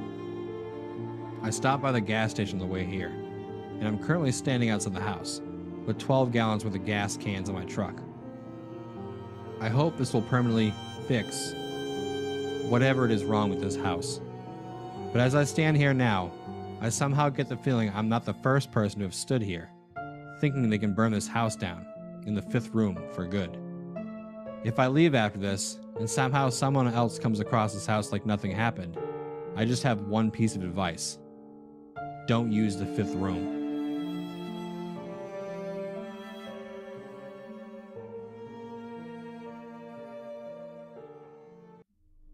If you are reading this, then I'm dead, and you're standing aboard a derelict Cyclone-class patrol ship, the USS Mistral. With her engines dead and her electrical systems non-functional, was, the XO of this vessel, Lieutenant Commander Ryan Simmons. Please read this carefully. If you are an officer or an enlisted man in the United States Navy, this is an order. Scuttle this vessel, immediately. Do not finish this letter. Get off the Mistral at once, and send her down. Consider this a quarantine scenario. All hands are likely dead. God help you if they are not. We are 8 days out of Kirkwall, tracking an intermittent and scrambled distress call from what appeared to be an Icelandic fishing vessel, the Magnus Daughter, deep in the no fishing zone of the North Sea. We found the vessel, or rather, we found a mile-wide streak of oil and fragments, the largest of them still burning. The night before, the enlisted men on watch had reported seeing a flash of light on the horizon. The ship's crew was nowhere to be found, except for one lone fisherman, unburned and floating at the far end of the debris field. He had been shot in the forehead with a small caliber revolver. When we fished his pale blue corpse from the frigid water, he was still clutching a fishing knife in one clamped hand. What we were able to piece together from the fragmented and confounding evidence was that for reasons unknown, the crew had been in conflict, resulting in the murder of at least one sailor and the eventual sabotage and destruction of the ship. Visibility was only a few hundred feet as we spent the next day drifting silently among the debris, in hopes of finding a survivor. The crew was already visibly shaken by the discovery, the grim dread of the fog, and the lone smoldering pieces of the ship that collided with our hull unsettled even the most seasoned of us. We had expected an easy cruise and the simple retrieval of a dozen thankful Icelandic fishermen. What we got, first, was a silent and oil-slick coated sea, a single corpse, and more than a few nagging questions. The Mistral had just been serviced, after an extended tour with the Atlantic Fleet in Bahrain before her transfer to the North Sea. She was in good running order, so I can only assume that the initial mechanical failure was an act of the sabotage, or of some external force. It happened the first night, when our final sweep had been completed. We returned to the site of the ship's first transmission. There was nothing initially remarkable at the spot, a cold and lonely set of coordinates and little else. I was in my cabin, just settling down when the call sounded from the captain, offering little information, just a stern order to meet him on deck. Dressing quickly, I emerged from my cabin in a cloud of palpable unease and fear. The enlisted men and the junior officers were coursing through the ships toward the deck, like panicked rats. No one made eye contact or spoke. There was none of the usual humor or camaraderie. that bubbles up in situations of limited information. Just a grim inertia that pulled us into the Arctic night. On deck, the night was unnaturally clear and cold, and the bright of the stars burned in the frosty air. Around us in every direction, just a few hundred yards away, the fog and clouds whirled as if held at bay by our presence. The captain was at the railing, leaning over along with the men on watch. I approached him, suddenly desperate and panicked to know what was happening, when I saw it, the light flooding up from beneath us. The sea was flat, like the surface of a mirror. The water was black, reflecting the pale pinpricks of the stars. But beneath the surface, something glowed with a cold light. Pulsating shapes of violet green and deep cobalt blue shone from beneath. They flowed and merged and shimmered silently deep below the glossy sea. We stared, 24 men and women, struck dumb and horrified by the sight. There was a sense of scale that emerged from the fluid movements of the lights. They seemed to be too many fathoms beneath us, which would make them terribly large and impossibly fast. There were no solid shapes and no disturbance of the water, just a deep field of liquid flowing light. We watched for what seemed like hours, entranced by the mesmerizing ballet of cold light, a mirror of reflection of northern lights. When it ended, abruptly, there were 3 almost simultaneous events. First, the light seemed to contract, each mote freezing in place and collapsing like the iris of an eye in bright sunlight. Secondly, there was a tremor in the air that first raised the hair on the back of my neck. As the ghostly lights winked out of existence, it rose in intensity, until I thought my eyeballs might shake their weight on my head. Through the fog of sudden pain, I heard a noise rising above Arctic wind, a humming vibration from the Mistral herself, that matched the electric shuddering in my skull. It was as if every light bulb aboard the Mistral was suddenly flushed with power, flaring bright and buzzing noisily in their housings, and when the wine had reached a fever pitch, they began to pop and shatter among a shatter of sparks. From start to finish, it lasted less than 2 seconds, and we were left floating silently in the dark waters, beneath the starry sky, on a dead and crippled boat. The damage was invisible, without any obvious cause and total. Nothing aboard the Mistral worked. Each carefully crafted system of multiple redundancies had crumbled. Every light was shattered, and even the replacement bulbs and the small flashlights we all carried held fuses and useless filaments. Satellite phones, shortwave radios, all means of communication were useless bricks of plastic and wire. Every battery was dead. Every stereo system was silent. We were adrift, without sail or engine, isolated from the world by 100 miles of black and silent sea. The crew moved through the ship that first night like moles, fumbling through dark corridors with only a few pale green chemical lights to check each system. They relayed each disheartening message like a fire brigade through the darkness, to where the captain and I stood on the deck, trying to make sense of the senseless. At last, when nothing else could be done, I fumbled my way back to my cabin and tried to sleep, the darkness feeling like an oppressive, many-fingered hand slowly gripping my chest. The next morning, I again took stock of our situation, hoping for some fragment of hope we had passed by in the night. The damage was total. We would have to find a way to send a distress call, and hope that we had not drifted too far from our last known coordinates. The men may not have known the full details, but it was clear from their faces that they knew how dire the situation was. The first death was that afternoon. The sounds of screaming brought me above deck and into a thick, heavy fog. High in the gloom, I could see bright, burning specks of light descending slowly. My stomach turned. It was 2 signal flares drifting uselessly through the haze. Some damn fool had fired these signal flares. I burned with unfamiliar and foreign rage and rushed through the fog to the foredeck with hatred in my blood and my fists clamped tight. The scene that emerged from the fog broke me from my stupor. The enlisted man, a flare gun still in his hand, lay broken in a pool of blood. The captain stood over him, clutching the railing, driving the heel of his boot repeatedly in the broken mess of the boy's skull. I realized then that the screaming I heard, the high, keening wail, was coming from the captain, his face in a rictus of animal rage. Around them was a small crowd, standing motionless and silent, watching like sentinels. The captain turned to me and dropped into a crouch, his fingers wrapping around the flare gun, and he raised it level to my eyes. He stared for a long moment at each other. Our eyes locked as he panted heavily, his face lightly spattered with blood. The only sound was the wet, gurgling exhale of the man's death rattle, a bubble of blood forming on his ruined face. I have served with this man for nearly a decade. This was not the man I knew. This was a hollow simulacrum, filled with violence and terror. I spoke to him then, in a soothing voice.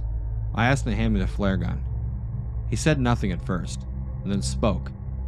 His voice a tiny trembling sound that was swallowed up by the thick gloom around us. He murdered us, Ryan. The fog. The flares will never. He shook his head and clenched his eyes tight, as if he was trying to shake himself from a dream. Then he shuddered once, violently, his back arching like a seizure. This little fuck killed us, he choked out. The flare gun wavered in the air, and I took a step closer, reaching out for him.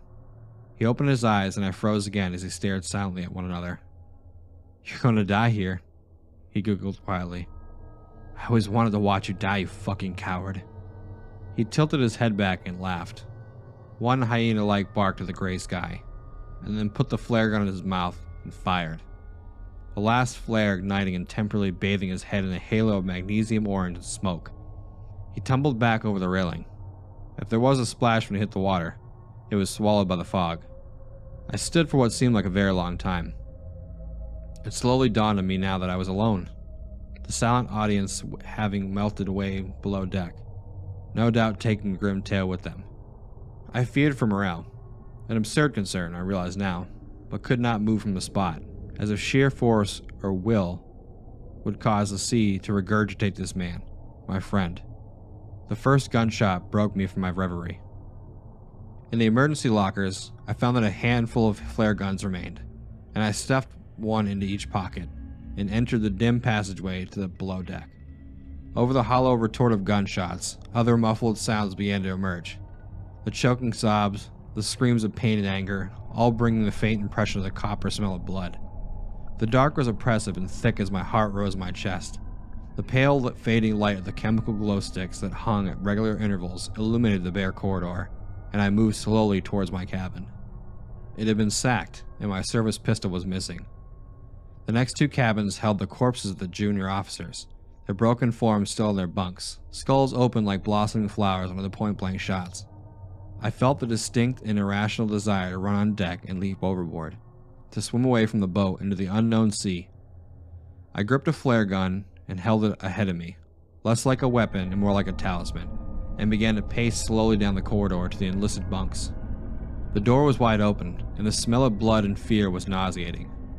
As my eyes slowly adjusted to dim, I saw a field of bodies torn, shredded, and shattered by bullets and makeshift clubs. A few of the men still moved, twitching slightly. I watched in frozen terror as one man, his face a mask of blood and rage, turned up his head to regard me, and with a weak cry of rage, began to drag himself with his arms, trailing a broken and shattered leg towards me. From the shadows, another form pounded on him, a boot digging into the wounded man's back with a wet cracking sound. I recognized the attacker's face in the green chemical dim, a quiet and bookish young man, like the captain. This was not the man I knew. This was a beast that wore his skin. He reached down and grabbed the wounded man's jaw, thumbs slipping into his mouth. The wounded man growled, a feral, mindless sound, and tried to bite down, but his attack gripped tight and pulled. The jaw came off with the sound of tearing tendons and a shriek that vanished in the air. I was no longer breathing, holding silently at the entrance, but the attacker snapped his head up to see me, nostrils flaring. The jawbone hit the floor with a meaty sound, and he lunged toward me with a silent animal grace. I fired the flare gun, and it hit him square in the chest. His shirt caught fire, and all air escaped from his lungs with a sudden forceful exhale. But impossibly, he continued toward me. As I passed through the portal and slammed the door, the fire had climbed into his hair, and he was squealing now, his clawed hands still outstretched toward me. I felt him impact against the door, and saw the nightmare visage wreathed in fire through the small porthole, lips already burnt away to reveal 2 rows of perfect teeth. He wheeled and began to smash his burning form against the door, once, twice, 3 times, and then silence. I raised my eyes to the porthole, and saw only the faint image of the burning shape as it disappeared into the darkness. All conscious thought evaporated, and I fled from the charnel house. I have barricaded all entrances to the below deck now, and have doomed myself to the slow death of the enveloping cold. I can still hear the living ones down there, screaming and banging on the doors. They are not the men I knew. I console myself with this thought, as I leave them in the dark to starve or murder each other.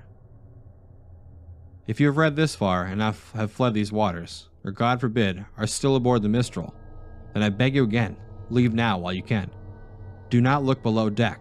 There are none of us left to save, and certainly none worth saving. It's cold now, and the fading day surrounding the worn gray light to the dark.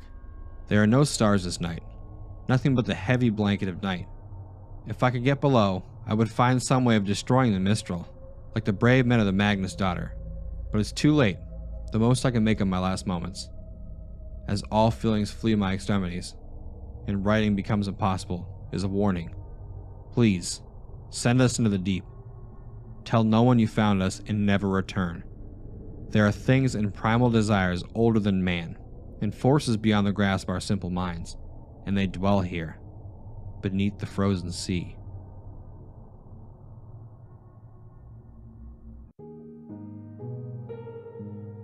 Gateway of the Mind.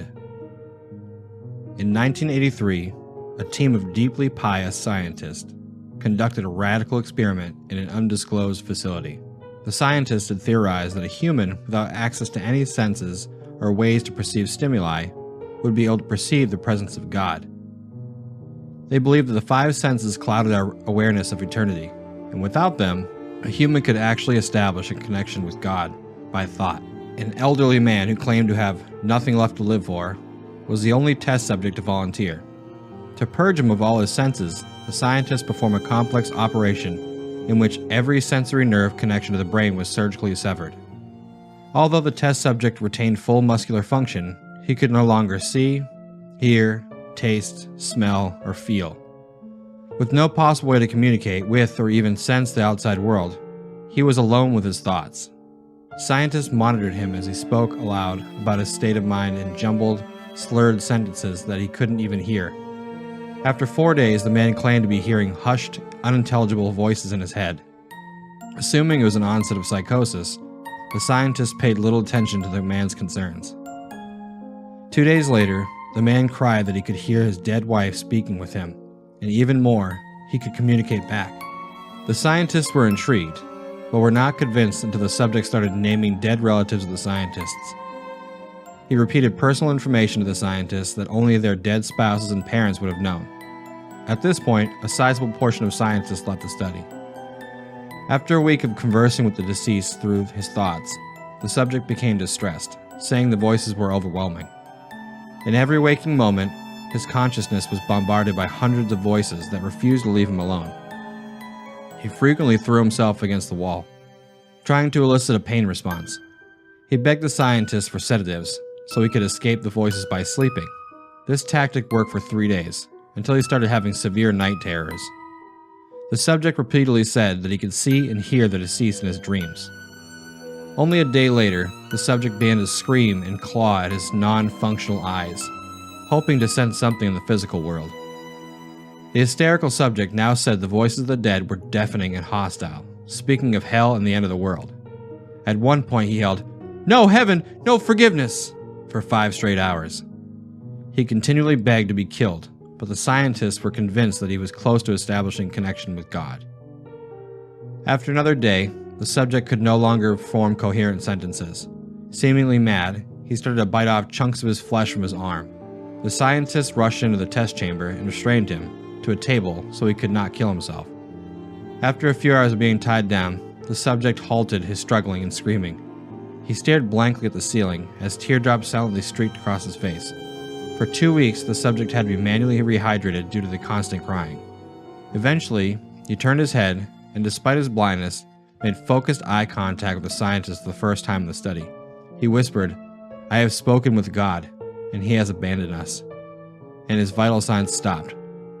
There was no apparent cause of death. I knocked on the door and waited. In any line of work that involves going to people's houses, you quickly realize it takes a while for the person on the other side to stop doing whatever they're doing and come answer. I've been told about this specific house and how no one else on the team wanted to go here and how it was one of the most dangerous by far. No specific reason given. Oh, right. I should probably explain myself. I work for a tech support company. Yes, an actual tech support company. And my job consists of going to people's house, plugging what I like to call in the magic stick into the broken computer, and let it do its work. See, thing is, unlike other team members, I don't actually have any background in computer security or any sort of technological science. I actually majored in psychology. I wanted to be a therapist. That didn't turn out well. I do, however, have an infinite pool of luck, seemingly, because I managed to ace an interview for a job that pays well, I'm not qualified for, and is incredibly easy. Now, here comes a downside. Due to the fact that my knowledge on how a computer works is so limited, I have to take the, how do I say it kindly? Most dangerous ones. Usually it's something like cults, cryptids, cults of cryptids, and anything in between. I am, however, paid extra for taking these jobs, and also probably keep my mouth shut.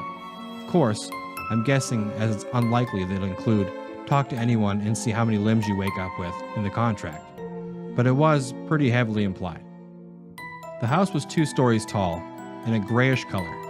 It stood in the middle of nowhere, pretty much, and stood out pretty strongly against the dense forestry surrounding it. The door swung open, and what looked to be a young woman, if I had to guess I'd say mid-20s, stood just past the door frame. Immediately, she grabbed my arm and pulled me into the house and hurriedly slammed the door behind me. Great, it's one of these. Well, the job pays well enough. Immediately, I noticed the blue tattoo on the side of her neck. It seemed to be an eye? Maybe? Anyway, she grabbed my arm and led me to a room at the back of the house on the first floor. Threw me in, and then slammed the door behind me. For a moment, I didn't move from next to the door and looked around, worried that there may be something else in here. But after a moment of silence, I relaxed and looked around me. There was an old-style computer in the middle of the room on a wooden desk. The room wasn't even big, but it was big enough for me to be able to walk around the desk. I inspected the wires, presumably connecting to a power source, that just ran along the desk, onto the floor, into the ceiling. Other than that, the room was empty. One window on the wall, with a lot of natural light flooding in and white walls. Pretty average, which put me on edge.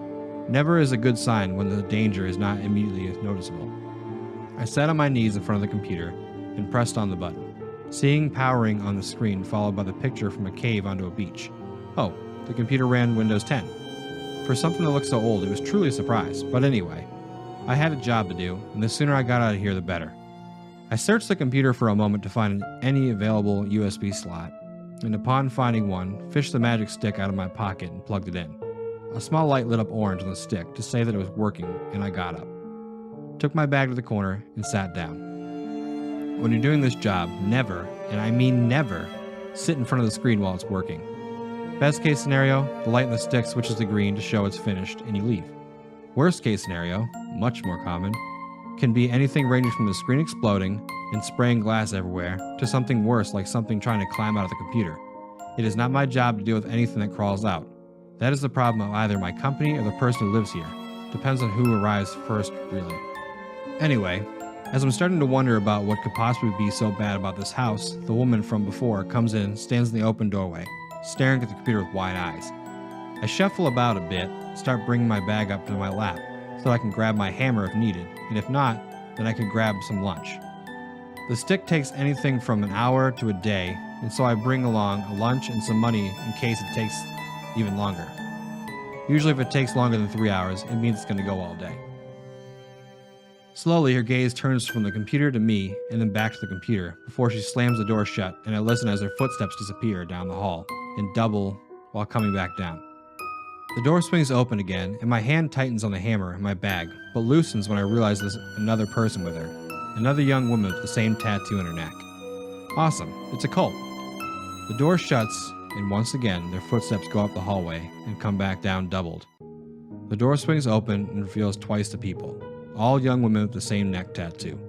This continues happening until the entirety of what I can see of the doorway seems to be filled with wide-eyed young women who seem completely bewildered by my presence in the computers. As much as I want to ask, I learned pretty quickly that usually cults don't have the answers you're looking for either, and that's why I'm here.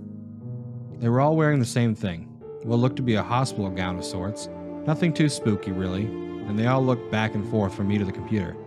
None dared enter the room. If anything, it seemed like the one in front was actually preventing the other ones from entering. I didn't mind them all coming to watch me work and just chalked it up to some unexplainable quirk of an otherwise normal cult. Well, as normal as a group of young women in hospital gowns can be. I decided it's probably best if I left for a moment, in case anything that could kill me happened. Plus, I really needed to piss.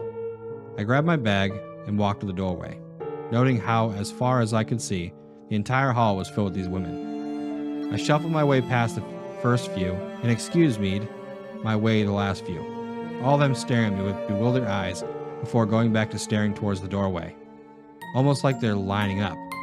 Once I make it back to the front door, I open it and immediately hear several pairs of footsteps traveling through the house towards me. Quickly, I hop out and go to shut it off, but not before seeing a woman turn the corner in the house, just past the doorway, baring her teeth at me and sprinting. I shut the door and hurriedly go back to my van, looking back and seeing women staring at me from the windows of the house. All the windows. Nothing really noteworthy happens in the next 20 minutes. I finally take a piss at a nearby diner and have my lunch before returning to the house, mostly just to retrieve the stick so I can prove I actually did my job, something my manager seems to try his hardest to prove wrong. The thing about the stick is it seems to somehow have proof on it every time I fix something. I don't entirely understand it honestly, but that's to be expected. When I returned to the house, it was different. The windows were boarded up, but not with wood or anything like that. It was a pale, almost white color, and the material covered the window frame perfectly. It seemed to be on the outside of the windows too. The material seemed to have a few patches of brown on it too. I walked up the door and knocked. The door slowly swung open. I reasoned with myself for a second before deciding to step in and make my way towards the computer room. Usually cults aren't very nice to intruders, so I grasped my hammer and held it close to my side as I slowly and quietly traversed the house. It seemed insane that I'd even enter, but I had seen worse, and also I really needed this paycheck. I also examined the walls in my way, noticing how occasionally there'd be teeth or hair coming off the wall as if it was part of it. Pretty typical cult behavior, honestly. Nothing too out of the cult ordinary, but as soon as I turned the corner that took me to the hall that led to the computer room, I noticed something was off. First of all, the computer room at the end was incredibly dark, as the window in there must have been boarded off too. But the same material that boarded up the windows now covered the walls and seemed to be slowly but surely continuing outwards and covering more of the wall and floor. That's when I heard the crunching sound coming from the room. It was rhythmic and sounded like someone eating chicken, bones and all. I walked in the hall and noted the material on the floor was now squishy and soft. All the more reason not to touch it and to get out of here quickly.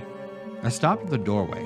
The room was full of young girls from earlier, all crammed in this dark room, and occasionally when the rhythmic crunching sound stopped, they all moved a step, and it continued.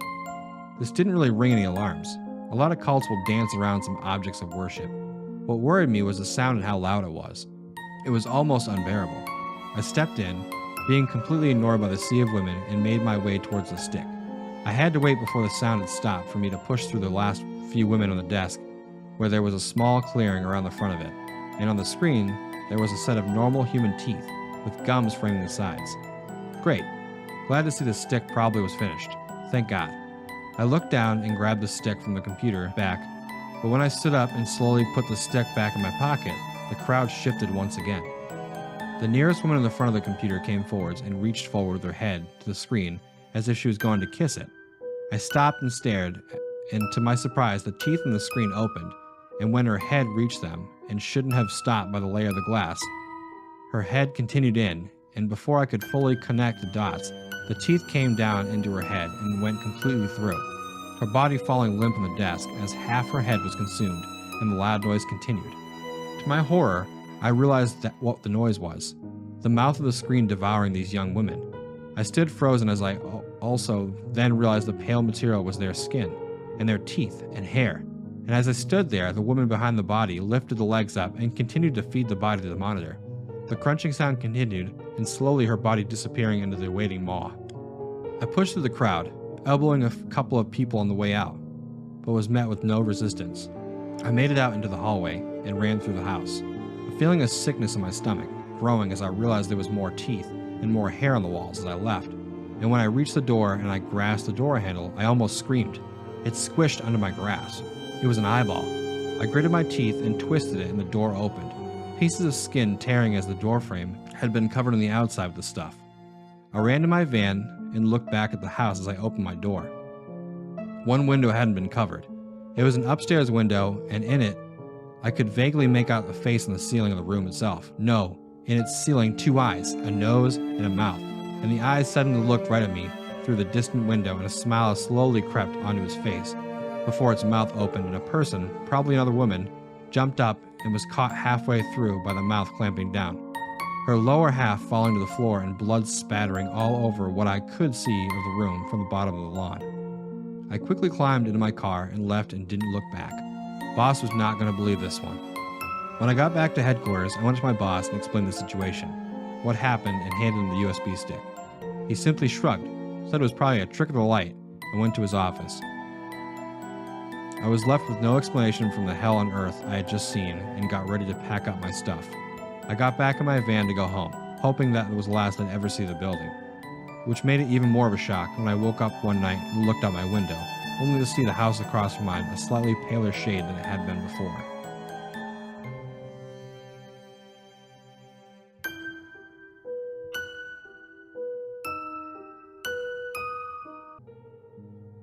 I haven't been sleeping well lately. Any number of people could probably say this. Whether it's the fear of the ongoing pandemic or the worry for friends and loved ones. I can't say I haven't felt these daily burdens, but the source of my insomnia, or as of late, is a bit more complicated. Many people suffer nightmares after watching or reading something scary before going to bed. I get the nightmares when I don't. I have always needed a crutch in order to get a good night's sleep. It started as a kid with a nightlight, not too out of the ordinary. Gradually, it turned into the glow of a muted television set. My dad would be constantly reprimanding me for high electricity bills. In my teenage years, it had been the humming of a bedside fan. And for the last few years, I've listened to music to fall asleep. I just need some sort of background activity, whether it is visual or sonic, to put my mind at ease. It's not a fear of the dark necessarily. Maybe it's just the fear of the void of empty space with no sound or light. So I've been getting along pretty well. In spite of its innate fear, I have always been a fan of horror. Halloween has always been my favorite holiday, and I was instantly drawn into the world of internet urban legends, or creepypastas. It started with the stories, and has progressed in the audio gifs of podcasts and YouTube videos. Soon, I was flushed with stories on a daily basis. I really enjoyed being able to listen to all these endless hours of entertainment during an otherwise boring task. Got a long drive coming up? Time to fire up my phone and get through a few podcasts. Got a meal prep for the week? Let's pull up YouTube and see what news stories my favorite subscriptions have narrated today. Looking back on it, I always took that simple joy for granted. I wish I hadn't. Soon, I even began to listen to these stories before going to bed. I can't explain why the otherwise terrifying and engaging stories put me at ease so much. Maybe it harkens back to being a kid and having my dad read my brother and me Goosebumps books before going to bed. I can't say with any certainty, but it was effective. Before the first story would end, I'd be deep in the embraces of a good night's sleep. And so it went. I'd go about my daily routine and end each night with some sort of creepypasta narration before falling asleep. Then, things started to change. Once the pandemic hit, I was forced to work remotely from home. I'd never been much of an office person to begin with. However, this untethering from the corporate setting may have led me to abuse the accessibility of all this scary entertainment. Every day, as long as I was getting my work done and my projects completed, I could have whatever I wanted in the background. I was no longer coming home to see a day's worth of spooky content on my laptop. Everything was at my fingertips, and I had no need for self-control. I'd see and listen to everything that was uploaded, search, watch, digest, repeat. By the end of the day, I would have nothing new to listen to before going to bed. For the first few days, minor things would occur. I'd wake up in the middle of the night, disoriented, unable to fall back asleep. I'd end up spending the rest of the night waiting for my alarm to go off. While this bothered me, I am no stranger to insomnia and chalked it up to undue stress. Then came the nightmares. Maybe that's not the correct term. I can't remember even having a particular bad dream during this time. Every night I'd wake up, not jolted back into reality from some terrible illusion. I'd wake up because the feeling of overwhelming presence hovering over me. I would feel this grim energy up until the very moment I opened my eyes, only to be greeted by the dark interior of my room. I tried to white-knuckle through this before I started to see a noticeable decline in my mood and energy. This was not a very good time to be visiting a doctor's office. This is especially true if the affliction was sleeping problems. So, I looked within for anything that might be causing these problems. Maybe I was drinking too much coffee. I cut the caffeine for a week, but that only led to migraines. Maybe I needed to change my bedspread. A large order placed at Bed Bath & Beyond later, and I was now staring at ceiling every night, but in blue sheets. My music wasn't helping, nor my bedside fan. I was at a loss and was worried that if this continued, I could be at risk of some serious health problems. I decided to take a friend's advice and try one of those immersive soothing sounds ASMR videos. If 10 hours night rain hitting a car window didn't work, then I was going to need professional help. It was 2 a.m. I was still as awake as when my head hit the pillow. At this point, I thought the reality of something really being wrong was keeping me up. At 2:15, I decided to give up and look for a doctor in the morning. I turned to my right and I reached over to close my laptop on my bed. As I pressed the top down and the glow of the screen blacked out, I saw it. Sitting on top of my bedside table was a gaunt, pale figure, just staring back at me. Its eyes were vacant sockets that gave no indication what its next move would be. It sat, with its knees pulled all the way up to its chest. Its knees stood just below its chin. I refocused my eyes on its face. It turned its head slightly and shoots a toothy grin at me. It then began to laugh. It wasn't like an ordinary person laughing. Its mouth appeared to mimic a chuckle, but no noise came out. No voice or growls, nothing but the shaking of my table as this thing was laughing hysterically in the corner. I couldn't breathe. My heart was beating so fast and sweat was pouring down my face. I thought I might actually be having a heart attack. Was I going to die? Would this horrible thing be the last thing I ever saw in this life? Then suddenly my vision went blurry and everything went dark. I woke up the next morning, not in a panic but well rested. It took me glancing at my digital clock to relive the terror of the previous night. I sat up in bed trying to convince myself that last night was an illusion created by my tired brain. Maybe even a nightmare with microsleep that my body had forced upon me. It was then I got up that I noticed the new dents and scuff marks on the wall near the corner of my nightstand. I went up at my work day trying to process everything that had happened the previous night.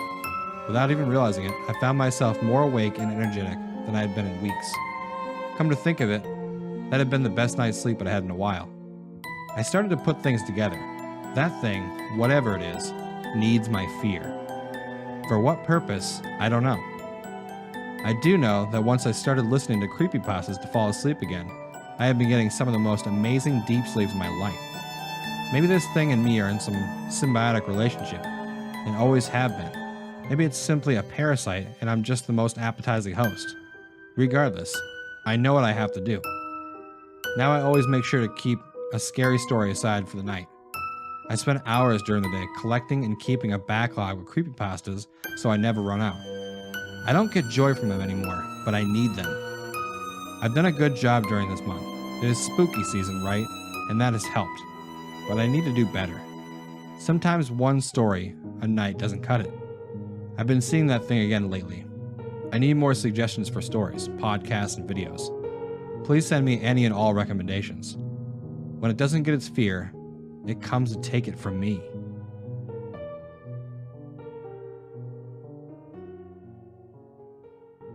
I sat on the bus on my way to school, listening to music and paying little to no attention to the other students. At one of the stops, my mind snapped back to reality. I looked towards the small house. Tommy's house, I thought. A hand slipped through the drapes of the window and waved the bus driver to move on. He's sick, I thought, paying no amount of attention to the situation. The day flew by. I watched the local news channel after school, and what I heard paralyzed me. Tommy's entire family was murdered that day by an unknown suspect. After hearing this news, I moved back up to my room and quietly fell asleep. The next day, I sat on the bus. We drove past Tommy's house, and the bus driver, unaware of Tommy's family's fate, stopped at his house. As I was about to get up and explain to her what had happened, something caught my eye. A pale hand slipped through the drapes in the window and waved the bus driver to move on. I sat on the bus, terrified. Our next story is called Seaweed. My grandmother grew up in the slums of Prohibition-era Chicago. Her family lived in a small house near the harbor, and one of her earliest memories was of a particularly hot summer when, seeking respite from the heat, she and her sister discovered a seldom-used section of boardwalk near an abandoned warehouse. Every night, for several weeks, the two girls would make their way down to the docks and sit together on the edge of the pier as the sun went down. My grandmother vividly, and for a time fondly, recalled the feel of the seaweed between her toes as she and her sister dangled their feet into the murky water. It wasn't until years later that she returned to the pier and found the warehouse had been demolished.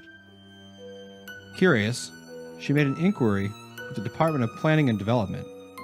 Apparently, the warehouse had been owned for a time by the mob, who was using it as a base of operations for a local prostitution racket. It had only been uncovered when an associate began disposing of rival hookers by fitting them with concrete shoes and dumping them into the harbor. Investigating officials had recovered nearly 24 bodies from the water of a secluded pier nearby. How had the bodies been discovered? A passing fisherman spotted some of the victims' hair floating near the surface of the water, like seaweed. Our next story is, it started as a leak. The rainy season began in early summer, and June had been no exception. It did not surprise the man when he discovered rainwater dripping from his dining room ceiling. Shrugging it off, he placed a tall pot beneath the leak and expected it to stop on its own. However, it continued to rain, and before he knew it, the pot would threaten to overflow. He had to dump the water out first thing in the morning and straight after he returned home from work. Eventually, he began to notice water damage at the source of the leak. The white ceiling had discolored, turning a dull shade of brown. He checked the weather and realized that it would continue raining sporadically over the next 10 days. The man was worried about the ceiling mildewing and becoming an expensive repair, so he called a local handyman. Unfortunately, the man could not sign to have the repairs done, only his landlord could. It was a frustrating policy. The man called his landlord, but could not reach him. He left them a few voicemails, detailing how the damage was becoming progressively worse. The man was clueless as to why his landlord would not return his calls. They usually kept in touch, speaking at least twice a month. Finally, he reasoned that he would not be held accountable for any damages sustained. One night, the man was startled awake by a massive thump. He quickly turned on his bedside lamp, and just vaguely, he could see an overturned table in a large shape laying across it. He sprinted out of his apartment and called the police, gagging at the smell. The man sat in the police station with a blanket wrapped around his shoulder and a coffee mug resting in his hands. He did know one thing. There had been a dead body in his ceiling, and the water had saturated so badly that it caved under the weight. So far, the body was unidentifiable due to the rainwater and was being autopsied. While the man waited, he called his landlord and finally reached him. Panicking as he explained the situation, his landlord was just as alarmed, and the man pleaded for him to come to the station while he made a statement. The man paused as a detective crossed over to him, and he lowered his phone, wondering if the body had been identified. His blood ran immediately cold, and he shook his head with terror. The body belonged to Richard Thompson, his landlord, and he had died over a year ago. That's not what disturbed him the most. If his landlord was dead, then who was pretending to be him? Our last story tonight is Kids in the Dark.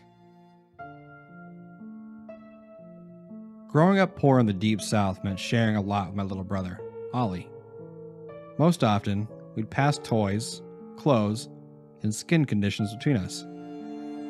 Up until he was 6, we even shared a bed. Neither of us was happy about that. It was my 10th birthday when that changed. I got one present that year, and it was a bed of my own. Ollie was jealous right away, and I could understand why. He had to keep that half broken down frame with the worn out mattress. The one I'd gotten wasn't much better, but not being broken and worn was enough. Sleeping apart was a great feeling. It was freedom. No longer would I have to suffer the sudden and inexplicable kicks to the stomach. No longer would I have to wake up with Ollie's foot pressed into my neck like I'd stepped on Dracula the night before. At least, that's what I thought. Right away, right after I got the new bed, the shriek started. At first, I thought Ollie woke up in the middle of the night and screamed because he'd gotten scared.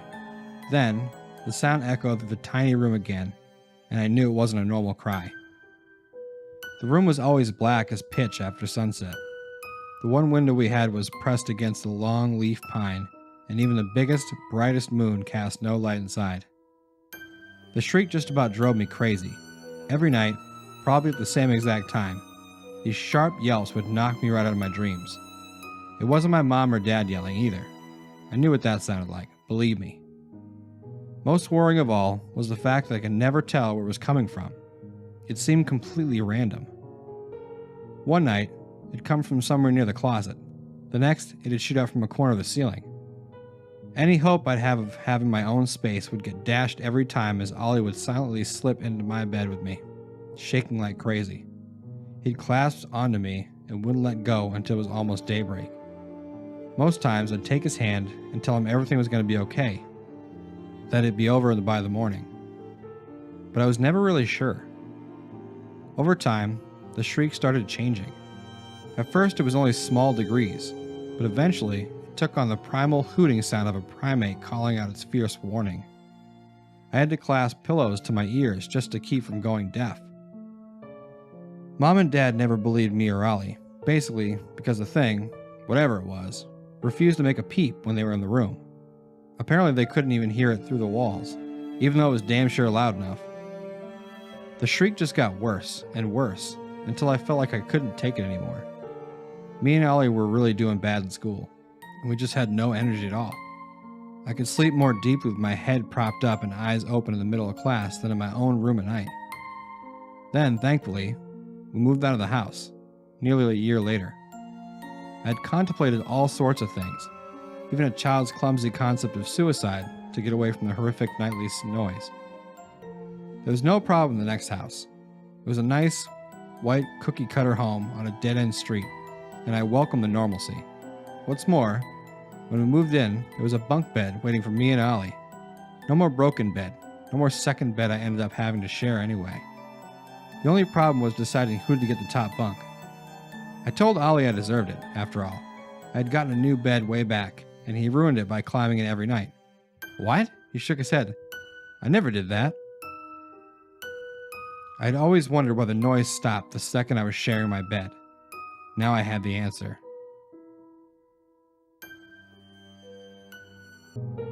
My mom was very strict about what I watched on TV as a child. I was only allowed to watch G and PG rated movies until I was 12. The only channels I remember being allowed to watch unsupervised was PBS Kids and Disney Channel. I was not allowed to watch Cartoon Network and Nickelodeon because their shows had negative influences on my behavior. I also wasn't allowed to watch TV after 9 p.m. Of course, this annoyed me a lot at the time. I heard my classmates at school talk about shows like Drake and Josh, Teen Titans, SpongeBob, and Goosebumps, all of which I was banned from watching. In fact, as far as I know, I was the only kid in my class who was banned from those shows. I felt almost as if I was an outsider. However, I did get to watch those type of shows at my older cousin's house. You see, I visited my older cousin a lot. My mom divorced my dad when I was 5. As an only parent, she was very busy raising me and going to work. Fortunately, she was usually at work while I was at school, with her workday ending around the same time my school day ended. Sometimes, she would have to work hours later than usual. Since she didn't trust babysitters, she just had my uncle pick me up from school and bring me to his house. My cousins were about 10 years older than me, so they had more freedom with what they could watch. Partially because of this, I was very excited when I visited their house. They knew about my mom's rules, but they still let me watch whatever they did, as long as I didn't tell her. I remember watching movies like Jurassic Park, Kangaroo Jack, and Spider-Man, which I know my mom wouldn't have approved of. One night, my mom had to work super late one night, so she planned a sleepover for me. I was so excited. I never went to a sleepover before. I was expecting to watch movies with my cousins all night long. Unfortunately, that wasn't the case. We watched the Simpsons movie, which I thought was hilarious, and I was sent straight to bed when it ended. It was a school night, and my uncle was aware of my mom's bed at 9:30 rule. I whined about how it was a sleepover and that mom's rules didn't apply since I was at someone else's house. But my uncle just ignored me. He tucked me in on the couch in the living room, where I fell asleep quickly. I woke up around 12:30 a.m. I took this as an opportunity to fool around. I went to the kitchen and stuffed my face with snacks from their pantry. I knew what I was doing was wrong, but I didn't think I could get in trouble because my mom wasn't there. Then, I remembered the TV. I went to the room it was in and turned it on. I know they aired adult shows at this hour, so I was excited to see what I'd find. The screen was black for a few seconds before flickering on. What I didn't realize was the sound was still at the volume it was at earlier. Panicking, I lowered the volume to 0. My heart raced as I waited for the sounds of my angry uncle's footsteps coming down the hall. Miraculously, that never happened. Relieved, I turned the volume up a little bit and watched whatever was on. It was just a rerun of an old talk show, which bored me quickly. I didn't know any of the channel numbers, so I just kept clicking the channel up button until I found something good. At first, I just found more reruns of old shows. Of course, I eventually found stuff like Adult Swim and Nick at Night. I watched a little bit of both, but nothing took my interest, so I moved on. I then stumbled upon a channel that was just a black screen. I was confused. Then I noticed it was 1 a.m. I figured that meant something was starting, so I got excited that I was about to watch something from the very beginning. All that appeared on the screen were white text. All it read were, "The Mouse Catcher." It abruptly cut to an animated cornfield at night. The moon's rays blanketed the tips of the corn stalks. Everything was in a dull monochrome color. Then, coming from the right side of the shot, a line was created in the corn. Something was walking through it. The next shot revealed an anthropomorphic mouse. He was wearing a white shirt, brown pants, and big, round, exaggerated glasses. He looked very nervous. I began to feel uneasy. The animation was very fluent and the mouse's drawn-on expression looked very genuine. However, I decided to keep watching. The mouse was looking in every direction while trying to be as quiet as possible. Someone or something was after him. He froze at the sound of a leaf crunching. His lip quivered as tears streamed down his face. He knew it was the end. Then, a disguised, wet, meat-tearing sound could be heard as a hand covered his mouth from behind, muffled his screams. The mouse tried to fight and pry his attacker away. The attacker could be heard shushing him in an almost calming voice. With a crack, the mouse dropped to the ground like a rock, revealing his killer. It was a fox, wearing one of those old-fashioned fox hunter uniforms. He was holding a bloody knife, dripping with dark red blood. I really wanted to change the channel at this point, but I knew that most likely no one my age had seen this movie, so I forced on. It then cut to Mouse, face down on the ground. The dark blood slowly oozed from his back. The fox bent down and flipped him over. He looked up at his murderer as he began to turn pale. With 2 fingers, the fox shut the mouse's eyes. I think he said something along the lines of, "Good night, the mouse's name. Your journey is over. Sleep well." He then gently closed the mouse's eyelids with his fingers and gave him a kiss on the cheek. At this point, I was very disturbed, but I refused to give up. The next scene cut to a small farmhouse. Inside lived a mouse boy and his mother. They were both dressed in 1800s clothing. In a way, they reminded me of the Mousekewitz family from An American Tale. The mouse boy was staring out the window at his mother sat in a chair next to him. He asked his mother where his father was. She just told him that she didn't know. He then asked if the mouse catcher caught him. She just replied with, "Hopefully not." As they left to presumably go to bed, they heard a knock at the door. The knock had the same rhythm as Funeral March of a Marionette, the Alfred Hitchcock Presents theme. The mouse boy bolted to the door, expecting to be his father. His mother tried to stop him, but it was too late. He opened the door, revealing the same fox from earlier. The mother pulled her son back and tried to protect him. She begged the fox not to hurt them. The mouse boy, as bravely as he could, spoke to the fox. "Why do you keep killing us?" I think he said. The fox responded with something like, "There's too many mice like you. You're nothing but pests. The only role you serve in the world is to steal from others. Your daddy just stole his last thing from me, so I ended him for it. Don't worry, no one will miss him. Nobody even cares about mice. Every other animal hates you. We'd all be happier if you were gone." Both the mouse boy and his mother were sobbing.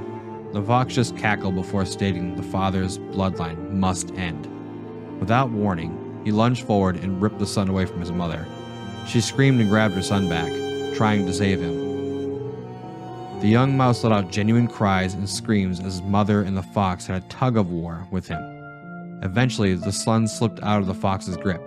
The mother threw her son aside and did what she could to restrain the fox. It was a losing battle.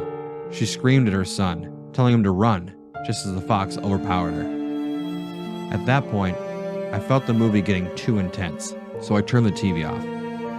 I sat there for a minute, disturbed by what I saw. As I got up to go back to the couch, I heard a knock on the front door. The same Funeral March of a Marionette, knocked the fox made in the movie. I bolted back to the living room and dove under the blankets. I kept telling myself it was just a coincidence. I didn't get much sleep after that. My uncle could tell, seeing how tired I was as he drove me to school. I told him what I did when he dropped me off. He just said, "Really? Come on, you're 8. You know better." Hearing the disappointment in his voice was enough of a punishment. My mom banned me from watching all TV for 3 days when she found out. What puzzles me is that this movie apparently never existed. I searched Wikipedia and IMDb for this movie, but I found nothing. In fact, I couldn't find any movie titled The Mouse Catcher. I find it very surprising that a movie that was so well made, from what I saw, has absolutely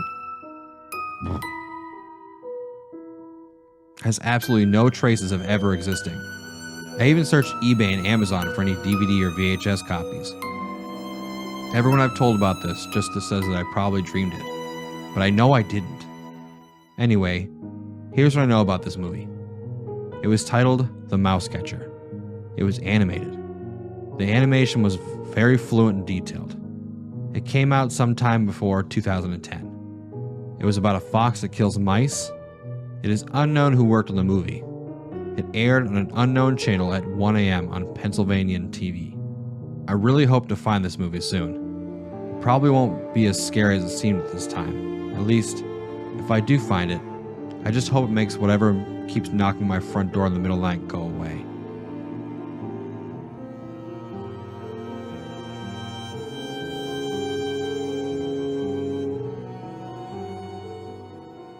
Rubbing my eyes, I sat up, looked around, and for a second, I forgot where I even was.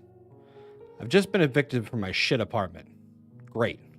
I'll just sleep in my shit car for the night. Figure out the next steps, right? But of course, my car was gone. Towed for parking less than a half a foot away from the yellow line. Seriously? Less than a half a foot? On a dead-end street? Half a fucking foot? Now I was homeless, jobless, carless, moneyless, and sleep-deprived. Fantastic. So I wandered into Maplewood Shopping Center, lay down on a bench, shut my eyes, and then I woke up. I woke up and everything was dark. The whole place was empty. Storefronts gated, kiosks draped in blankets. Even the bathrooms were locked. I didn't know they locked the bathrooms at night. Why didn't somebody wake me up? Still groggy, I looked both ways down the darkened hallways. This place hadn't been renovated since the 90s, and you could tell. The main giveaway was the carpeted floor. You know exactly the type of carpet I'm talking about, too. That short, worn-out, velvety shit, splattered with random squiggles and colorful shapes. 90s people really had a thing for squiggly shapes, God bless them. Worse still, shopping malls always creep me the fuck out. Maybe it's the maze-like layouts. Maybe it's the faceless mannequins. Maybe it's the giant posters of happy, smiling people with perfect teeth and perfect clothes and perfect hairlines. It's probably the mannequins, though. I pushed up from the bench, stretched out my arms, and yawned. At this point, I was annoyed, but not much else. This was an easily solvable problem. Find security, explain what happened, they'll let you out. And that's that. I wandered down the dark hallway, passing storefront after storefront. Every single place had a special sale going. What's with that? Like, if there's always a sale, then doesn't that mean that there's never a... Behind me, something thud against the glass. I spun around and gazed into the darkness. The sound echoed in the hallway, like somebody had slammed their forehead against a window. Hey! No response. Only the sound of my own voice dimly echoing back at me. Regressive darkness stretched down a motionless Walmart entrance. Gated bars like clenched teeth. Glints off the logo like spider eyes. Creepy. But I shrugged it off, turned back down the hallway, and pushed forward. Of all the malls to get trapped in, too, why'd it have to be the Maplewood Shopping Center? This place was a minefield of better time memories. Memories that only reminded me of how far I'd fallen. The same mall me and my buddies roamed as kids. We'd sneak in vodka-filled water bottles, shoplift magic cards from Toys R Us, and play Street Fighter 2 at the now defunct Boxers Arcade. Even my sister bought her camera at Max Cameras over there. This was the first mall I took my first day ever. We watched Star Wars in the matinee cinema, and went on the indoor Ferris wheel, and held hands in the food court. The same mall I worked my first job. Blending smoothies at Fritter's Fruits. Also defunct. Thanks, Booster Juice. I don't want to sound bitter, but I know I'm not alone in hating shit that reminds me of your past.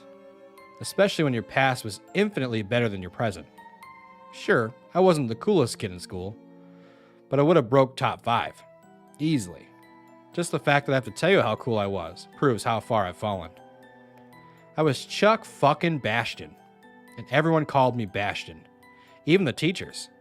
I could do a backflip off solid ground without trying. I could drink a whole 2-6 without puking. I simultaneously held the Street Fighter 2 high score and the second most touchdowns in high school football. You ever heard of a whole crowd cheering your name? Bastion, Bastion, Bastion. Feels pretty fucking good. My future was brighter than the fucking sun. But now I can't make it up a flight of stairs without losing my breath. Now I can't sit or stand for more than an hour without my fucked up spine screaming at me. Now I'm just some broke loser trapped in Maplewood Shopping Center on a Monday night. My eyes caught something. I looked up. A sign. Directional arrows pointing to customer service, washrooms, and the only thing that mattered, security. Turn left here. Thank God. I picked up the pace. But all the while, 2 thoughts buzzed in the back of my head like a slipped disc. Don't they usually leave the lights on at night here? And more importantly, what was that thudding sound? Regardless, I reached security in good time. A little office tucked in the back corner of a dead-end hallway. As I approached, I could see the blue glow of a TV screen dancing off the walls, bouncing off the windows. Praise Odin. Part of me was starting to worry that security wouldn't be here. Maybe it was the weird energy in the air. Everything felt so still, like a paused VHS tape.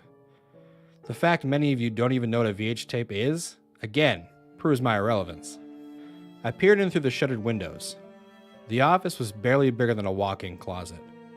1 desk in either corner and a washroom door between them. An antique car calendar pinned up on the wall. A half-empty cup of still steaming coffee sat on the desk. An off-white cube monitor cycled through security footage, but nobody was there. Maybe they're in the bathroom. I gently knocked on the glass. No response. I looked down to the bottom of the washroom door.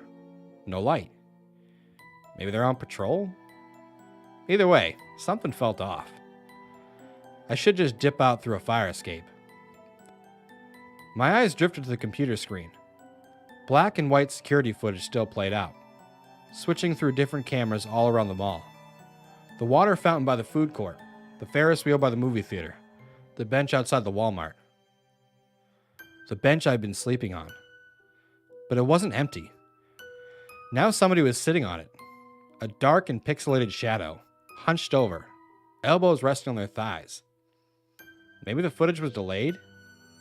Maybe the pixelated person was just me from a few minutes before. I checked the time on my wrist. 2:57 a.m. I checked the timestamps on the footage. 2:57 a.m. All right. There's somebody else in the mall. Who cares? Maybe it's security. Maybe you should go back and... Behind me, something thud against the glass. I spun around. The sound echoed in the hallway. The same sound from before, like somebody slammed their forehead against a window. I stood there, frozen, eyes scanning every dark corner, every gated storefront. But there was nothing. Nobody. Nothing. Weary, I turned back to the security screen. I almost expected the stranger on the bench to be gone. They weren't. But what I saw was somehow worse. They were sitting upright now, head turned down the hallway, tilted like a hunting dog listening for prey, completely motionless, body language rigid, almost mechanical. And then another thud, this time right beside me. The stranger on the bench slid to standing, bolted down the hallway and off the screen. Fuck me! I started to panic, mainly because I knew exactly where they were going. They were running toward the source of the sound. They were running towards me. Now let me be clear, I'm no fucking hero, but I've never ran from a fight either. Even when the odds were vastly and obviously against me. I've never ran from a fight, even this one time. When the other guy was twice my size and armed with a knife, I didn't run. I should have run, but I didn't run.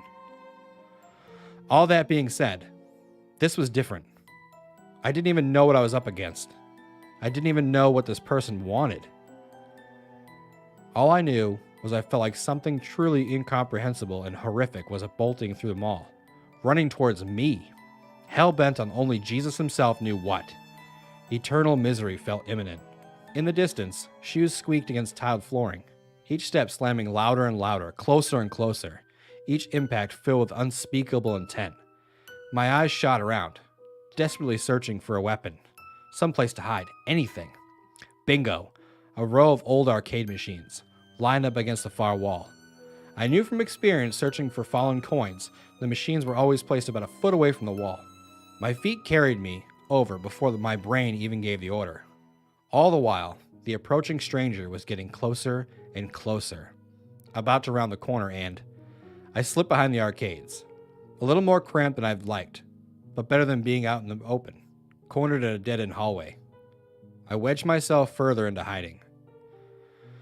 The running slid to a stop. I couldn't see them, but I imagined them standing there, about 50 feet away, manic eyes scanning the dead-end hallway, searching for the source of the sound. A long and deafening silence crawled by. Nothing but the musty smell of soda-stained carpet to keep me company. A few more minutes went by until a footstep. But this was different. It wasn't the sound of a shoe against tile. It was the sound of a sock gently scraping against carpet. They ditched their shoes. This motherfucker was wearing socks now. A sickening chill went up my spine. A chill of fear. A twisting fear that would quickly replace with shame. What the hell happened to me? Hiding from one dude? Cowering behind arcade boxes like Norman fucking Wallaby? The old me, the king of them all, bashed in the scrapper. He'd be out there kicking this guy's teeth in by now. Or at the very least, trying to. I huffed, shifted forward, and took a deep breath. No more hiding. But my burst of bravery jumped ship and it jumped ship for a good fucking reason. It jumped ship because I could now hear the stranger speaking, about 20 feet away. The stranger was whispering to himself. "This fucking mall," he stammered. "First day at the Ferris wheel. Same Ferris wheel. That's the same Ferris wheel. I wonder what she's doing now," he whispered, numb and empty. I don't know why, or more importantly how, but this guy was repeating my earlier thoughts aloud, like he'd been listening in, like he was a broken recording of my own mind. "Why did I dump her?" the stranger continued. "I wonder if she's married now. Oh wait, she dumped me because I cheated, right? Fuck, that was stupid. So fucking stupid, Chuck." He chuckled, bitterly. "Is the tape delayed?" The stranger sighed. "Who's this guy on the bench? Security, maybe." This was not my night. I leaned back into hiding. No way was I getting back out of this through force. I hadn't been in a fight since college anyway, so instead, I waited, breathing quiet, peering out through a crack between the arcade machines, watching as a stranger paced back and forth, whispering, rambling, occasionally hitting himself in the head with a closed fist. I shut my eyes and focused on breathing. One breath in, one breath out. One breath in, one breath. Right beside me, a whirring of fans, beeping and buzzing sprang to life. My eyes snapped open. "Street Fighter 2! A baritone voice proclaimed. The machine I was hiding behind had turned on itself. "Fuck, fuck, fuck!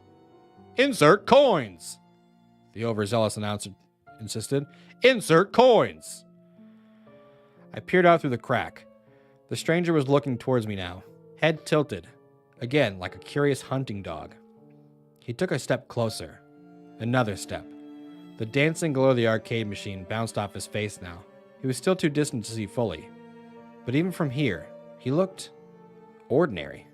Bland even. Just an average 30-something white guy. No carnival smile, no long teeth, no oversized mouth. Just a bored-looking dude with a boring-looking face. The kind of face you forgot about the second it left your line of sight. I don't know why, but seeing this was somehow worse than seeing a grinning maniac with too many teeth. There was something vaguely familiar about him, too. Like I'd seen him before. Maybe in a dream? Finally, I snapped back into problem-solving mode. First, I reached down and yanked out Street Fighter 2's power cable. Darkness. Silence. I looked up. The crack between the machines was now blocked by shadow. The stranger was standing right there, peering through, staring directly at me. Faint moonlight reflecting off his unblinking eyes. "It's okay," he said calmly. "It's okay. Don't run." He stepped closer and slid his hand between the machines toward me. "Don't run." He reached closer.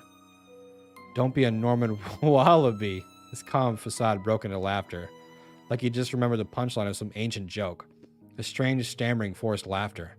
"Bastion," he said, wheezing as he reached toward me, eyes bulging. "Chuck Bastion."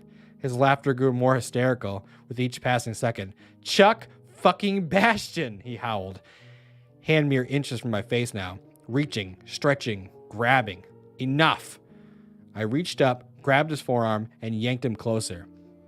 His laughing only grew louder now, more hysterical, like a poor man's Joker. I pushed his arm to the side, pressing it against the corner of an arcade box.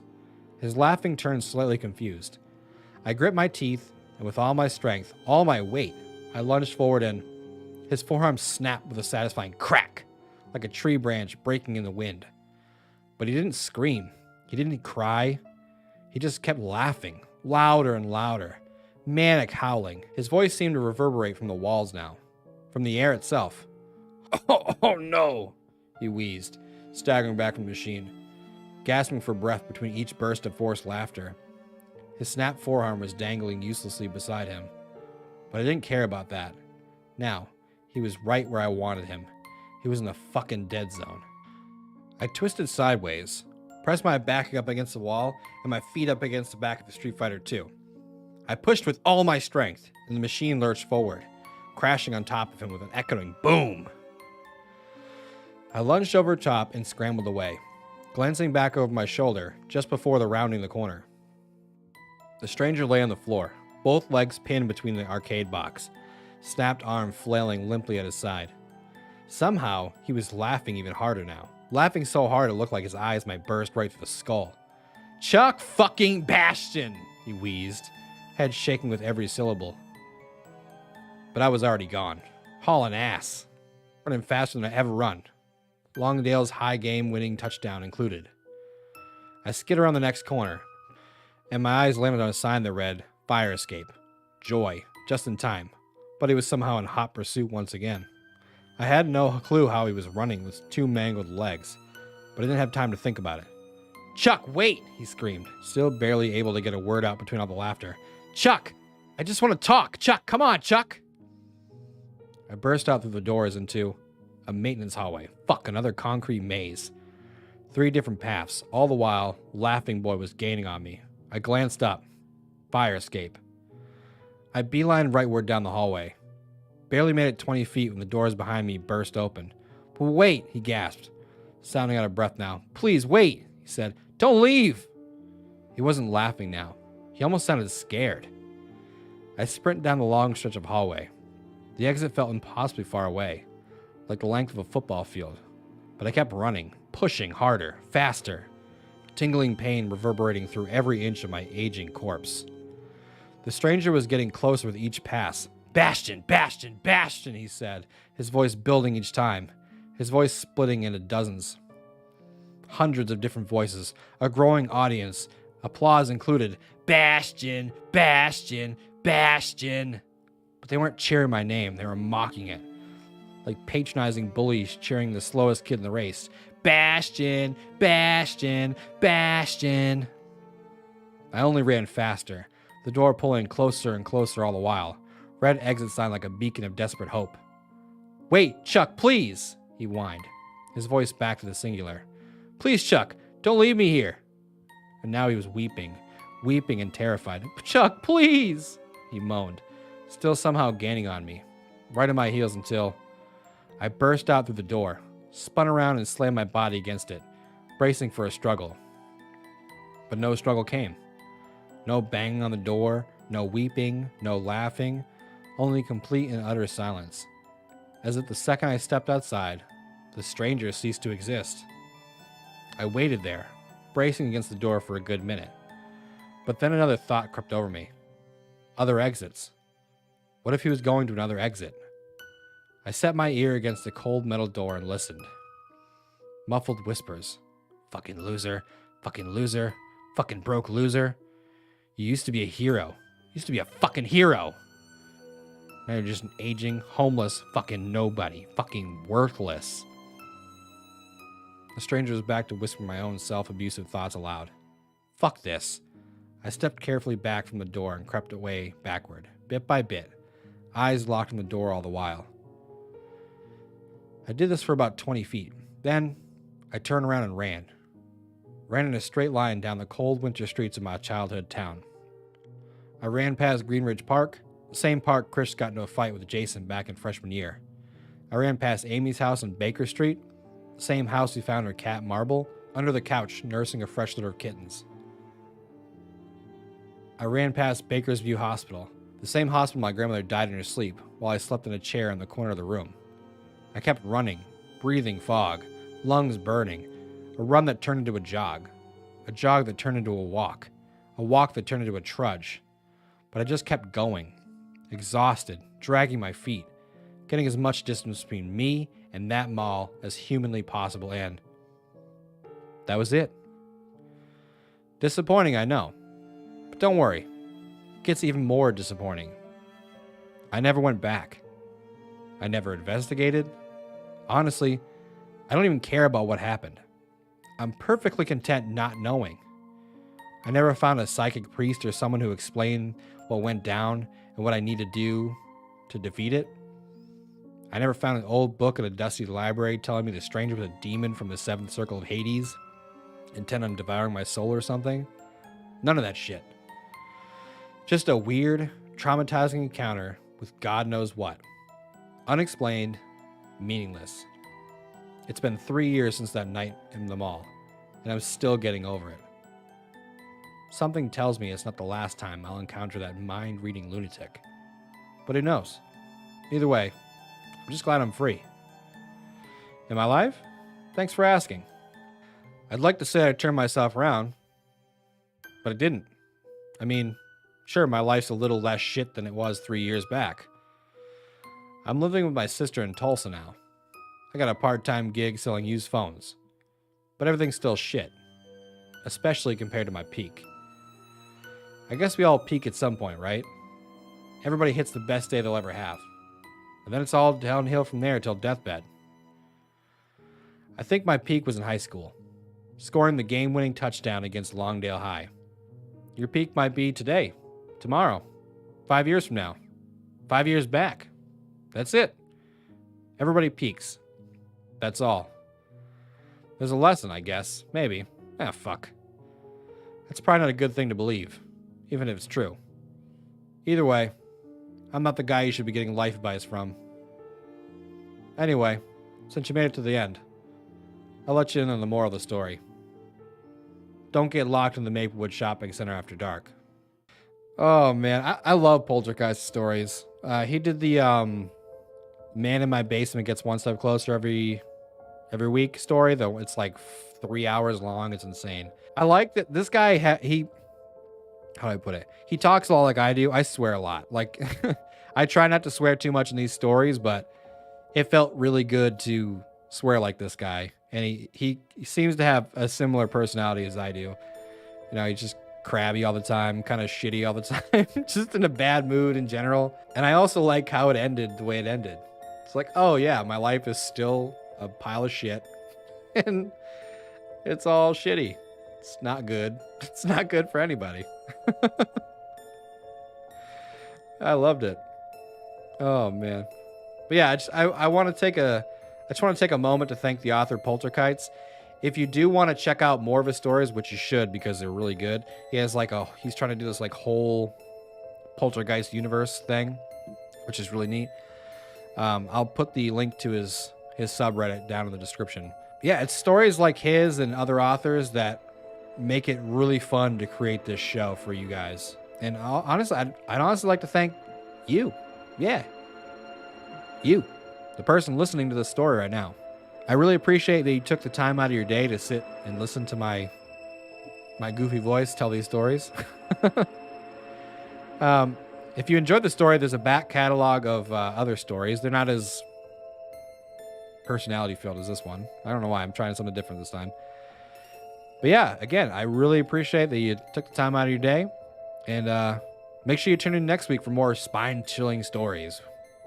Thank you again. And remember, guys and gals, to always face your fears. Have a good one. Peace. I'm aware that this might be a bit long, but this is probably the scariest event in my life.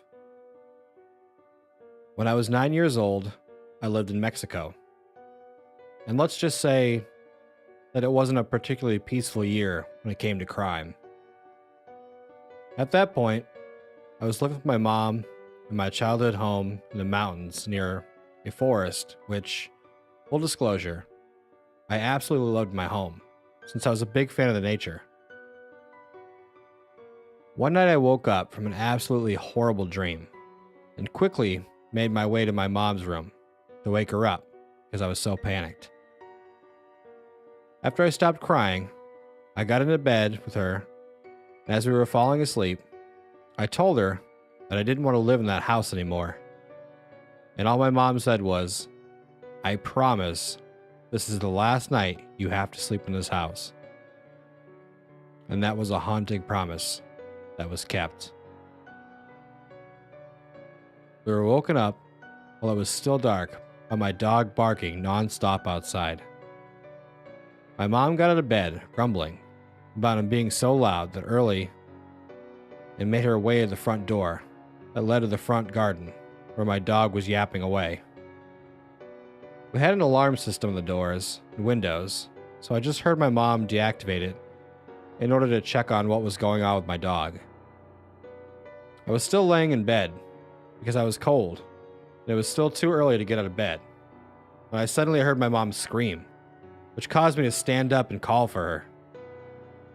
Not even 30 seconds later, a man dressed fully in black and wearing a balaclava came into my room and told me to get dressed, and I quickly did as I was told. They took me to the living room, where two men, dressed exactly the same as the one who got me, had my mom with a bandage over her eyes. I just remember her begging the three men to just leave us alone and telling them where her wallet and valuables were. But one of them just said, "That's not why we're here." They proceeded to put pillowcases over our heads and shoved us into the trunk of our car. After this, the rest of the events were a bit fuzzy, since it was hard to tell time and our sight was so limited. They had us somewhere in the forest, hidden between a rock wall and a bed mattress. I can't really say how long we were there, and I have vague memories of one of the men's back that I caught a glimpse of when I peeked under the pillowcase. All my mother did was pray nonstop. One, because she truly believed in God, but two, because Mexicans are extremely religious, and it might dissuade them from killing a mother and child. After being moved to another location, inside a seemingly abandoned house, they called my family to ask for ransom. We couldn't hear most of the conversation, but the man we'd nicknamed the Mean One felt the need to tell me that my father didn't love me and that they were going to send him a few of my fingers if he didn't pay up. Shortly after, we were loaded into another car where my mom started begging one of the men not to kill us. They drove around for what felt like hours until they suddenly stopped and dragged us out and told us to get on our knees. At this point, my mother was certain that we were going to get a shot, so she asked that if they did, to shoot me first, in order for me not to hear my own mother die. The men said nothing, and we abruptly heard the car peel out. My mother just screamed at me to run as fast as I could. We ran for a few minutes, and then saw a residential area where we started frantically knocking on doors, hoping that the kidnappers didn't plan on coming back for us. To our desperation, nobody in the first two houses opened up their door when, suddenly, an old man opened up at the third house, and after trying to explain to him and seeing the state we were in, he let us come in, call my father. After he picked up the phone, all I could do was cry after hearing his voice. He came to get us, and that night was the first and last time I ever saw my father cry. The pool complex I work at is pretty typical. It's rather large. It's not in the center of the city, it's closer to the edge, and as such has loads of space to work with. There are gyms and courts and several large pools it is comprised of, all interconnected with warm and pleasantly humid plexiglass tunnels, extra appreciated this time of the year. Sometimes when I'm walking through one tunnel in my shorts, sandals, and lifeguard shirt, I'll catch a glimpse of someone outside, shivering through their coats in the snow, and I can't help but feel relieved to be on this side of the glass. My boss is an eccentric lady, the manager. She laughs and smiles a lot, but damn if she doesn't always look so tired. It's like I can see the stress aging her in actual real time. She needs to take it a little easier, is what I think. We're just leisure facility workers after all. I considered telling her in this meeting she's called me into. I'm not concerned. We get on well, and I'm a good employee. I try to think of a diplomatic way to word my sentiments, but she begins to speak before I have a chance. "How long you been working here now, Dan?" she asked me, tapping a finger against the desk. "About a year, I think," I replied. And there was a pause.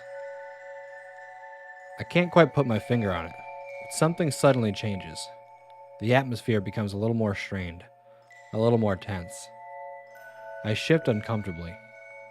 Kate, my boss, glances up from the desk and over my shoulder. I turn around to see one of my colleagues behind me through the open doorway. Nice guy. He's been here longer than me, I think. But the moment my eyes meet his, he turns away and heads off and away out of sight. I look back to Kate, and the silence stretches on. I manage an awkward laugh, but she doesn't smile back with me now. Employees that have been with us for as long as you have, Dan, are given the opportunity to earn a little extra money. "Ah, okay," I replied, eyebrows raised. She rubs her wrist absentmindedly, running a thumb over the V she has tattooed there as she looks at the wall in thought. We run night sessions here sometimes. Did you know that? She says, still not looking directly at me. For real? I ponder this. No, I didn't know. Is this a recent thing? No, she replies, and does not elaborate any further. More silence. I shift with discomfort in my seat. The air is, as it always is in the complex, humid, but goosebumps shoot up across my arms regardless. Kate, is everything okay? She rises from her chair. Come with me, please. Silently I stand, and I follow on beside her as we walk through the complex. The complex stays open pretty late in the night, for the gyms at least, but the pools we will be closing in about 10 minutes. It's dark, and aside from the falling snow, I cannot see much of anything beyond the glass when we pass through the tunnels. Dan, once employees have been with us for a year, then their hours get reduced, somewhat. I start to protest with surprise, but she quiets me. Don't panic. Your pay remains the same.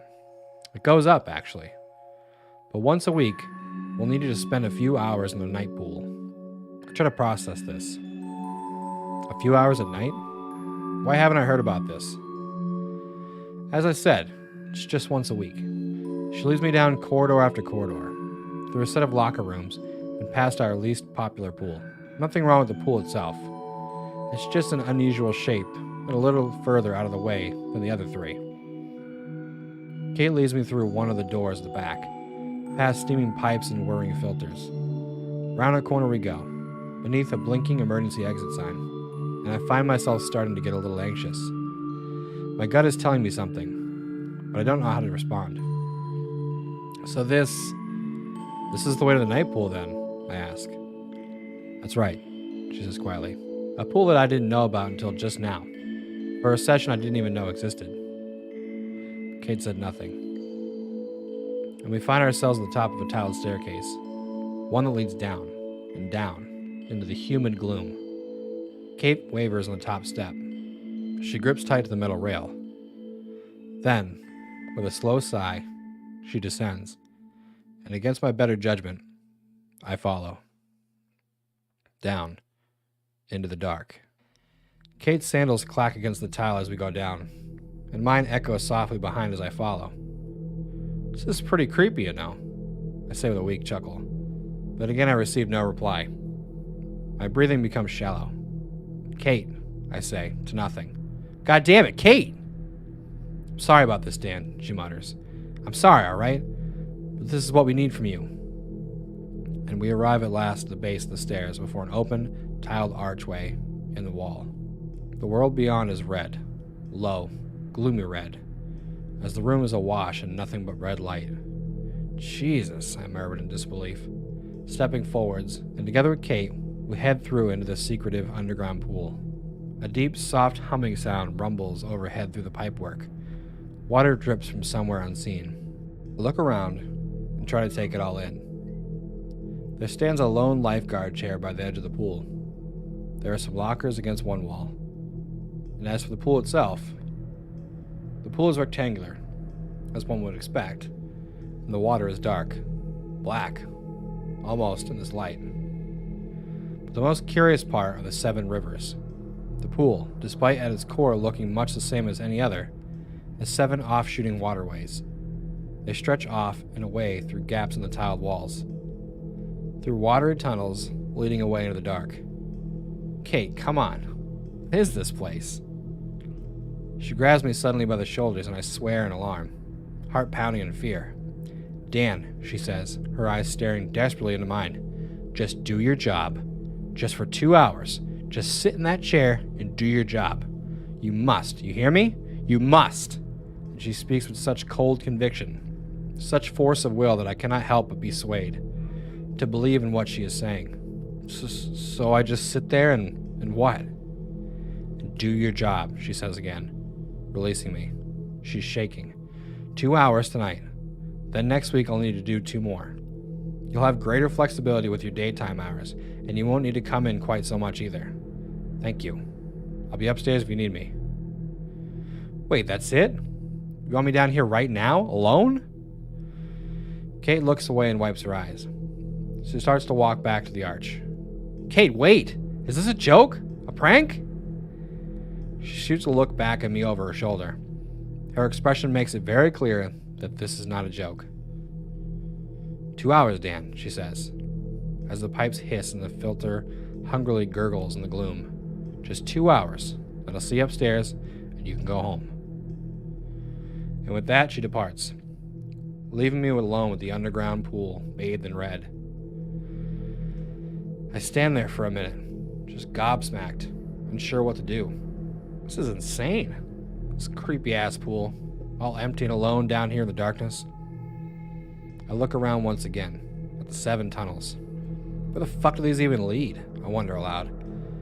I look over to the lifeguard chair, a still and silent sentinel above the dark water, when I glance to my watch. 2 hours. She wants you down here for 2 hours. I wander over to the chair, my footsteps suddenly sounding much louder in the eerie quiet. The water laps and churns softly against the rim of the pool near my feet. This is crazy. This must be a joke, surely. I should just go upstairs and refuse. But I don't. Something about Kate's manner really frightened me. So I'll just do it this once. See what the big deal is. Then make a decision from here. So I clamber up in the lifeguard chair, settle myself into place. The lone watcher over a sea of black and red. The water churns. The humidity pinpricks my skin with sweat, and I watch. I watch the water, as is my duty. Nothing happens, by the way. Not this first time. I start to feel a little queasy as the hours draw to a close, but I put that down to just a little dehydration. And when my time is finally done, I jump from the chair and hasten away, not wishing to spend an extra second in this unsettling place. Kate is gone by the time I return upstairs, and through the complex to her office, so I simply go home, and I bring it up with her the following day. Kate, I tell her, I don't want to do this. You can keep the pay and the flexible hours. Just don't send me back down there again. Dan, I'm not going to discuss this with you again. I'm sorry, but this is just the way it is. Kate, look, it creeps me out, right? You will go down there again. No, I won't. Yes, she shouts. You will. Slamming a hand down on her desk, and silence falls in the immediate area. She pauses, then bursts into tears with her face in her hands. I don't bother saying anything further. I just walk out. What is there to say? I speak to one of my colleagues a little later that day, a guy called Rex. I ask him about the pool, and if he has any answers for me. You just have to do it, he mutters, eyes downcast. If you don't, then it'll fall to somebody else, right? How long has Francesca been working here? You like her, right? I stutter a reply. I mean, I don't know about that. How long has she been now, man? Well, about 11 months, I guess. 11 months? Yeah, that's right. Rex doesn't say another word. He just rubs his wrist in thought. I look down and make the connection for the first real time that it's the exact same place as Kate's. It's of 3 eyes positioned next to each other. I mean to ask him about it, but he just claps me in the back and strides away. So a week passes. A week passes and I find myself again at the top of those gloomy stairs, the ones descending down to the red shade. I scratched my arm in thought, paused, considering. Is my job really worth it? I think to myself. Is it worth it to go back down to that awful place? You're joking, right? Comes a rebuttal. It's 2 hours of sitting on your ass.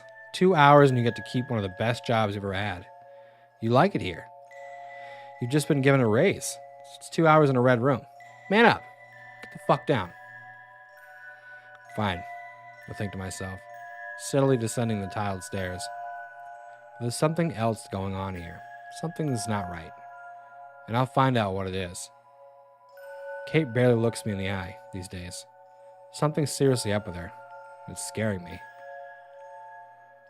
I take a deep breath as the levels of light lower and shift to a more total, foreboding red. I step down on the damp tile floor of the lowermost level and walk cautiously through the arch into the pool room. As before, entirely empty. One pool with 7 offshooting rivers. Rivers that run through tunnels in the tile, leading away through the dark. In the lifeguard chair, waiting patiently for my arrival. I head over and climb up, sitting with a small sigh, my hands clasped as I look out over the face of the water. Dark black. It swallows the feeble red light and softly churns, demanding more, perhaps. I stare at the water, waiting and willing the time to go faster, till I zone out. Movement. I'm shocked from my careless dozing by what I assume to be movement in the water. In a panic, I grip the sides of the chair and lean forwards, eyes wide and staring at the very center of the pool. My heartbeat suddenly rapid and painful. I wait, and I watch, waiting for confirmation of what it is that I saw, hoping beyond hope that it was nothing more than my imagination. I stare at that spot in the pool for a minute or more, and as my heart is beginning to slow and I'm allowing myself to relax, I see it again. It's subtle, but it's there. A small splash in the water, a ripple, and a churn. Fuck, I mumble. Then a little louder. Shit. It's just a filter, perhaps, bubbling from the bottom of the pool. But as if in response to this thought, the splash comes again, and I watch in cold horror as the water rises, and steam drifts from the pool's surface. A long dark shape slithers its way through the red shadow towards me, then slinks back down below and into the deep. Fuck this. I have 10 minutes left on the clock, by my count, but I'm done. I'm out. I leave from the lifeguard chair and stagger my way across the slippery poolside tile, back through the arch to the steamy underground back rooms, and up the stairs and into the complex, racing through the corridor after corridor. Kate is still here tonight, it seems. I find upon my arrival at her office, face red and breath shallow. What the hell is this, Kate? I yell at her. Tell me what the fuck is going on. You think I wanted this? She mutters in a low voice, leaning forward. She doesn't seem surprised by my outburst in the slightest. You think I wanted to be a part of this hell, Dan? She scratches the V tattoo she has on her wrist. We do our duty as lifeguards. As lifeguards? I allow myself a laugh and throw up my hands. This is insane. Tell me, Kate, what exactly is in the pool below our complex? She looks at me, and she looks at her watch. You left your position early, she says. No one is watching the pool. No one is watching the... I begin, incredulous. Then I stop, close my eyes, and take a breath. Kate, I say to her, I quit. And without another word, I turn and stride from her office. I leave the complex behind, shivering in the snow, and despite how much I used to love my job, I intend to never return. I intend. That night I suffered from terrible, terrible nightmares. In them I find myself struggling to breathe, coughing and spluttering, my lungs filled up with putrid, dark water as I scrabble for the surface. The surface that only gets further and further away. Its direction keeps changing, and I'm being watched. They're watching me through the water.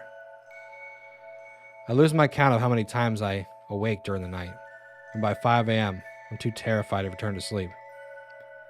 I spend the next day seeking new employment, but that night the dreams are the same, if not worse. The next night they come back, renewed, and the night after that. I find myself unable to stay awake during the day. The dreams find me at any hour. I'm too exhausted to cook proper meals. I stop trusting myself to drive my car. And when I can take it no more, I'm right back in Kate's office, disheveled and desperate, and I ask her, how do I make it stop? How do I stop the dreams? She stands and steps over to me. She draws me into a hug. Just do your job, she says softly. You're a lifeguard, then. I am sorry, Dan.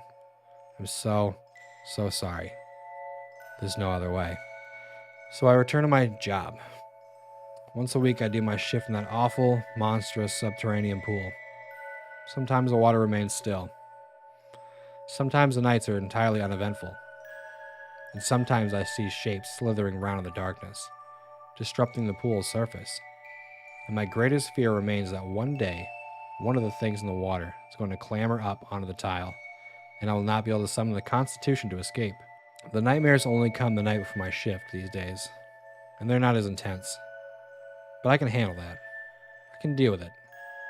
They're only as heavy as is needed, I suppose, to remind me to do my duty, to do my job, to watch the water.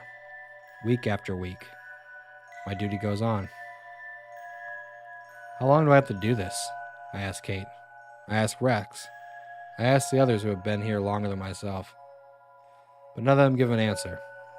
And one day, something happens that is worse than my greatest fear. Worse than one of the things in the darkness climbing up into the light. And it's so predictable. I can't believe I didn't see it coming. So classically, painfully obvious that I consider myself an idiot for not preparing for it sooner. I am forced to do my job. My job as a lifeguard. Because one terrible night, I see a boy in the water. It begins as any other. I'm uncomfortable and scared as I sit in my chair, as I watch the water quietly churn and listen to the pipes above me hiss and rumble. Perhaps it's going to be another quiet one, I hope. Preemptively. Perhaps there will be no disturbances tonight. And that's when I see him. That's when I see the boy. A kid. A human boy just drifting through one of the tunnels, down one of the rivers into the center of the pool, paddling and pulled along by an impossible current, one that I cannot see. "Help!" he cries out, and I can see the fear in his face, washing around. "Dad! Dad! Where are you?" I cannot believe what I'm seeing. "Hey!" I shout. "Hey kid! Over here!" The boy does not react to my voice. He simply looks around himself, spinning in a circle, calling out to his father. "Dad! Where are you?" His voice echoes around the tiled walls as a deep red light shimmers across the face of the water. "Kid! Hey kid!" I start blowing my whistle. He does not react. I jump down from the chair to the tile and wave my arms, but the kid just can't see me. It's as if he's looking right through me when he turns my way. And the poor little lad starts to cough. He's swallowing mouthfuls of water, and he sputters and chokes. His strokes become more erratic as he keeps on calling for help. He is drowning, and the only one who can save him is me. My blood runs cold as I see further disturbances in the water. At the far edges, dark and slithering shapes, and Kate's voice blares like a siren through my head. "Do your job as a lifeguard. You must do your job." Time seems to slow a little. I watch as the boy starts struggling for real, as he begins to dip below the water, splashing and crying out for help. For help. But of course, I'm the only one who can hear him. I grip my teeth, with jaws set, my blood, once cold, now surging, fires me up with a blast of adrenaline. I take a long step forwards, then another.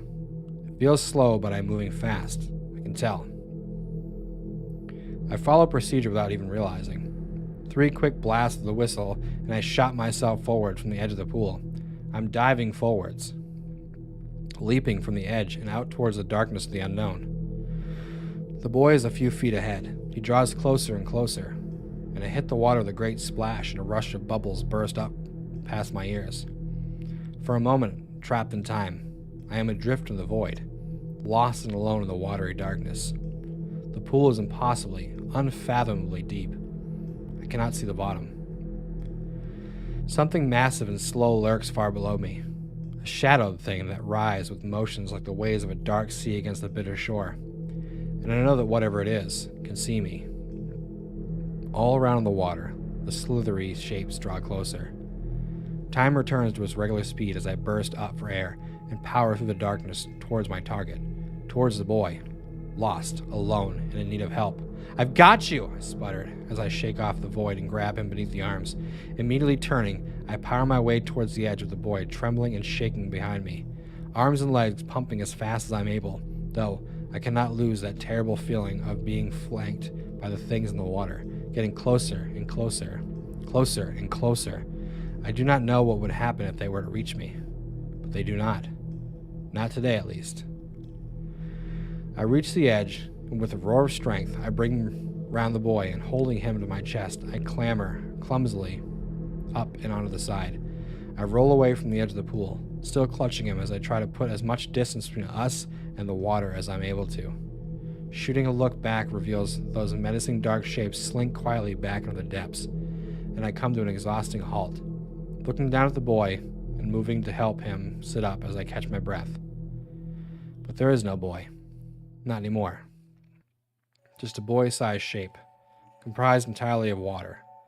And the second that I comprehend this fact, the water acts as one would expect it. It just melts right through my hands, splashing down across the tiles and washing over and away. A solid, and then formless. Gone. Still panting, I push myself up to the wall.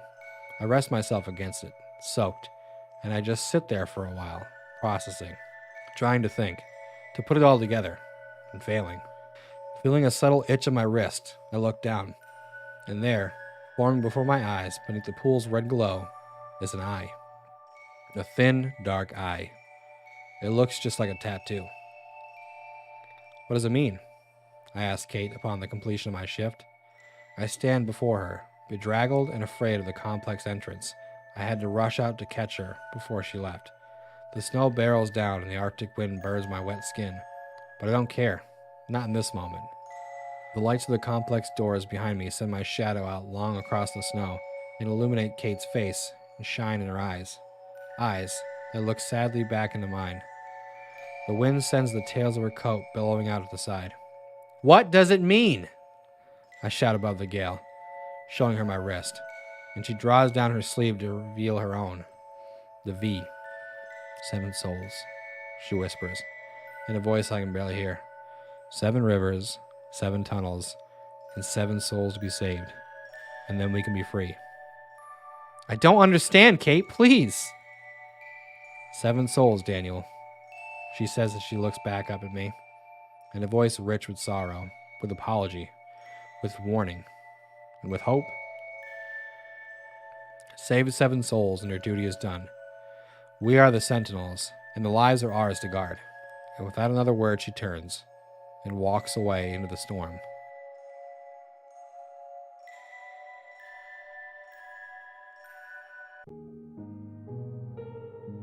It's here. I don't know where. I don't know how. But it's here. It's inside the house. I've done fucking everything. I've called Todd. I've called Alexi. I've even called a goddamn exorcist. None of them believed me. None of them so much as offered to help. Now it's Halloween, and it's stronger than ever. I can feel it, moving through the house, like a great darkness suffocating the light from everything. It's already taken my business partners, John and Erica. It's already taken so many others. I'm upstairs, in my bedroom closet. I've been here for 3 hours now. And I'll be here for 3 more, if that's what it takes. I don't know if the thing hates the sun, but it's never bothered me during the day. Only at night. Always at night. There's a creak and a groan outside, on the steps, and I feel the house tremble as something monstrous moves through it. My breath hitches in my chest, and I remind myself to be still, to be quiet. I just need to make it until sunrise. Just a little longer. Then the voice follows, raspy and inhuman. So many lies. So many lives. So little time. It's singing a song, but the tune is broken. Each word scrapes along my ears like razor blade, cutting deep into my mind and pulling back memories. It sang before it took John. It was only a single word. Then, coming, it had hummed. And we had all just thought we were hearing things. Now John's everywhere. There are pieces of him littered throughout the house. Fingers and toes, intestines and eyes. I weep silently in my hands, and I can smell John's blood on them. I can hear his screams. I can taste my cowardice for not doing more to help him. for not even trying. Oh, how good it'll feel to finally go, the thing sings, and I wince in pain at every word. God damn, it hurts to listen to. Warmth flows from my ears, and I realize they're bleeding. Just one more, and the song ends. I gasp in agony, as my memories tear themselves from my mind. Erica, her and I had separated in the panic of John's death. I had run up here, trying to call the police, but my phone was haywire. That's when I heard it come from her in the basement. The house creaked and groaned with the creature's every step. one more will do, It had sung, descending the basement stairs. one more makes two. I only heard her scream for a moment, and then it faded to silence. Until the thing laughed, guttural and monstrous. It echoed through the house, shaking the foundations and rattling the old wooden frames. It laughed and laughed. All that we need, all that we eat, all that we hail the coming of All Hallows Eve. Now it's moving toward me. It's getting closer. I can feel its every step, its every movement. It passes through the house with the tremors of violence. Just one more, It sings again. and then the song ends. It's outside the bedroom now, and my ears are bleeding badly. I can't take it anymore. I can't take the sound. I clamp my eyes shut, trying to ignore the agony of its voice, trying to ignore the panic riding in my body. The floorboards creak outside the closet, and I smell something rotten, vile and grotesque, something dead, as a low groan at the closet door slides open. Looky, looky, it sings, discordant and tuneless. Would you like to see something spooky? I don't look. Agony tears through my ears. They're being split open from the inside out, and the blood is pouring from my head in a river down my jaw. I whimper, and something leans close to me. The smell of rot is clearly unbearable now, and I gag and retch, but I refuse to open my eyes. I can't. If I see it, then it's real. If I see it, then I die. Something grips my wrists, something cold and damp and loose with flesh. It pulls me from my closet, and I howl in terror and fear. It's taking me somewhere. Please, I sputter. Please don't. My leg cracks as it drags me down the steps. I scream. My eyes are clamped shut, but I feel myself moving through the pieces of John as the creature pulls me through the house. Finally, it stops. I'm hyperventilating now, my chest rising and falling in rapid succession. Oh no, no, I muttered, again and again. Yes, it says. And this time, it isn't singing. It tosses me by the arm, and I feel my shoulders snap backwards out of its socket. I tumble down the old wooden stairs, my head smashing against the steps, my wrists snapping in half as I finally collide against the landing. I groan, tears and blood streaming down my face. Looky, looky, it sings, though its voice is now guttural and horrible. Looky, looky, It sings, though its voice is now guttural and horrible. It grabs me by the back of my hair, pulls my head up, and reaches its finger down my eyelids.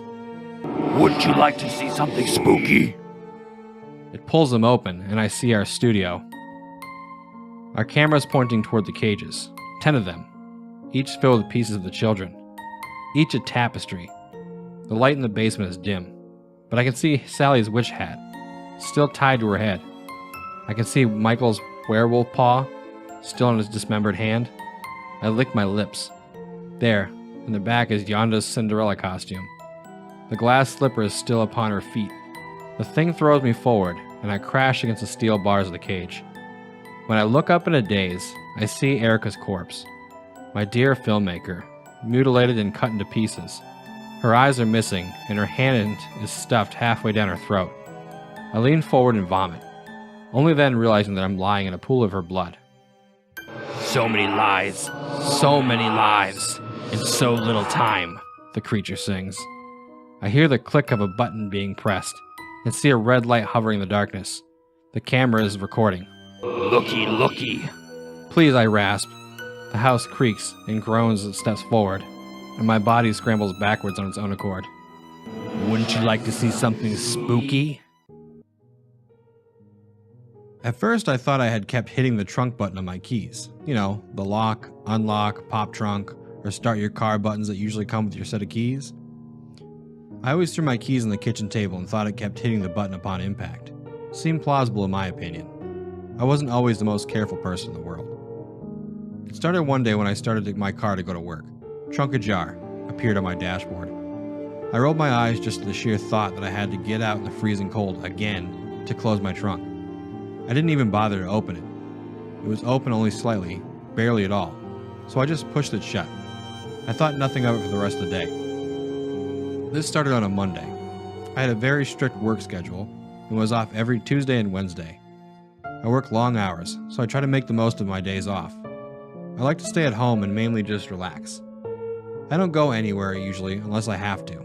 It's safe to say my trunk being open was long forgotten by the time Thursday had rolled around. That Thursday morning, I started the car to warm it up while I grabbed the rest of my things. I took my purse off the table, grabbed a fresh bottle of water, and snatched my keys off the kitchen table. When I entered the car, I checked my mirrors, made sure none of the dashboard lights were on, and pushed my foot against the brake. I drove an automatic, so all I had to do was pull down the shift to drive. It wouldn't budge. Trunk ajar flashed in the part of my dashboard which shows the temperature and the mileage.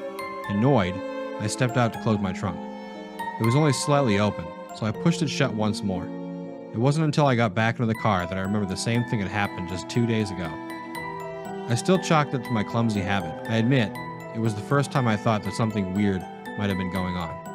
It was a fleeting thought at best, though. By the time I had arrived at work, my trunk being open was long forgotten once more. Friday and Saturday morning went exactly the same, and by Saturday night, I was officially weirded out. I hadn't given it much thought previously, but like everyone else, sometimes I overthink at night. That Saturday night, I spent hours overthinking what it possibly could be. Even with all the overthinking and uneasy feelings, I still pushed it to the back of my mind. Eventually, I just fell asleep. Sunday morning, as I was getting my things together to leave for work, I couldn't find my keys. I always kept an extra set at the bottom of my top drawer of my nightstand. I began to pull everything out in panic when I couldn't find them. I was never late for work, and I wasn't about to start. I gave up on the extra set and decided to keep searching for my normal ones. I found them in my hoodie pocket that I was wearing when I came home the previous day. Irritated by the lack of responsibility once again, I stormed out of the house in a rush. I was in such a hurry, I didn't even realize my trunk was closed for the first time since Monday. Sundays were my short days. I went in an hour later than I usually do, and left 2 hours earlier than I normally do. That day went along like any other day. I got home, made sure the car was locked, carefully set the keys on the table, and started to unwind.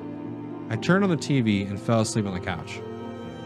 I woke up around 9 and I was starving. I had slept for the time I usually make dinner. I wasn't about to make a whole meal at 9 p.m. I was tired and just wanted to eat. I decided I would go down to the fast food place down the street and grab a burger. I threw on my jacket, my shoes, and grabbed my keys off the table. Walking down the stairs to get to my front door, I was overwhelmed with a sense of dread.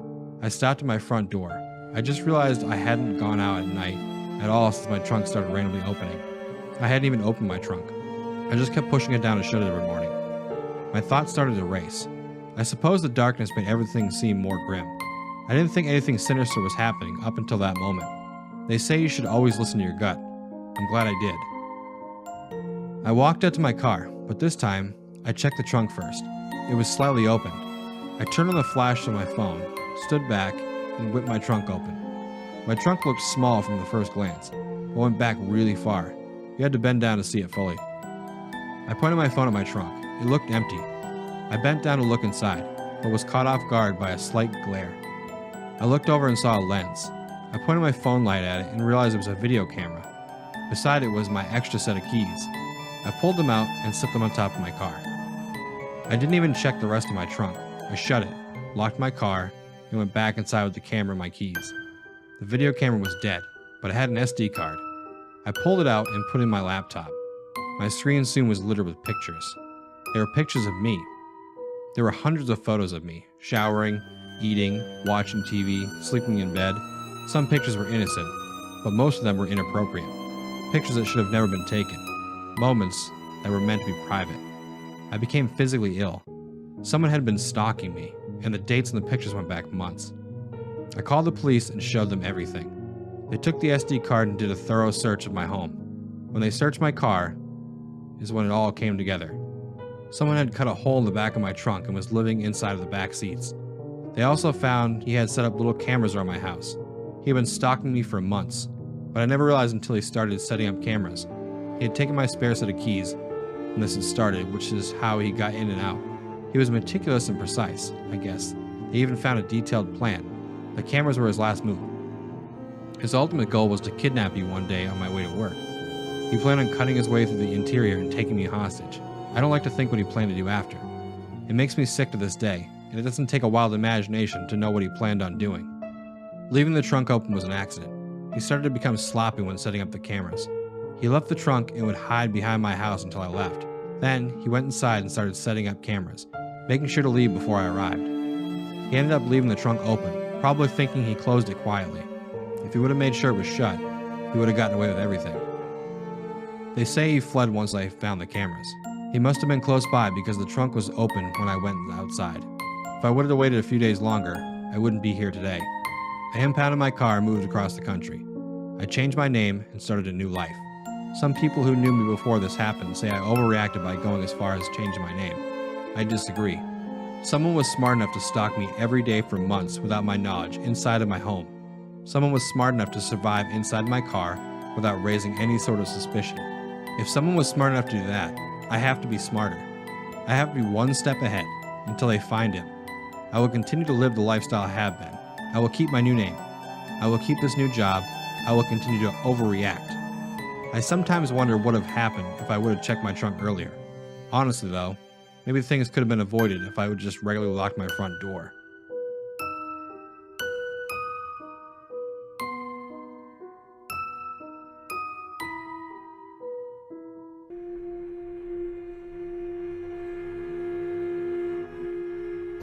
Necrosleep by Lemniskate64. Cold case file, necrosleep.net, 4/18/2023. The following account is the only surviving evidence supporting the existence of necrosleep.net.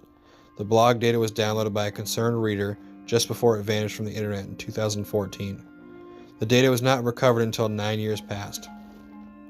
These are the final moments of Reed Murdoch, written in his own words, and they read as follows. My disconnected life. Blog author Reed Murdoch. October 16, 2014. Hey guys, so I've decided to start a blog about my new life. Most of you reading this are probably my friends and acquaintances, but for the rest of you, I'll expose a little more about myself. My name's Reed. I just moved out of my stupid parents' basement, thank God, and now I'm pursuing my own life where no one can push me around anymore. Technically, I'm the only one who ditched the place, but they all but kicked me out beforehand. Nobody gives a damn about a crackhead like me, not even my parents, not that I care. Anyways, I'm doing my own thing now. I had to give up a few luxuries. My mom's hellacious cooking not worthy of being called a luxury. I'd much rather live off discount ramen noodles anyway. Sometimes I'll have corn on the side when I'm feeling extra fancy.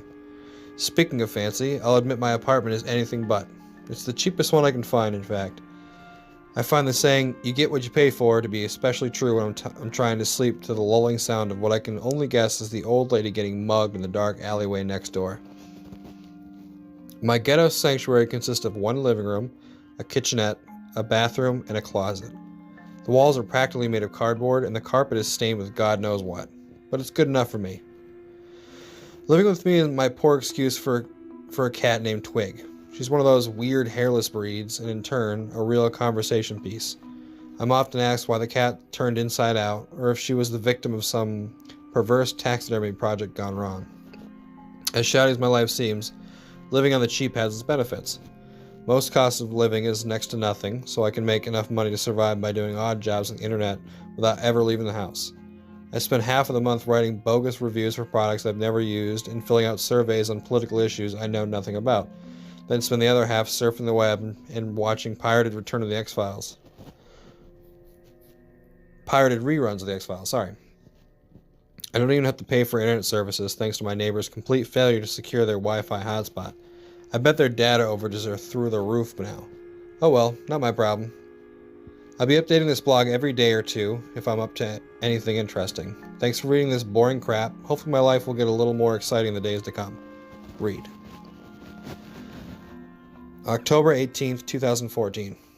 I've decided to do something unusual. It's 3 a.m. and I intend to stay up all night, caffeinated beverages all by my side. Why am I doing this, you ask? Because I'm permanently switching to a nocturnal sleep schedule. In other words, I'll be sleeping during the day instead of at night. I have a number of good reasons for doing this. 1. There's less people out at night, so leaving the building won't be much of a dreaded thing. 2. Sunlight gives you cancer, right?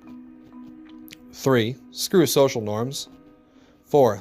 The internet speed seems to increase substantially after midnight. 5. It's a free country, and I don't need any reasons. Also, I ran into this cool forum called Nocturnal Underground. Naturally, it's full of sun-loathing recluses and cynical misanthropes like me. How perfect. I registered straight away and found the forum dwellers to be very welcoming. It's not the most famous of internet destinations, more of a tight-knit hole in the wall for a very obscure subculture. We all seem to share a general appreciation for societal disconnect, which is cool, because I really thought I was the only whack job who couldn't stand dealing with normal people. After all, it's these normal people who are telling me I don't have the right to smoke whatever substances I damn well please, as if it's their business. I'll let you know how this whole nocturnal thing works out for me. Peace out. Signed, Reed. October 21st, 2014. I'm adjusting very well to my new lifestyle. I can already tell this is the way I've been living all along. The internet is a far more interesting place during the night.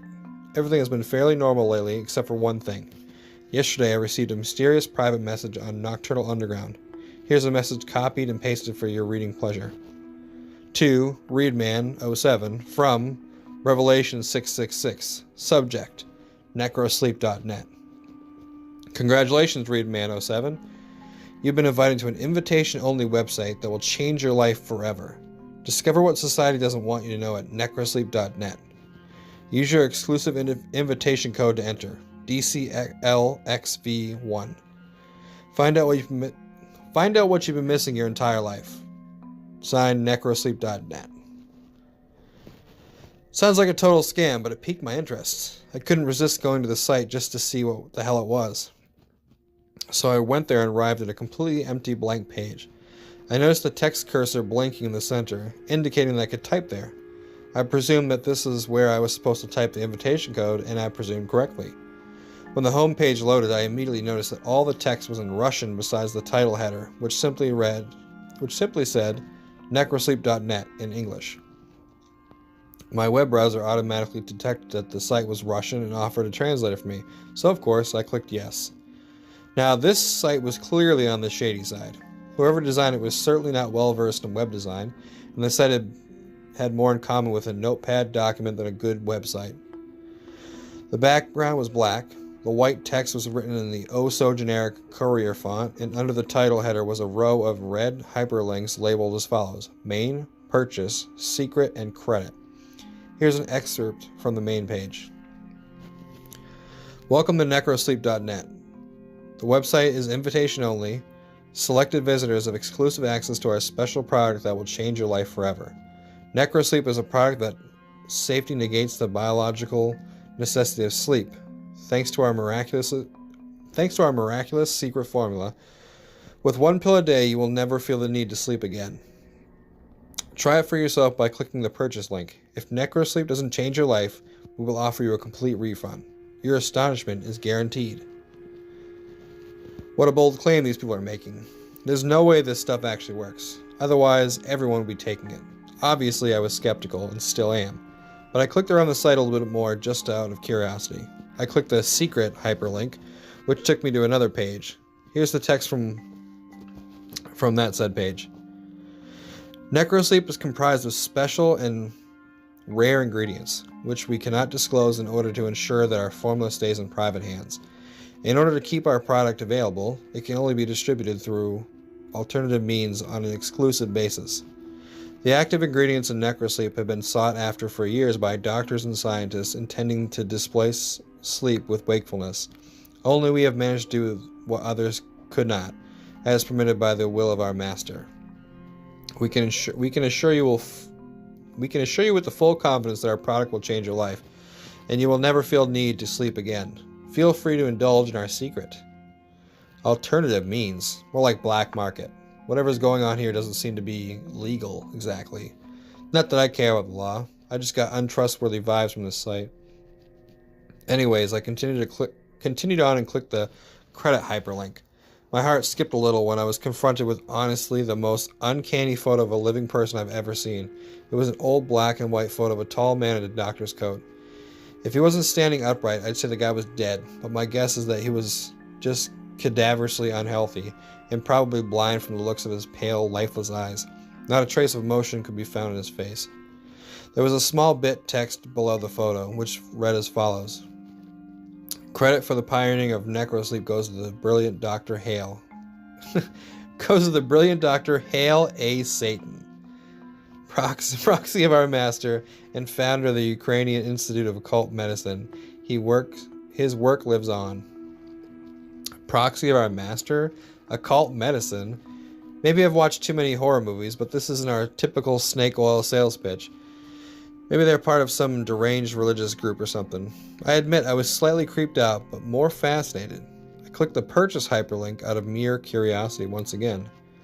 Turns out each pill costs some absurd amount of Russian currency, which I found out was equal to about 130 US dollars per pill. Ridiculous. Not that I would buy them even if I could. I left the site right away.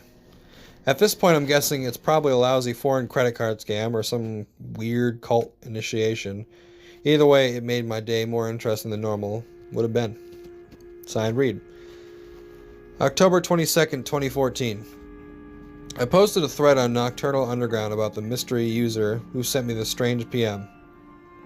I found myself wanting to know about this whole necrosleep.net thing, so as part of my investigation, I sought to find out who the user was. Here's a transcript of the forum thread. Readman07. Hey guys, I hope I'm not disrupting the order of things by posting this in the trolling and harassment section. I didn't know where else to put it. I figured the incident of mine might qualify as a spam case if other people are getting the same advertisement message I am. Basically, the other day I got a personal message from a user I've never seen before called Revelation 666, and the message was an advertisement for some supplement. Has anyone seen this user on the forums before? I sure haven't. If you have any information, that'd be great. So another user responded back, Cosmic Trash Bin. I don't recognize the username. He must be fairly new or just inactive. What were the exact contents of the message? We could probably get an admin to ban him for advertising. Redman07. Here's a screen cap of the message. Sends a picture of the message. Cosmic Trash Bin. Strange, did you actually go to the website? I hope not. It's probably infested with viruses. Another user says, just tried going there. It's just a black screen. The invite code didn't work either. It just gave me a pop-up box that said invalid IP. Redman07. Of course I went there. I couldn't resist. Thug life for life. Doesn't work for me either. Invalid IP. Cosmic Trash Bin. If only works for Redman07, maybe it's bound to his IP somehow. Can you get some screenshots of the site? You sparked my interest. Redman07. Here you go. The page was initially in Russian, so I had my browser translate it. He sent a couple pictures of all the different things. Another user says, looks shady as hell. Cosmic Trash Bin. Wow, don't even mess with it. You're asking for trouble just by clicking the link. You're probably being keylogged as we speak. Another user says, not to mention the product they're selling is probably laced with cyanide. Cosmic Trash Bin. If you're stupid enough to buy it, well, the gene pool is better off without him anyway. Another user says, never trust a Russian. Thug life for life. I'm Russian and I find that offensive. Another user says, you just said you were Asian last week. Make up your mind. Readman07. I leave this thread for 5 minutes and chaos ensues. Everyone calm the heck down. Of course I'm not going to mess with it. These supposed miracle pills are $130 each anyways. Who do you think I am, Johnny Cash? Thug Life for Life says, just because his name was Johnny Cash doesn't mean he was rich or had lots of cash or whatever. Another user says, of course he was rich, you dumb expletive. He's Johnny Expletive Cash. Cosmic Trash Bin. Whose bright idea was to equip this forum with a profanity filter anyway? It's expletive stupid. Readman07. Before this thread deteriorates any further, let me just say I've put tape over my webcam just in case something slipped past my antivirus, but it's probably just a credit card scam or something. I'll do some research on it tomorrow. This one's been up for 3 hours and I'm running low on energy drinks. Cosmic Trash Bin. I'll contact one of the admins about this. Spam isn't tolerated here. I ought to see if they're willing to uninstall the profanity filter plugin as well. I got a message later from HD Wishing Wells, one of the admins, saying that the user Revelation 666 doesn't exist in the database, and that the only way I could have received the message if the mail client was bypassed somehow. In other words, somebody hacked the system just to send a spam message. What the hell? Read. October 23rd, 2014. I finally got around to Googling necrosleep. The results were most irrelevant, YouTube channels and defunct 90s screamo bands from the looks of it. But I noticed among the garbage results a link to a post of fastmd.com. The preview said, "Does anyone know if the necrosleep stuff actually works?" So I clicked on it, only to be directed to a page stating, "The post you're looking for has been deleted and no longer exists." I should have known. Nothing can ever be easy and predictable. I returned to the results and had to scan over several pages of them before finally running into an old gaming forum thread where the website necrosleep.net was mentioned. This time the post hadn't been deleted. In the middle of a conversation about maximizing crop production in some medieval strategy game, one of the users claimed to have taken necrosleep in order to tend to his virtual farm 24 hours a day. Needless to say, the other forum patrons were highly skeptical. The guy posted a link to necrosleep.net in an attempt to back up his claim, ultimately failing to convince them because, you guessed it, the site was bound to his IP address. He also had the same invitation code as me, DCLXVI1, leading me to believe it's just a formality intended to make you feel special. But that doesn't explain why and how my IP, and apparently someone else's, got singled out. The bragger then claimed that there was irrefutable proof of his ceaseless wakefulness in this game, or in his in-game score, in relation to the length of time his account had existed. His score was excessively high, so high in fact that it would be impossible for him to attain so high a score in such a short time, unless he was playing the game at least 21 hours a day, which leaves practically no time for sleeping.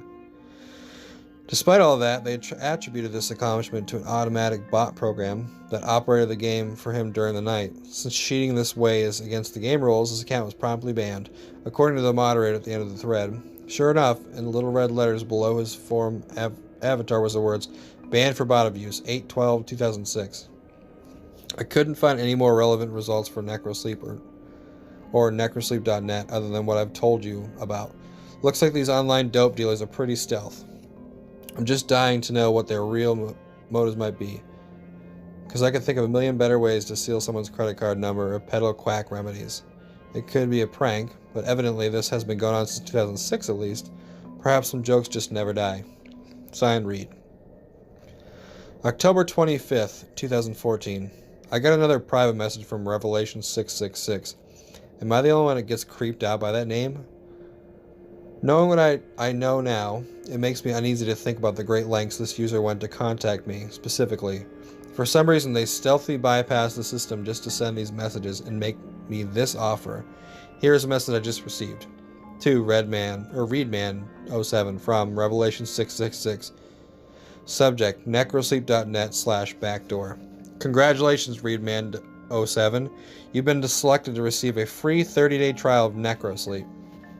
Claim your exclusive reward at necrosleep.net/backdoor. Find out what you've missed in your entire life, risk-free. necrosleep.net/backdoor. Once again, my curiosity got the best of me. Bracing myself for whatever scam was coming my way, I clicked the link. I was taken to a page asking for my address. Nothing more. I thought about it carefully, knowing full well that these people likely had malicious intentions. But if I entered my post office box, what's the worst that could happen? Worst case scenario, they send me some junk mail or some faulty pills. The point is, they'll finally know what they want from me. I entered the address. Read. October 28th, 2014. I decided to go back to the thread I posted on Nocturnal Underground and let people know what's up. Sure enough, their reactions were amusing. Read. Well, guys, it happened again. Look at the attachment. Sends a picture. Cosmic Trash Bin. Don't tell me you clicked on this one too. Reed. I did. Then it asked me for my address. But don't worry, I only entered my P.O. box. Are you out of your expletive mind? I take you, Reedman07. I take it you couldn't persuade the admins to disable the profanity filter. Cosmic Trash Bin. No expletive Sherlock. Apparently they got a huge kick out of watching us quarrel over it. Reedman07. I wouldn't be surprised if H.G. Wishingwell sent me this weird message just to stir up some controversy around here. H.G. Wishingwells. Neither would I. Cosmic Trash Bin. The mystery has been solved. Everybody go home. H.G. Wishingwells. In all seriousness, I had nothing to do with this. I swear on my great-grandmother's life. Reedman07. Swearing on the life of a dead person isn't exactly the most convincing way to plead. Cosmic Trash Bin. I think the joke's gone too far, H.D. Did you or did you not? H.D. Wishingwells. I really didn't do it. The admins and I are generally perplexed when we saw where the message came from. Or should I say where the message didn't come from. It was certainly not from any registered user on the site. If they actually send you the pills, are you going to take them? You couldn't pay me $1 million to try that expletive. Cosmic Trash Bin. I can personally guarantee that the stuff is too good to be true. Nothing can make you stay awake forever. H.G. Wishingwells. I agree with Cosmic. Don't take this any further. Reedman07. Even if they do send me the pills, and it's not just junk mail, I'm not going to take it unless I find some more information on it. Do you really think I'm that stupid? Chill out, guys. I probably won't update this thread anymore, so follow my blog if you want to know more what's up with me. The link's in my profile. Well, we pretty much ruled out the possibility that it's a prank by the admins. I don't think H.D. Wishingwells would carry on a prank this long, nor would he lie so blatantly. And even if one of the other admins were pranking me, I can't imagine they would do it with some Russian supplement pitch. It's just all too strange. Signed, Reed. October 30th, 2014. Last night I had a buddy of mine deliver the mail to my doorstep in exchange for some coding work on his Flash site. I'll do just about anything to avoid leaving the building. That's not the point. The point is that I received an envelope with no address. Yet I immediately knew who it was from. The envelope was old, very old, like it's been sitting in a dusty attic for decades. I opened the stained envelope only to find a smaller manila envelope inside. Also rather old looking. Inscribed in the small envelope was the word necro sleep, and a word of advice on storing the packet in a cool, dark place for maximum potency. The words appeared to have been stamped on the envelope rather than printed. I opened the small envelope, and sure enough, there were 30 black pills inside, more crude than what you might get from your local pharmacy. Now, before you all start freaking out, I'm not going to take these, at least not until I dig up some more reliable information on it. Now, I know these Russian dope dealers weren't just trying to send me junk mail. The question is, why would they send me the pills if they don't actually work? Surely they must want my money, which they would have get after a failed 30-day trial. What if they're going to try to kill me? I never did have a good feeling about any of this, but the curiosity is killing me. Read. October 31st, 2014. It just occurred to me that I completely overlooked something. I never researched Dr. Hale A. Satan, or Hale A. Stan. This guy who apparently had something to do with necrosleep. So I did a quick Google search and found, much to my surprise, that he had his own article on Wikipedia. The article states that Dr. Stan was a Ukrainian scientist and physician who claimed to have been directly involved in the experiments portrayed in a 1940 motion picture where it documents Soviet research into the resuscitation of clinically dead organisms. Here's an excerpt from the article. The motion picture Experiments in the Revival of Organisms depicts various disturbing medical experiments conducted on canines, one of which involves a dog's decapitated head alive with a primitive auto-ejector machine that supplied it with oxygenated blood. The operations of the films were credited to Dr. Sergei Brukenheko. However, Dr. Hale A. Stan incessantly claimed to be the one really conducting the experiments and invented the auto-ejector, and that they only credited Brukenhenko because Stan was sentenced to life in prison for illegally conducting gruesome experiments on humans. He believed that because he had consent from his test subjects, albeit through bribery, he had not committed an immoral crime. The Lenin Prize was awarded to Brooke and Hucko for the auto-ejector, while Stan remained in permanent imprisonment. It wasn't until they discovered the lost footage of his morbid human experiments that they had him executed by lethal injection. His last words, spoken in an unidentifiable language, died with him. Dr. Hale A. Stan was rumored to have pioneered a variety of cures for major conditions such as narcolepsy and epilepsy. Although the results were not published in a scientific manner, and therefore the majority of his alleged accomplishments were unverifiable and seemingly occult in nature, the number of people he apparently cured of various incurable afflictions between 1930 and 1940 was in the thousands. Attempts to recreate his documented remedies ultimately failed, leading most to believe he was practicing pseudoscience. It is believed that by some that Dr. Hale A. Stan has a following to this day, and that his miracle cures are still being practiced and peddled from Russia and Ukraine. Some claim to have received mysterious emails and offers pertaining to Dr. Hale A. Stan's work. All investigations revealed no evidence to support these claims. End statement. I'll admit, some of this stuff unnerves me. Morbid human experiments aren't exactly pleasant things to think about, but it seems to me this guy was just doing what was necessary to advance this research. Maybe he really was onto something. Maybe his cures couldn't be replicated because they were so advanced. I don't really know. All I know is that I received one of the mysterious offers that supposedly doesn't exist beyond hearsay. Maybe there's something to this. Maybe I really was selected to receive a gift too great for the masses. Maybe they were dead serious when they said this would change my life. Signed, Reed. November 1st, 2014. I'm holding the pill in my hand, ready to take it at a moment's notice. I've been thinking hard about this. I know it's not the safest thing to do, but I'm a risk taker. If this turns out badly, I don't have to live for long anyway. Life is nothing without danger, and I want to know the motives of these people more than anything. I need to know what they want from me. I need to know what I'm missing. There's only one way to find out. Signed, Reed. November 3rd, 2014. I can't believe it. It's actually working. I haven't slept in 3 days, and I don't even feel remotely tired. Holy hell. I've never been so focused and stimulated in my life. I don't know what's in this stuff, but it works. I don't know how long it's going to work exactly, so I'm not getting my hopes up, but the claim is that I'll never need to sleep again, ever. So far, so good. Signed, Reed. November 4th, 2014. Still works like a charm after 4 days. But lately the light has been really bothering me, so I duct taped a piece of cardboard over the window. I never really like the window anyways.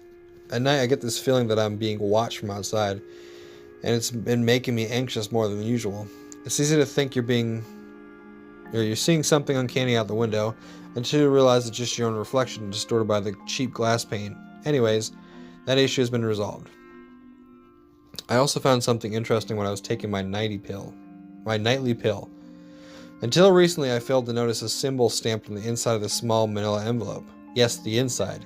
I know I've seen this symbol before, but I can't remember exactly. It's a downward pointing pentagram with what I think is a goat's head inscribed within it. Maybe they just reused an old envelope and turned it inside out or something. Read, November 5th, 2014. Thanks to one of my followers pointing out something I didn't realize, the emblem inside the envelope was actually a satanic symbol. Yes, needless to say, I'm definitely not taking this crap anymore. This sort of thing really creeps me out. I'm done. I wish I would have read that message before I took it tonight. I'll just quit tomorrow. I mean, it hasn't harmed me thus far, and I feel great, so maybe I'm just being paranoid. It's just a symbol, probably a printing mistake or something, but screw that. I'm not messing around with demonic affairs. No way in hell. Signed, Reed. November 6, 2014. Over the past week, I've been taking one of these pills at exactly 10 p.m. each night.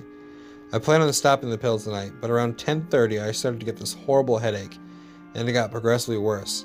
I was thinking maybe it was just me adjusting to suddenly going off of narco sleep.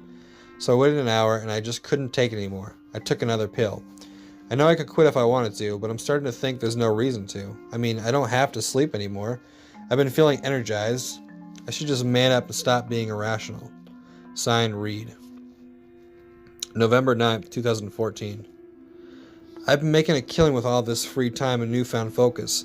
I made $5,000 in a single day of trading virtual property. That's not including my online poker proceeds over the last week, which are through the goddamn roof. Suddenly I have this intuitive grasp of numbers that I've never had before. I've been living my life in a daze until now. They were right. This really is changing my life. Read, November 11th, 2014. Here's a rather peculiar story for you guys. I was sitting on the couch minding my own business when I noticed a couple of gleaming eyes staring at me from the dark corner. I thought nothing of it, knowing it must have been Twig skulking around. Cats have reflective eyes. Who else would it be? I looked away, and then at the very same moment, I felt it. Twig's wrinkly little self curling up next to me. I looked back towards the corner, those beady eyes still fixed upon me, with Twig clearly at my side. I blinked, and the eyes were gone. Man, my brain's really trying to screw with me. It had to have been mental. Yet, I remember it was such lucidity. Come to think of it, I should have known it was Twig from the start. Cat's eyes don't glow red. Anyways, let's hope it was just a freak brain malfunction. After all, what else could it possibly be? Read. November 12th, 2014. I'm gonna run out of food eventually. Obviously, I can go to the store and restock myself, but the thought scares me. The thought of leaving the safety of my apartment, the thought of social interaction, I now dread it more than I ever have. I never have preferred going out to staying in, but I've never dreaded it this much. I wasn't always so terribly afraid. None of my instant messenger friends have been online lately, and they stopped upvoting my blog posts. Who's going to get me groceries? What if I have to go out there? I shouldn't be panicking like this, honestly. I'm being stupid. Stop panicking, you idiot. Stop panicking, you idiot. Stop panicking, you idiot. Signed, Reed. November 13th, 2014. My friend Jake came online. It was a temporary relief that lasted about as long as it took him to say, I'm not dropping off the food until you agree to get out of the house. That was his offer, telling that I'd leave the house and go clubbing with the guys in exchange for help. I declined out of pure fear. He was worried for my health. Apparently I can't blame him for thinking I'm becoming a feral hermit, doomed to die alone in this pathetic slum. But he just doesn't understand. Nobody understands me. At least I'm sure I get enough food to last till Thanksgiving if I stretch it. Signed, Reed. November 15th, 2014. I need to tell you all about another strange experience I had yesterday. I've been leaving my TV on lately, so the silence doesn't irritate me. That children's show Bucko Garden was on, you know. The show we all watched as kids until we were mature enough to realize how mindless and nonsensical it was. Yeah, that show. It was playing in the background of my boxy old TV in the corner. Eventually it distracted me and I found myself zoning out into it for lack of better things to do. It must have been a Thanksgiving episode, considering Bucko, a guy dressed like a deer with a human face, was in the kitchen preparing sweet potatoes and cranberries. This is about as intelligent as the show gets. Things get a bit weird when he decided to get into the anthropomorphic cranberries.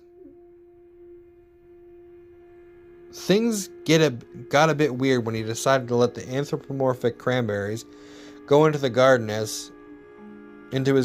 the last minute, as if they were captive insects. I don't know why that was such a hard thing to say. The sweet potatoes weren't so lucky. Bucko sent his bird friends to receive a pumpkin pie from the pie tree, and his squirrel friends to collect gravy from the gravy cow, who coincidentally regurgitated mashed potatoes to boot. I told you this show was weird, but that's not even the start. I didn't realize something was off until Bucko pulled out a knife. A full-fledged, razor-sharp knife that you wouldn't expect to see in a benign show. With the other hand, he opened the oven and pulled it out. Not a ham, not a turkey, a roasted human fetus. Mother of God. I couldn't even believe what I was seeing. How on earth could this be allowed on television? Were my eyes deceiving me? I don't know, but I turned it off as soon as he started cutting into it. The gore was too much even for me. I'm still having a hard time believing that my own eyes clearly saw. I couldn't have been dreaming. I hadn't had so much as a nap in 15 days. I don't even know. Maybe something's wrong with me. I've been forgetting my PC login password even after changing it for something else and wrote it down. I forgot where I wrote it down. I forgot it down. I can't even think properly right now. Yeah, he's not talking straight anymore. Signed, Reed. November 18th, 2014. I'm not gonna lie. I'm scared out of my mind right now. I walked into the bathroom planning to take my first shower in weeks. I never imagined I'd open the door to see anything more than my own reflection in the mirror. Instead, I saw it, standing behind me, staring, completely motionless. I froze and panicked more than I ever have in my entire life, I swear. You don't know true fear. Or you don't know true fear. You don't even have a clue. I can still see it, engraved in my mind. The face. It was demonic. It was gone as soon as it came. I'd say I was just imagining things, but it felt all too real. I'm not going to that bathroom ever again. I'll just go in the kitchen sink or something. I can't handle this. I wonder if these pills are screwing with my mind. I need to stop. I need to stop now. I don't even feel safe in my own apartment anymore. I feel like the shadows are watching me. Signed, Reed. November 20th, 2014. I tried to stop the pills again, but I had a change of heart at the last minute. Something told me not to, like a voice in my head. I just feel like it would be wrong and somehow my life would fall apart if I stopped. I don't think this is normal the way I'm living, but I can't imagine it any other way. I can't imagine stepping out into the light, or even the moonlight for that matter. All of my instant messenger contacts have been offline since Jake talked to me last, and I don't know if my food will last another week. Twig's getting pretty skinny since I've been eating her cat food to stretch my supplies a bit, but she'll be okay as long as someone comes online by Thanksgiving. Speaking of which, nobody invited me over for Thanksgiving dinner. Not even my family, but that's okay. I hate my parents anyway. Screw them. Signed, Reed. November 22nd, 2014. I've been hearing more voices inside my head. Horrible voices. It's really scaring me and I don't know what to do. Is it some sort of side effect or something? I can't hear myself think sometimes, like I'm losing control of my own thoughts. And these thoughts I have are so dark. It's not like me to think that way. I would never hurt anyone. I'm not like that. I tried going to necrosleep.net again, just to see if there's something I missed about side effects, and it said the domain is no longer in use. The site was shut down. I don't know what to do anymore. I'm terrified. Signed, Reed. November 24, 2014. Knock, knock, I yelled through the drafty door, asking who it was. It was my friends, Jake and Douglas. Apparently they wanted to help me after seeing my blog post of distress. But sure enough, it was only under the condition that I open the door and come out. Very suspicious. How do I really know I can trust them? I know I've trusted them for years, but if they were just earning my trust, they could pull something more sinister later on. What if they give me drugged food? What if they stab me when I open the door? It just occurred to me that I have no real proof that I can trust them. I can't even trust myself anymore. I don't even know who I am. Maybe my whole life I've been a sadistic freak and I don't even know it. Maybe my true self is just coming out. Maybe everyone is evil. Signed, Reed. November 25th, 2014. The voices won't stop. I used to think they were malevolent, but now I'm not so sure. Sometimes it feels like they're trying to liberate me. They want me to listen to them desperately. They show me things, horrible things, and yet these things don't seem horrible to me anymore. I'm numb. I don't feel anything. But I know there's one thing I can do to make me feel again. Part of me says it's terribly wrong, but the voices tell me otherwise. The voices are my friends now. The demons are my friends. Signed, Reed. November 26, 2014. Twig is in heaven now. I had to do it. I had to know what it tasted like. It was satisfying. But I need more. I thought I'd never leave this room again, but I don't have a choice anymore. I need more of it. The face is getting angry. The voices are getting angry. My head hurts so bad. I need more. It hurts so much. I need more. They're hurting me. I need to feed them more. They need me. I need more. I have to make it stop. I need more. I need more. Make it stop. Signed, Reed. The following are from police reports. So we have a police report from Thanksgiving, 11/27/2014. Victim, Paul Murdoch. Aggressor, Reed Murdoch. Police arrived on scene after a frantic 911 call from Margaret Murdoch, confirmed to be the aggressor's mother. The victim, Paul Murdoch, the aggressor's father, was found in the process of being mauled and cannibalized by the aggressor, Reed Murdoch, whose face and mouth was covered in blood and brain matter. Reed was shot dead after refusing to stop eating his own father, whose skull was torn apart entirely. Drug use is expected to be involved.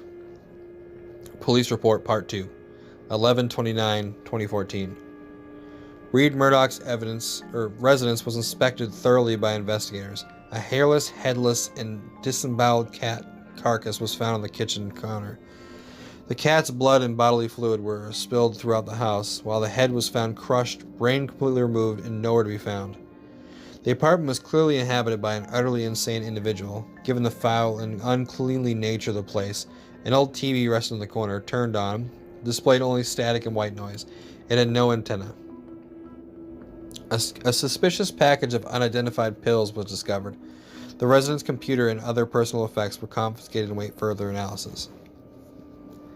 Autopsy report, 12/4/2014. Subject, Reed Murdoch. The content of Reed Murdoch's digestive tract was a disturbing mixture of human tissue, mostly brain matter, and cerebrospinal fluid. Examination of his own brain, however, was even more disturbing and perplexing. His brain was clearly and visibly deteriorating. The brain tissue was black and red rather than the usual pinkish gray, and riddled with holes throughout. Closer examination revealed thousands small black parasites to be consuming the brain. This was undoubtedly the cause of the man's insidious psychosis. Testing on the parasites was inconclusive, as they didn't match any known species. Further testing is required.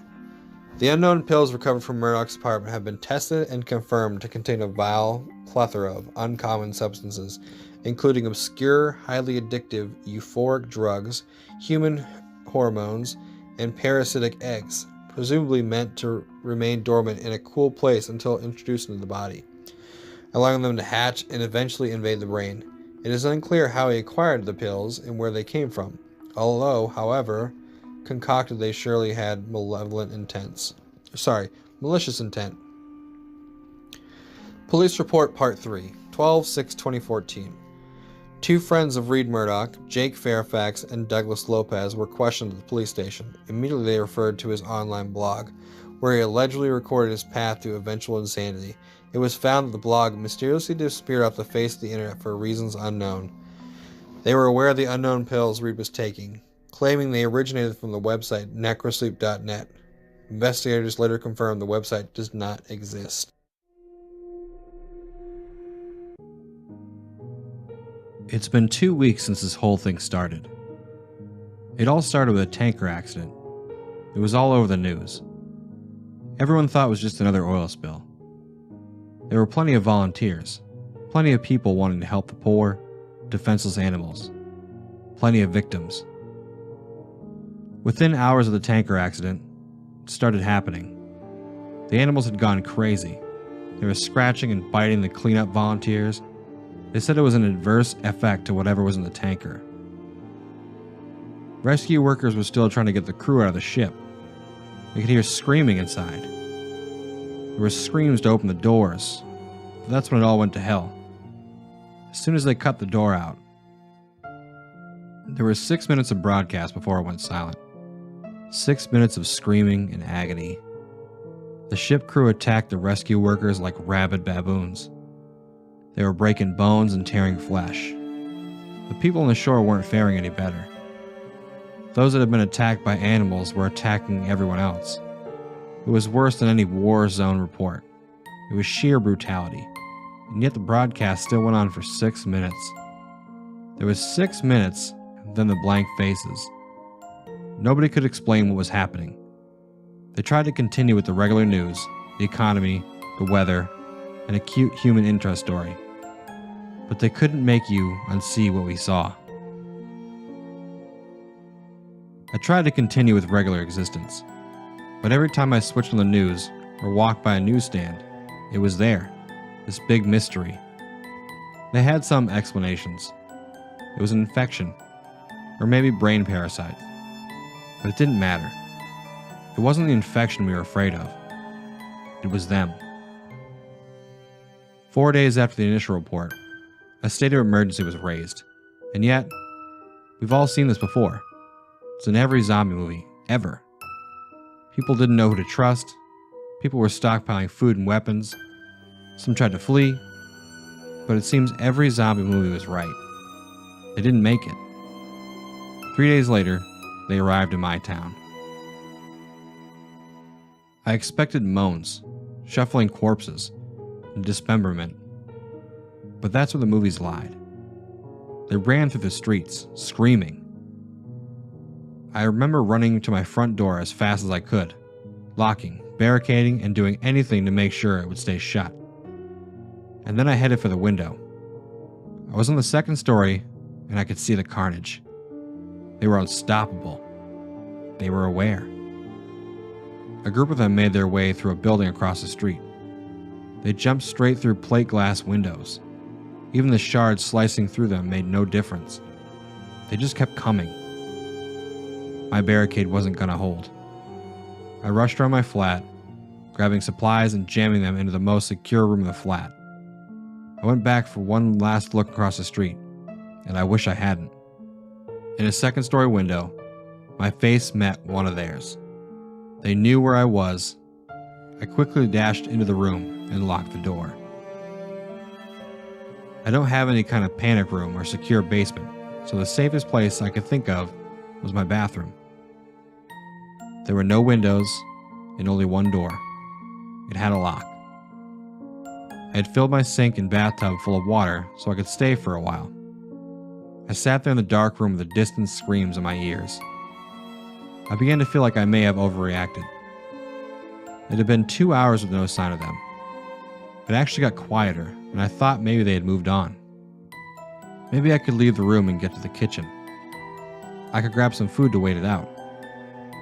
A crash came from the front door. There was a sound of someone running full force into the door and knocking down the barrier behind it. There were a couple of more crashes before I knew they were inside.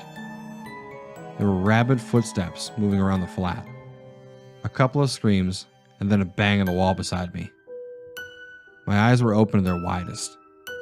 Even in the pitch black darkness of the room, there was another bang, and then another. They knew I was there, and they knew I was scared. This was the zombie nightmare I had been expecting from the start. I had nowhere to run. There was only so much time before they would break in. I sat with my back to the door, hoping my extra weight would make it harder for them to get into. Then it got worse.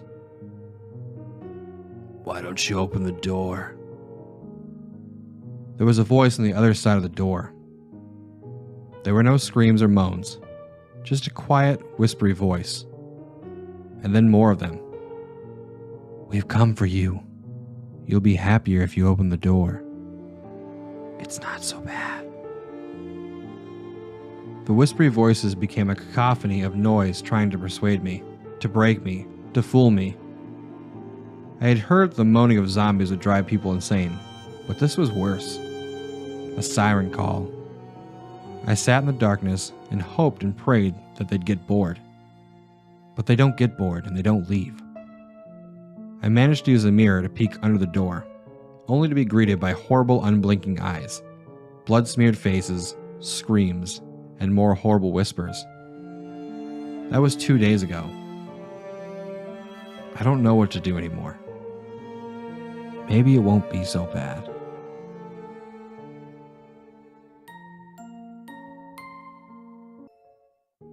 Someone is hiding in my house.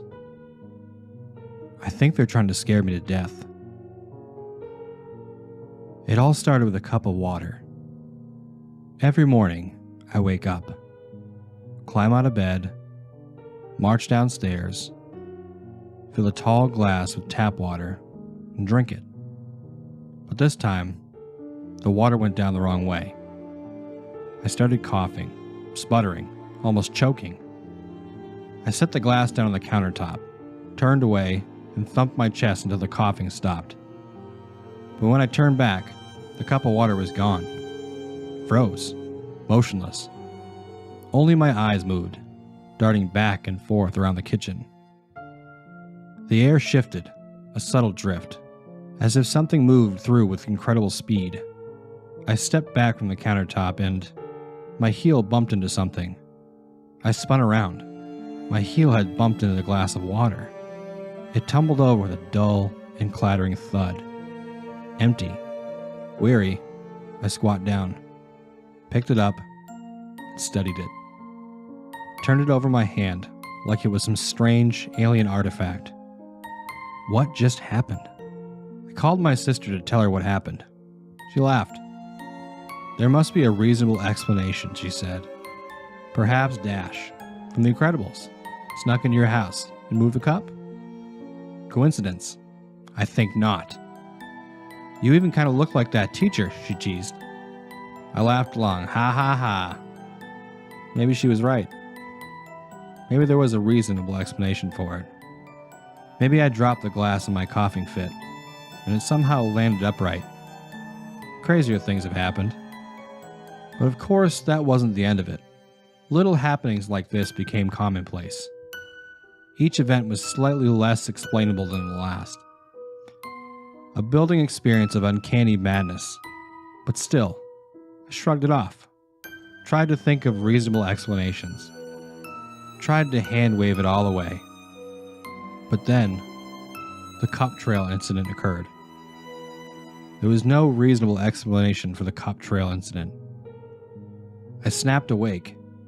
2:58 a.m. on a Tuesday. Bright light blinding my dilated eyes. The lights were on. Somehow, the lights were on. A power surge? Perhaps. I climbed out of bed, marched across the room, and froze. I froze because my bedroom door was open. But the door being open didn't bother me too much. What bothered me was the glass of half-empty water sitting on the floor in the middle of the upstairs hallway. That bothered me for several reasons. Chief among them being, I didn't put them there.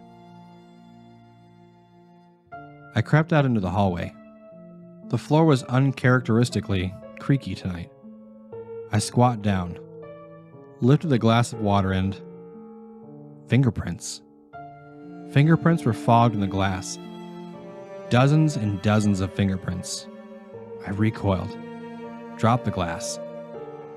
It thumped on the carpet and spilled over, an expanding puddle of water absorbing into the carpet. I glanced back over my shoulder. A looming sense of unease climbed through my body. I pushed back to standing and another glass of water, half empty, sitting at the top of the stairs. I walked forward. I looked down the stairs. Another one, sitting halfway down the steps. A trail of half-empty cups. Should I just call the police? I reached for my phone instinctively, but it wasn't there.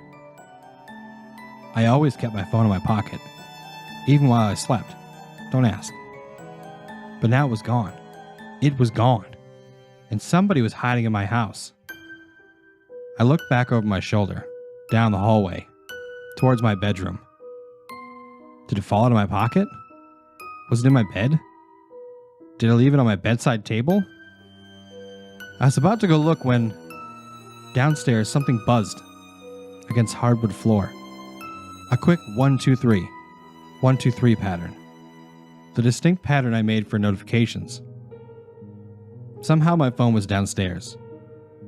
I turned back, took a deep breath, and stepped forward. My phone lay on the kitchen floor, buzzing around in lazy circles. I stepped over, picked it up, and flicked on the screen. Time to call the police. But I froze again. My eyes caught a push notification at the top of the screen. New photo saved to cloud. I raised an eyebrow, tapped into it, and My breath sucked out of my lungs like a vacuum. It was a photo of me, fast asleep, taken at 2:57 a.m., 1 minute before I woke up. A sickening swell of dread spiraled through me as everything piled up. The cups of water, the lights turning on, the phone being downstairs, and now, finally, the photo of me. The photo which somebody else had taken as I slept. I dialed 911. 911, where are you located? A calming, almost serene voice answered. I gave them my address. What's your emergency? She replied. There's somebody in my house. Are you in a room? What? Please get to a safe room and lock the door. I bolted to the nearest washroom, slammed the door shut, and locked it. Okay, sir. Are you safe? Said the voice on the other end. A door slammed shut somewhere upstairs. He's upstairs, I said. Help is on the way. Focus on breathing. Breathe in. I breathed in. Breathe out. I breathed out. Breathe in. Upstairs, another door swung open and slammed shut. The intruder was searching now, checking each and every room in order. Sir, are you there? Yes, I whispered. The slamming door is getting closer, one room at a time, getting closer. The final door upstairs slammed shut, and suddenly a door downstairs swung open and slammed shut. Were there multiple intruders? Either there were multiple intruders or this person was impossibly fast. Sir? Sir, are you still in the bathroom? The bathroom? How did you know I was hiding in the bathroom? I never told them I was hiding in the bathroom. Sir, are you there? The voice said again, but this time, I could hear it on the other side of the door, too.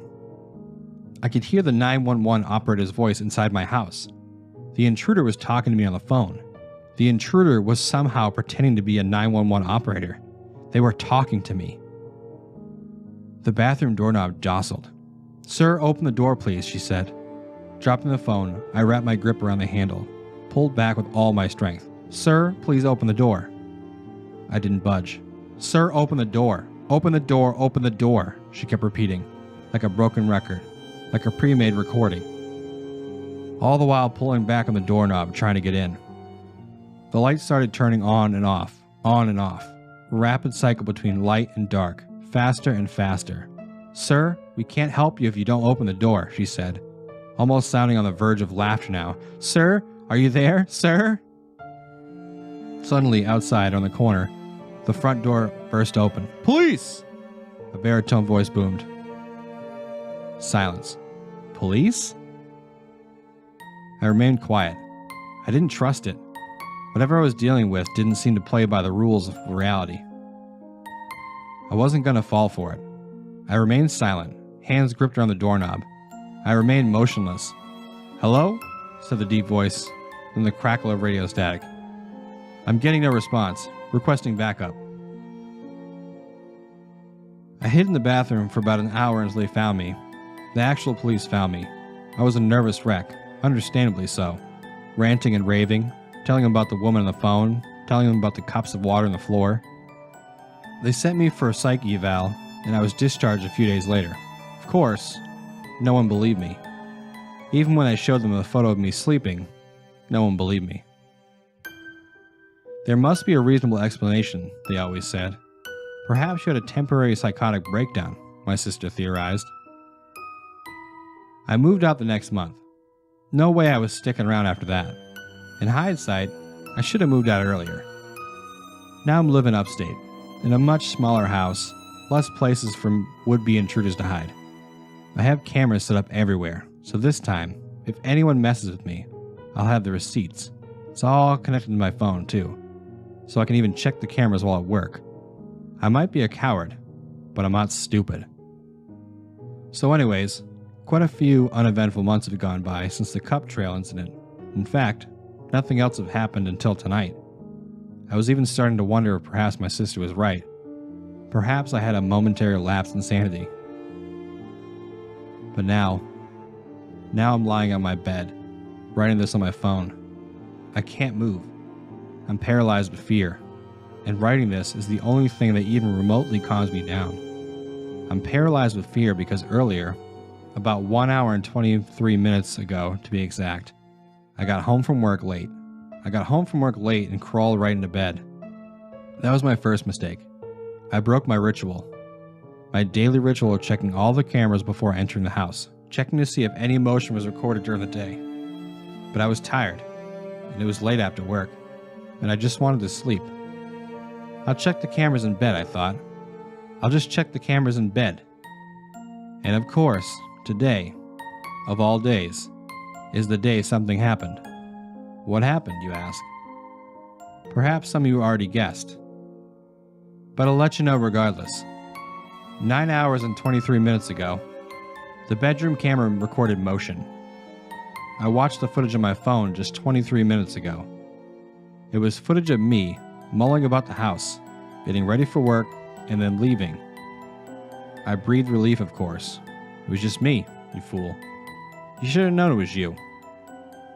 You threw off your schedule, and you were late.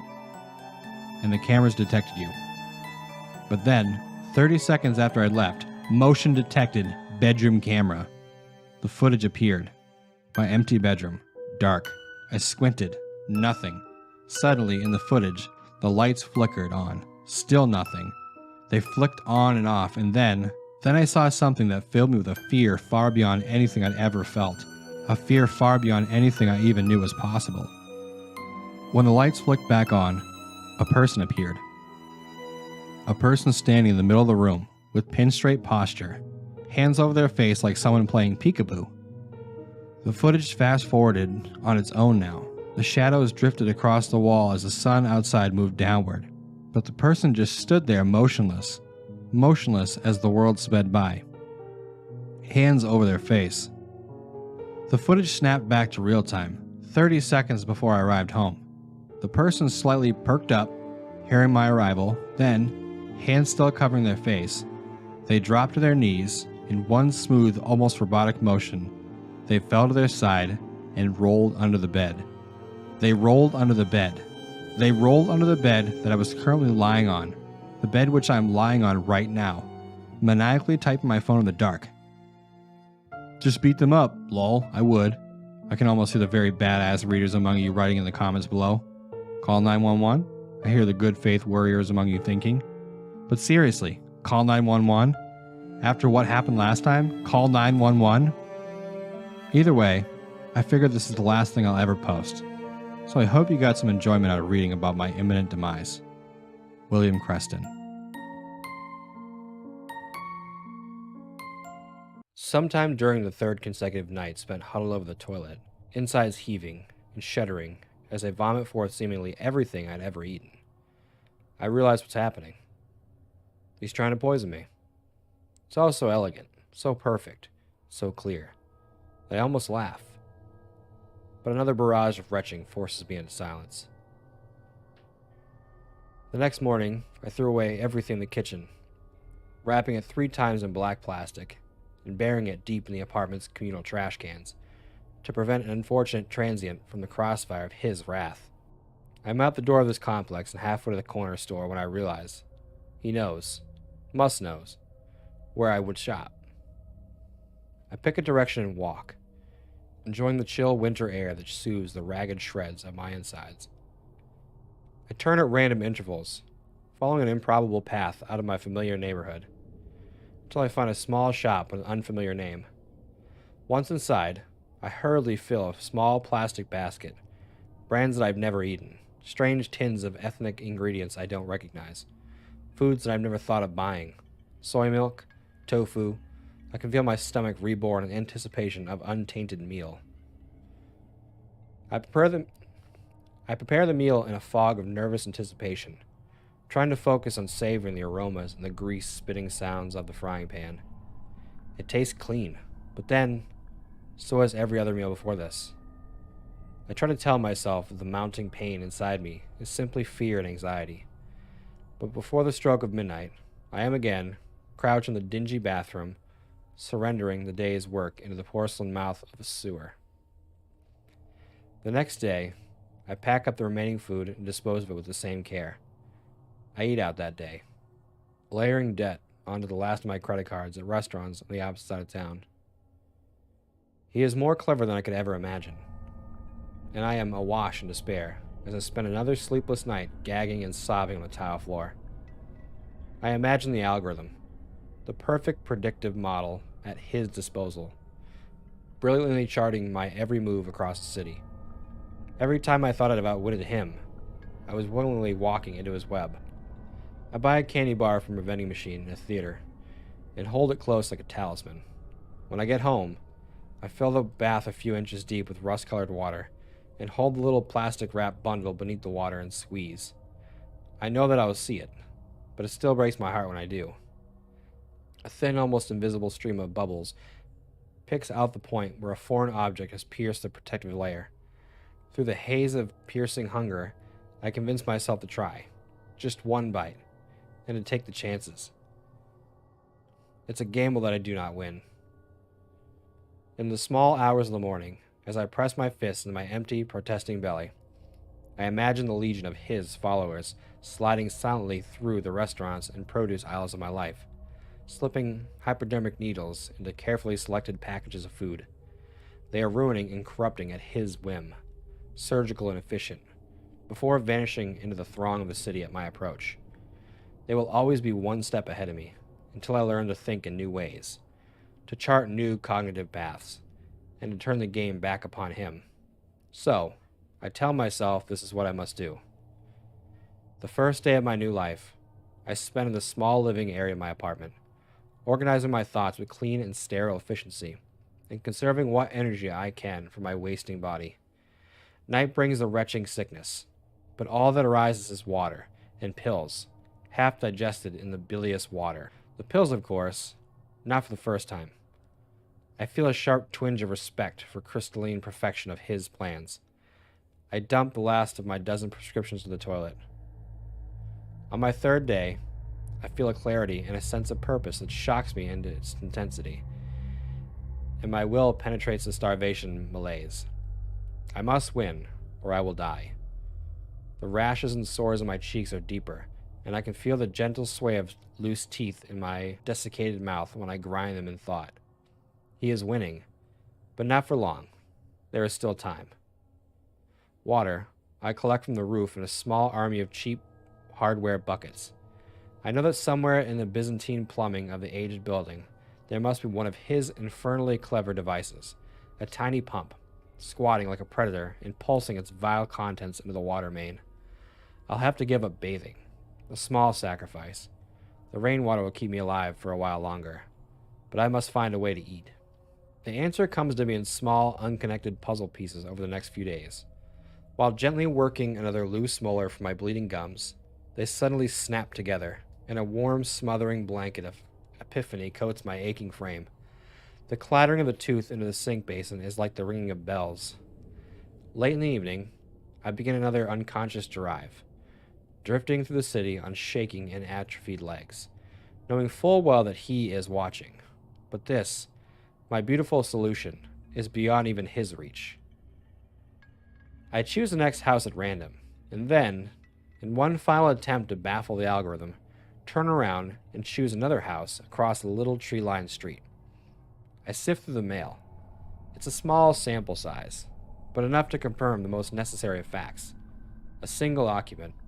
The poor man is surprised to have a visitor at all, and his face contorts with fear as I force my way inside. I am flooded with guilt and regret as I push him onto the floor and strike quickly with the crowbar I pull from the folds of my jacket. No. I must steel myself. This is his fault. He has brought us to this, and this poor man is just another victim of his. I make quick work of the meat, the muscle memory of summers spent hunting in the mountains, flaring up with each quick cut. I allow myself a quick bite, a feast to my shrunken and withered stomach. The iron and mineral salt taste floods my head like a vapor, and I bawl in relief, like a child.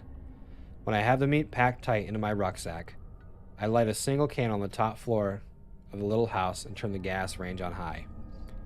I'm not yet home when I hear the low rumble in the distance. The pulsing lights of fire engines highlight the black cloud hanging in the sky. For the first time in more than a month, I sleep well. My body rapidly healing as pure, untainted nutrients penetrate my cells. I am not yet well, but but after a few more meals, I will be ready once more to find him. I know I can beat him now. I know the algorithm can only predict the actions of my past self, bound by the laws and morals of the old world. That world is dead. I am a free man. The Beast from Below. I don't like Godzilla movies. I know. Weird way to start a story, right? It seems so out of left field of the kind of stuff you find on websites like the ones I'm posting this on. Most people would start their stories with some kind of description on how they got into the mess they're in, or some ominous warning. But all I've got is the fact that I don't like movies about a radioactive dinosaur smashing cities. It's dumb. I know. See, the appeal of monster movies, if I had to describe it, is how impossible people think they are. According to accepted scientific law, animals that big simply don't exist on land because they'd collapse under their own weight. I think Neil deGrasse Tyson said that once. Something along those lines. I don't know. I'm not big on science. Never managed more than a passing grade in the subject in any school. But what I do know is that these people are full of shit. And I'm about to explain why. I remember the whole incident pretty fucking vividly for something that happened, I don't know, 2 or 3 years ago. The actual date is fuzzy, though even if I had the date, I wouldn't give it out. I'm not going to tell you where this happened either, but I'll describe the location as vaguely as I can manage without making it pointless. I live in a small rural town. It gets really hot in the summer, really cold in the winter, and ever since 1924, we've had 10-minute earthquakes every 10 years. It's just kind of an accepted fact of the place at this point. Residents like to joke and call it Shakesville, so we'll call it that for now. Anyone who lives here will know what I'm talking about. And for your sake, and everyone's, do not say anything about where Shakesville actually is. Anyways, I've lived in Shakesville my entire life. I was born after one of these earthquakes, and we've never left since, aside from the odd vacation.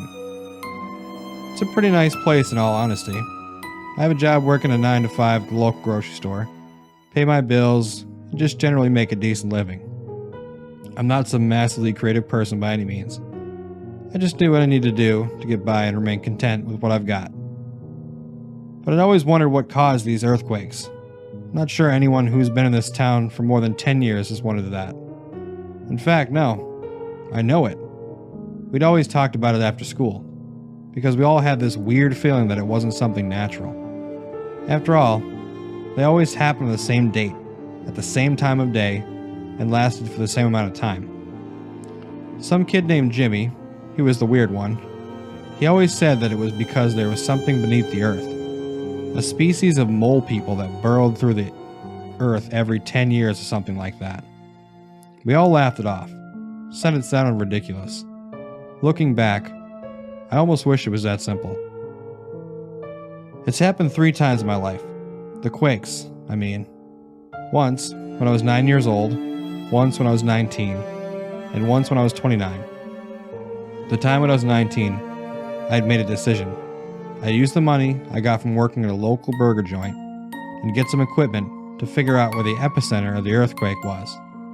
I got a ruler, a high-quality compass, a printer, and some paper, a beefy calculator, and I got to work. I watched the clock intently. A guide written by an undergraduate study geology lists the following instructions, and these are the ones I followed for those curious.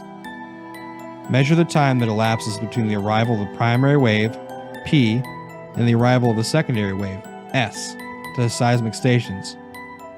Using the S-P time, determine the epicentral distance of each station to the earthquake using a travel time curve. Use a map and graphical compass to draw arcs of radii equal to the epicentral distances around each station. Where these arcs overlap, you may approximate your epicenter. I didn't manage to get a precise measurement. Maybe it was because I only had 10 minutes to do it. Maybe it was because it was my first time. Or maybe the instructions were bad. I don't know. I'm no geologist. But I did get a general direction, and the next day I called in sick, got some supplies, and walked in that direction, out of town, and into the woods surrounding it. I had the foresight to time my walk, 5 hours there and back in total.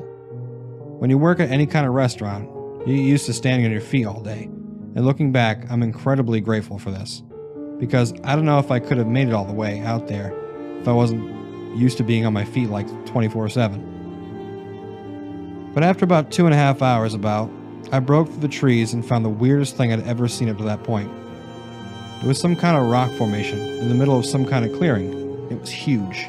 Like, it was so big that I could have been mistaken for a football stadium from really high up. I didn't even bother trying to walk around it, but something didn't seem right about it. For one thing, it was made of a bunch of jagged rocks that looked almost like canines. You know, the little fangs everyone on their upper and lower lines of teeth. Run your tongue across your teeth, and if you feel little fangs, that's them. Some looked chipped, others didn't. But they were arranged in a circle, or maybe an oval.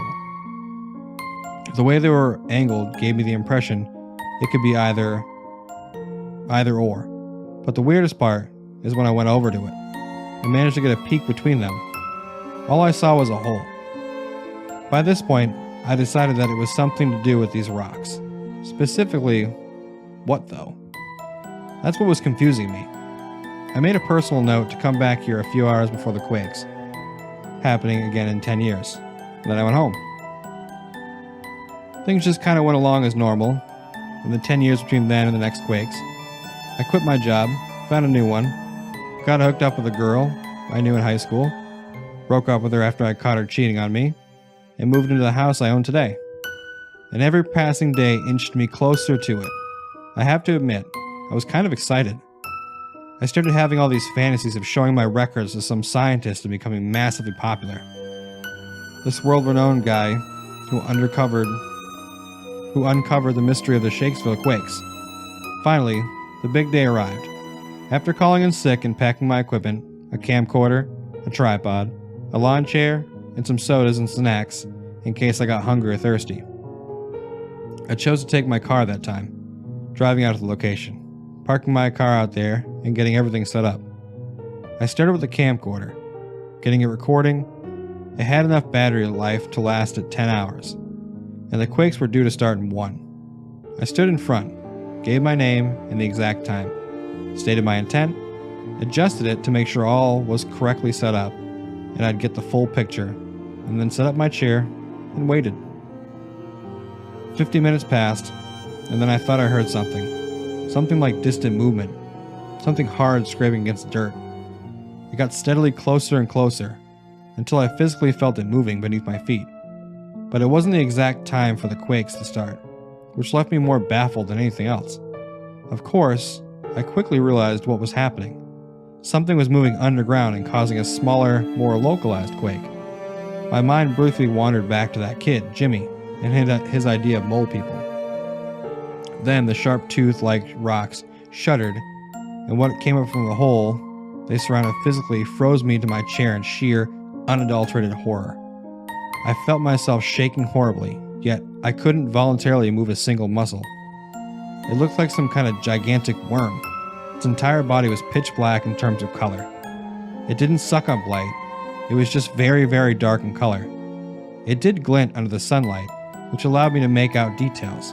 Its scarred and battered exoskeleton, its long yellowed tusk coming from lower jaw, its segmented body curling as it rose out of the hole in the earth. It had a single, bulging eye embedded in its head, and 3 nostrils between that and its mouth. And coming out of either side of its body were arms. They were fairly thick in width compared to the worm, giving the impression it was quite physically strong. Each arm was adorned with 3 fingered hands, with worn claws extending from each finger. It didn't have thumbs. Looking back, they were possibly meant for scraping through dirt more than grabbing things. Long, sharp fins rose out of its back, going down the entire length of what I saw. This thing was massive. I have no doubts that it would have zero trouble wrapping around the Empire State Building if it wanted to. And it could probably dwarf the whole thing if it raised itself up as high as it could. It cast a massive shadow upon the ground behind it, and its gaze was focused squarely upon the sky. It braced itself against the rock formations, which makes me think it had trouble standing upright.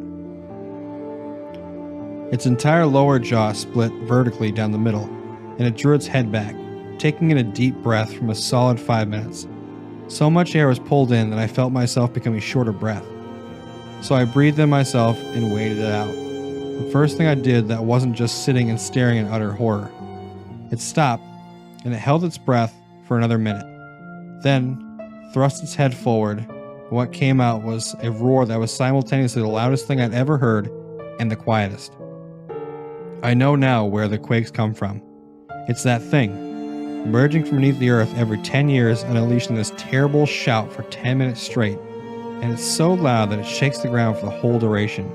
Yet it's so high-pitched that you have to strain your ears to hear it. But once you pick it up, it becomes almost reflexive, and you're able to hear it without trying. It wasn't a pleasant sound either. The noise was dreadful in every capacity, sounding like every dying squeal you've ever heard from an animal, meshed together and pitched up so far you can't hear it. It strikes me as odd that after a few years I still remember it so vividly. I guess it's just one of those things you can't forget. After the allotted 10 minutes, it stopped. It very slowly blinked, its eyelids closing vertically rather than horizontally like you or me would. Then it turned its head, and I realized that I knew it was there. It removed a claw from the rock formation and bent over, planting it on the ground to support its weight. And then it did it with the other claw. It pulled itself towards me, twisting its head 100 degrees clockwise to angle the eye at the ground, and hovered its head over me and stared down at me for what felt like hours, though after looking at the footage, it was just a couple minutes. I've never been more convinced that I was going to die, right then and there. This horrible thing was right out of a monster film. It was going to eat me, or squash me, or even breathe on me a little too hard and break all my bones. If I ran, I would most certainly die. So I stayed put, hoping and praying for whatever God existed that this thing would decide to spare me. It eventually began to go back, rotating its head into the default position as it used its claws to push itself back towards the hole. It climbed back in, once more using its claws to brace itself against the formations. It gave another roar the same length as the last, and then slipped back under the surface to return whatever pit it called home. I sat there for an hour or so as I regained my ability to move. Once I did, I barely shakily got up, turned off the camcorder, got everything packed back up, wolfed down some snacks, and then went home. I didn't sleep that night. How could I? I just witnessed something horrible, something I couldn't forget if I tried. I attended a local church the next morning. I've never been a religious fellow, but I needed to feel there was someone out there better than that thing, something that could give an ounce of security. It hadn't killed me. For some reason, I was still alive. But the thought of the kind of damage it could do if it ever had a reason to go on some kind of horrible rampage haunted me for months after, and it still hasn't quite left my mind. Of course, the townsfolk seemed shaken as well. 2 quakes instead of 1, they were baffled, somewhat concerned. And when they saw me the next day, they just assumed I was worse off than them over the same thing. Apparently, some accidents happened during the second roar. Thankfully, no one was seriously injured, but it still left some people jittery. I refused to release the tapes to say exactly where I found it. Heck, this is the first time I've ever mentioned it to anyone besides myself. But if somehow you know where it is, then do yourself a favor and listen to me. Tell no one. Because if word gets out, it'll create a panic. And if there's a panic, the military is going to get involved. And they're going to try to kill it. And anyone who's watched any giant monster film knows exactly what will follow. You want to know the reason I don't like Godzilla films these days? It's because they remind me of what could actually happen. Today was the day he was dreading. He knew they were going to be extremely busy, and quite frankly, he wanted to call out. Seeing as he was already late. His thoughts were briefly distracted by his black tabby, quietly pawing at his legs, ready for its breakfast. He made sure to fill up its bowl before he dashed out the door, returning twice to grab whatever he forgot the first few times. Then he was off. He breathed a sigh of relief as the last customer left. It had been the best sales day of the year, and they were obviously going to celebrate. He had been contemplating going on home, but he needed to unwind too. He had no serious obligations the next day, so he could stay out as late as he wanted. So when they asked, he happily agreed to go with them. He couldn't open his eyes. He was barely conscious as it was. He slapped lazily around until he managed to shut the alarm off, before he rolled onto his stomach and buried his face in his pillow. The door creaked as his black tabby walked in and jumped onto his back, where it curled up close to his head. The hot breath in his ears lulled him back to sleep. The door continued to ring. He crawled out of bed and made his way to the front door. It was his next-door neighbor, a kind woman in her late 70s, who still worked.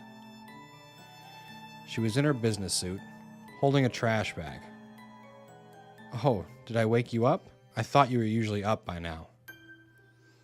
"I usually am," he said groggily, "but they let me have today off."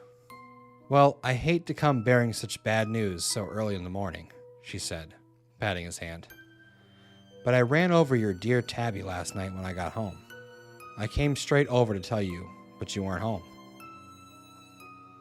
He stared at her for a few seconds, before their silence was broken by its footsteps.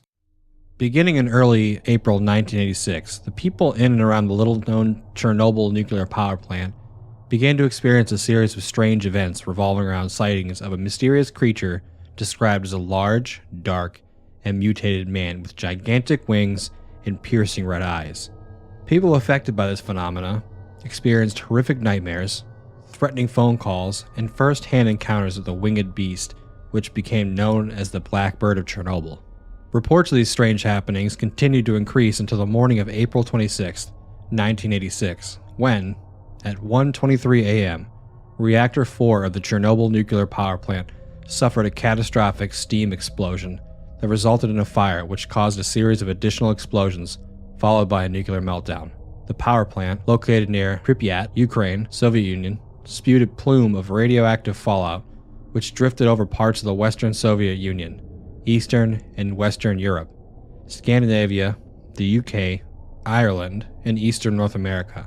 Large areas of Ukraine, Belarus, and Russia were badly contaminated, resulting in the evacuation and resettlement of over 336,000 people.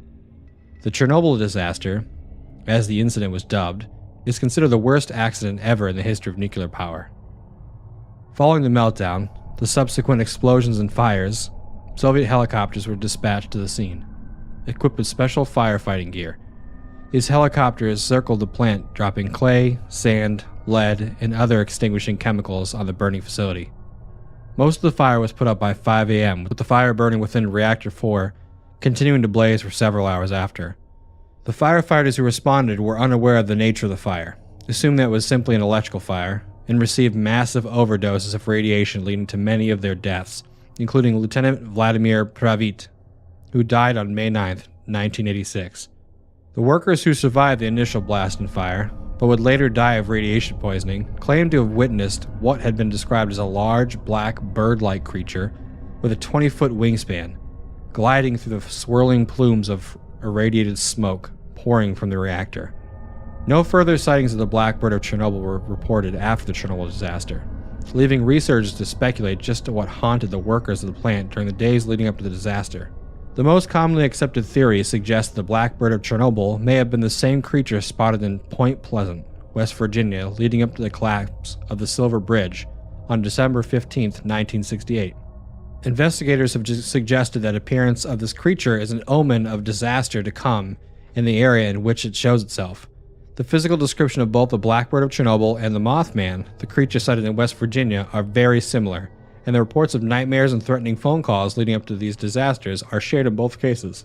A second, less accepted theory suggests the Blackbird of Chernobyl was nothing more than the misidentification of the black stork, an endangered species endemic to southern Eurasia. The black stork stands nearly 3 feet tall and has a wingspan of nearly 6 feet. This theory, however, fails to take into account the menacing phone calls and the disturbing nightmares.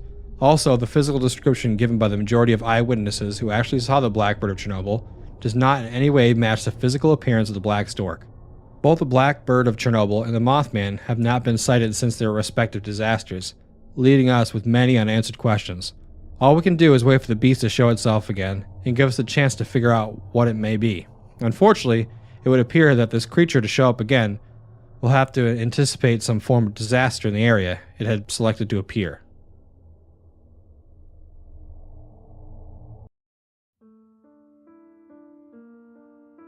A girl and her boyfriend were driving at night down an isolated country road.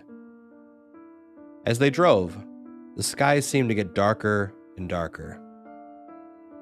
Eventually, they lost their way and found themselves driving through a densely wooded area that neither of them recognized. Suddenly, the car started sputtering and eventually stalled. The boyfriend looked at the gauge and realized that he'd run out of gas. No matter how many times he turned the key, the engine just wouldn't start. The girlfriend began to panic because it was after midnight and they were stuck in the middle of nowhere and couldn't get home. The boyfriend got out of the car and took a look around. They were in a secluded and wooded area. All he could see were trees. There seemed to be no farmhouses for miles around. They were completely alone. The girlfriend was spooked and kept asking the boyfriend to do something. He told her he would have to walk back to the main highway and get help. The boyfriend couldn't see his fiancée and was scared, so he told her not to worry. He would return as fast as he could, but the girl could see the concern in his face. Kissing her goodbye, he told her to roll up the windows and lock the doors. Then he set out walking down the road. The girl watched as her boyfriend got further and further away and finally disappeared into the darkness. Hours passed, and the girl sat shivering in the car, fearful of every shadow she saw and every noise she heard. She began to feel like her boyfriend was never coming back. Suddenly, she heard a loud tapping noise on the roof of the car. Tap, tap, tap. She began to panic, but was too terrified to get out and investigate. She kept trying to peer out the windows, but it was too dark to see anything. Tap, tap, tap. The tapping noise seemed to go on and on. The girl was scared to death, but there was nothing she could do. Tap, tap, tap. She was forced to remain cuddled in the car all night long, listening to the weird tapping sound. Eventually, she managed to fall asleep. When she woke up and looked at her watch, it was 9 a.m. When she tried to look out the car windows, everything was completely black. She couldn't understand what was going on. Suddenly, she heard a car pull up nearby, and it honked 3 times. Then she heard a voice shouting, "This is the police. Is there anyone in that car?" The girl sighed with relief. "Just me," she cried.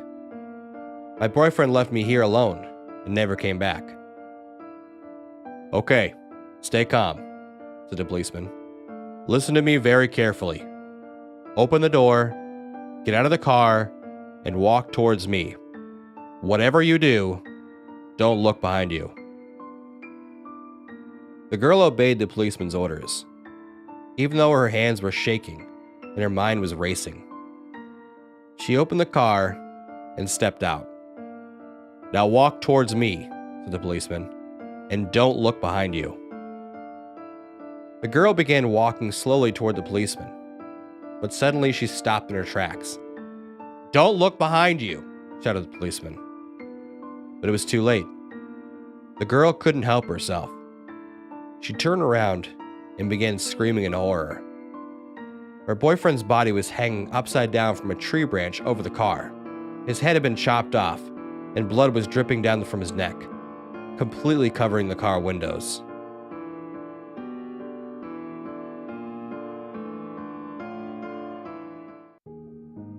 I was lost in a swirling stream of bright lights and moving darkness. I feel like I'm being torn apart, atom by atom. I'm in the threshold of matter and energy. I do not know when or where I'm going. I am frightened and alone. Oh, how I yearn to open plains, the crisp forests, and the moist, warm air. My mother and father and sister. They'll hunt without me, but mourn my departure. I'm surrounded by flashing twilight. I cry out, but hear no voice. I'm feeling like I'm falling, and yet I am still. I want to move, I want to feel, but I cannot. Finally, relief. Oh, sweet relief. I'm on the cold ground. It is hard, and I cannot grip it with my feet. Something is wrong. I sense that my surroundings are a lie. I sniff the air. It is cold and filled with the scent of vermin. Vermin that run beneath our feet. I look with fear, but also with morbid curiosity. It is dark, but my eyes are akin to this. My family hunts the great thunder beasts at night. My ears tell me there are outside calls. They are not my own. As my eyes focus, I see I'm in a cave. It surrounds me. I'm able to move now. I'm still hearing the calls outside. I seek to know where I am. I feel around with my hands and snout. I moved around. I found some cracks in the cave wall. The smell of vermin is strong. Sssss. I jump back to my prior spot. From the cracks, light shines. The cracks are connected to one another at sharp angles. Angles are something I learned about from school, along with the numbers and other shapes. This knowledge won't help me now. The calls are getting louder. The smell of vermin's sweat is stronger. The air is still cold. I must press onward. I must find out where I am. Why? Why am I here? I walk back to the other side of the cave. I put myself at the ready. My heart is pounding, but my breath is still. I remind myself of what my mother and father taught me. These lessons came before I went to school. There are 3 lessons about how to hunt for the thunder beasts. Always hide in the shadows. Always lower yourself to the ground.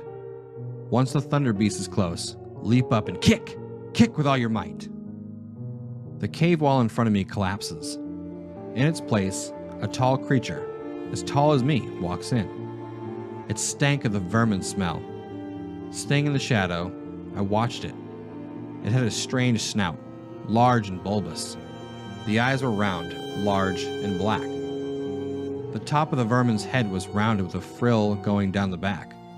This frill wasn't like that of the hornheads, which stand tall and high. No, this creature's frill went behind its head. Its fur was flat and black. It was strange how loose the fur clung to the vermin's body. There was a strip of red on its right arm. It made angry calls, but its screams won't fool me. I stay hidden in the back, waiting to strike it down. The vermin drew closer to me. I took my chance and I lunged forward with a furious kick. I do not know what kind of vermin it is, but its blood spills on the ground like any other.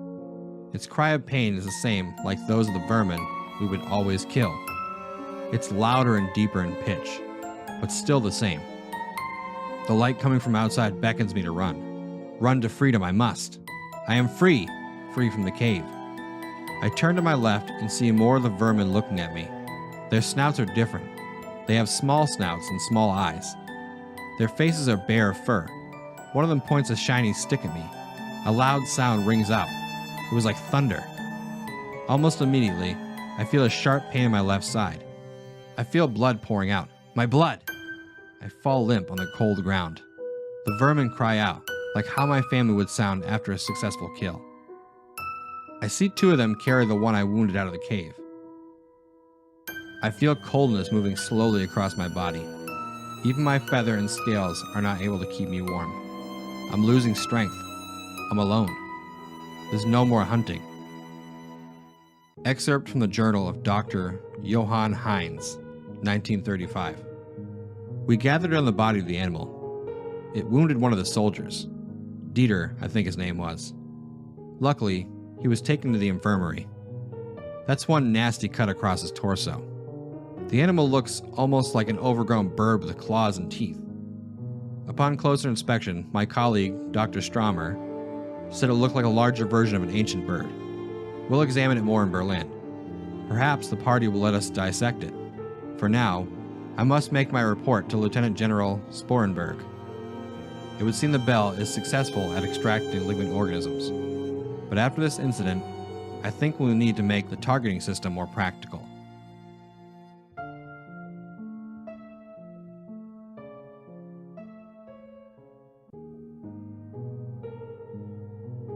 Okay, disclaimer.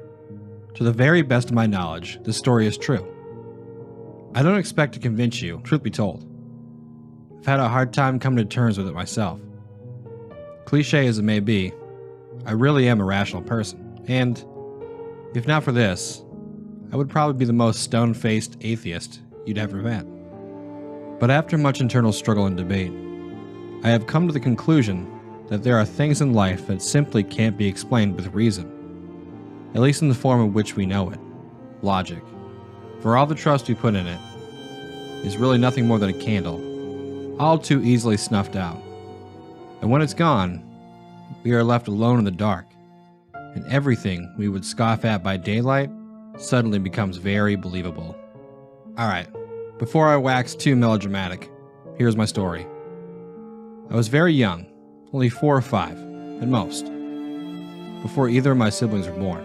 It was just Mommy and Daddy and me, living in our little house in Great Bend, Kansas. Very quaint. We were a young family, without much money, and most of our furniture was secondhand. It was the middle of the day, summer, hot, boring. I was playing marbles by myself on the thin carpet beside the huge, old, flower-patterned couch. Mom was down the hall in the kitchen, and Dad was at work. Why I was trying to roll marbles around on the carpet, I don't know. We had a perfectly good linoleum floor, after all. There I was, swishing the marbles back and forth, happily bouncing them into one another. Then, in my overzealous enthusiasm, I rolled too hard. My favorite marble, the clear, ruby red one, sipped into the dark space under the couch and was lost. Damn it! Dad wasn't home, and he was the only one strong enough to move that huge old couch for me. I'd have to get the marble back myself. I reached my hand under the couch, tentatively at first, then deeper, encountering no marbles.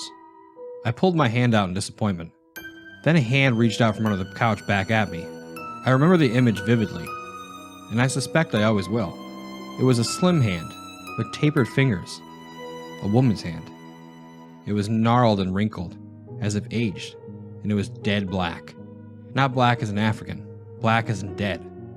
Of course, back then, I didn't know that corpses blackened as they decompose, so I didn't know what the black meant. The hand reached out for me as far as it could, which was just to the wrist. Then it retreated under the couch. Then it emerged again, this time pushing with it a little crumpled up plastic bag with a logo on it I didn't recognize. It waited, as if expecting me to take the bag. Then, when I didn't, it pulled the bag back onto the couch and was gone. I got up, walked down to the kitchen, and told my mommy what happened. Why didn't I run screaming, or at least run? I don't really know. All I can say is, I was a little kid. A hand reaching out from under the couch at me didn't seem like a huge deal. I hadn't yet learned what was and was not permissible in reality. I had no worldview. Mom was skeptical, walked back to the couch and explained how I was probably imagining things. She even reached under the couch to convince me that nothing was down there. Later, Dad lifted the couch up for me, and the only thing under it was, of course, my missing marble, plus a few more marbles I didn't even remember losing. But here's the scary part. For years, I remembered this. I even developed a weird fantasy of little hand people living under the couch, and I, in my childlike innocence, believed that they would catch me and take me away if I ever reached into their domain again. Then, as I grew older, I wrote the memory off as a dream I had had as a child. Cute, but silly. Then a few years ago, I recounted the story to my mother. She gave me a funny look and told me she remembered it because, after all, she'd been there. She told me that she remembered me coming in the middle of the day and telling her that I hid under the couch, and remembered being highly disturbed by the story, since I was an extremely quiet, well-behaved kid who didn't ever lie. Then she told me about the couch itself. According to her, she and Dad had gotten the couch from an estate of an old woman who had actually died on it. This was the last time I'd heard about this, but it sure explained why they got rid of the couch within a month of the story. But here's the part that truly frightens me, even to this day. The part that I've tried so hard to get out of my mind some nights. Remember the bag the hand pushed toward me? I've never forgotten the logo on it, and recently, as in a few years ago, I saw the logo again. On what looked like the same type of bag in a hardware store. It was a bag full of utility razor blades.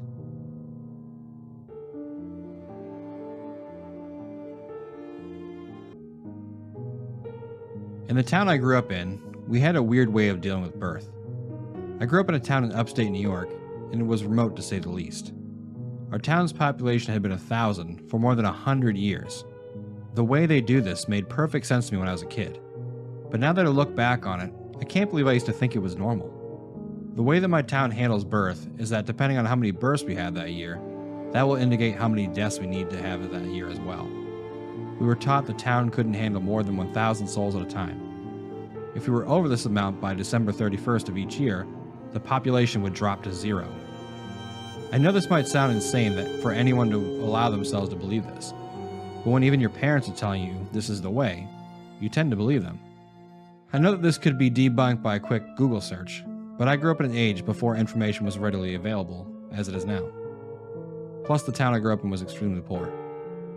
I think the only person that owned a TV in the entire town was our town mayor. The way we kept this in balance is that we would hope there'd be enough deaths during the year to make up for the births. But if we don't, we have a lottery. Anyone that's over the age of 25 was eligible for the lottery. The town considered 18 to 24 to be prime breeding ages, so they didn't want people in their sexual prime to be removed from the population. For many years, we never really had to pull for the lottery. Life was tough and many of the jobs people had to do were dangerous, so balance was maintained most years without needing the lottery. When I was 9, all the adults had to pull for the lottery, and my grandfather was chosen. On December 30th, he was brought behind a shed and shot. We buried him and moved on, just happy that we could make the sacrifice of the town. It wasn't until my 26th birthday that we had to do another lottery. It was the second year that I was eligible for the lottery, so I was extremely nervous. We had to make up for 4 births this year. It had been a long winter, and we were stuck in our houses for many of those days. This was the most amount of births I had ever seen needing to be made up for, and we didn't have many elders left. I could see the panic on my father's face when he found out we had to pull again for the lottery. He had lived the majority of his life without the town needing to even out the population also, and hoped his family didn't need to sacrifice again for the town. December 26th was the day that we had to pull for the lottery, and everyone that was eligible showed up to the town hall for the drawing. The town tried to make a spectacle out of it to hide the brutality of the entire event. Each person was given a ticket with a number on it.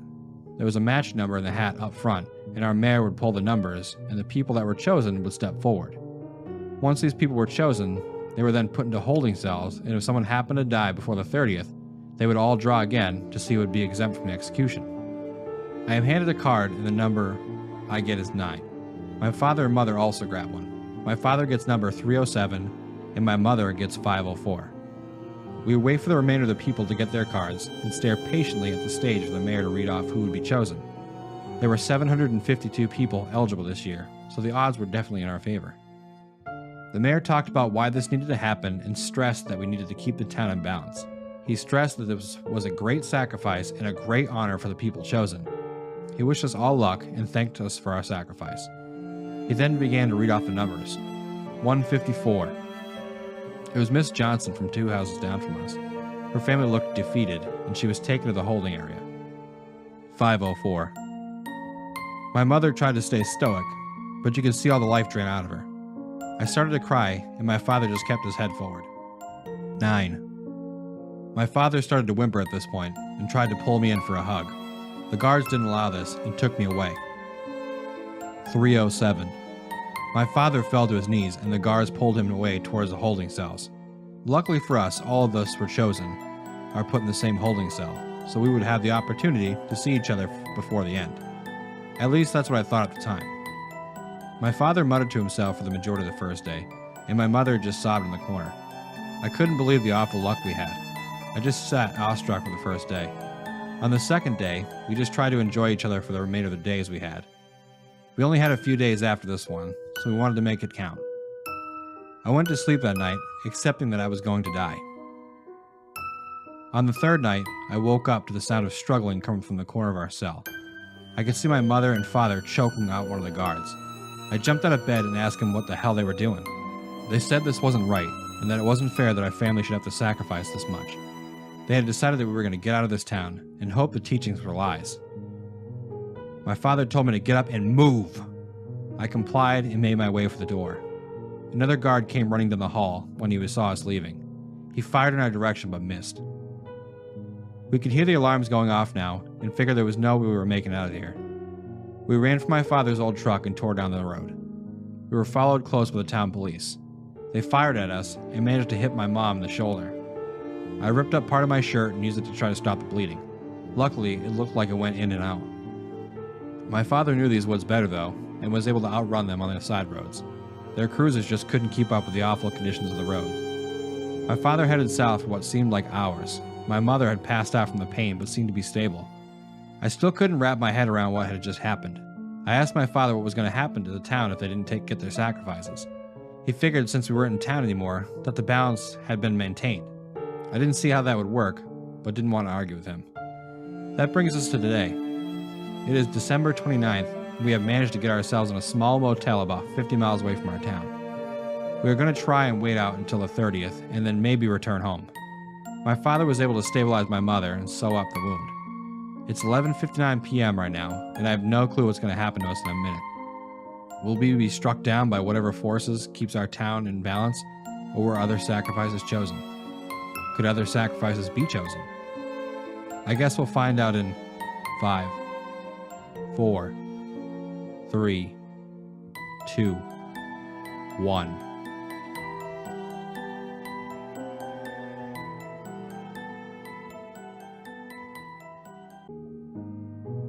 There has been a lot of discussion surrounding the mysterious footage of the so-called Nightcrawler.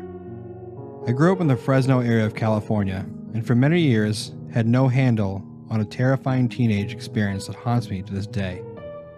It began in 1993, when 3 friends and I decided to spend an autumn night in the woods near Millerton Lake.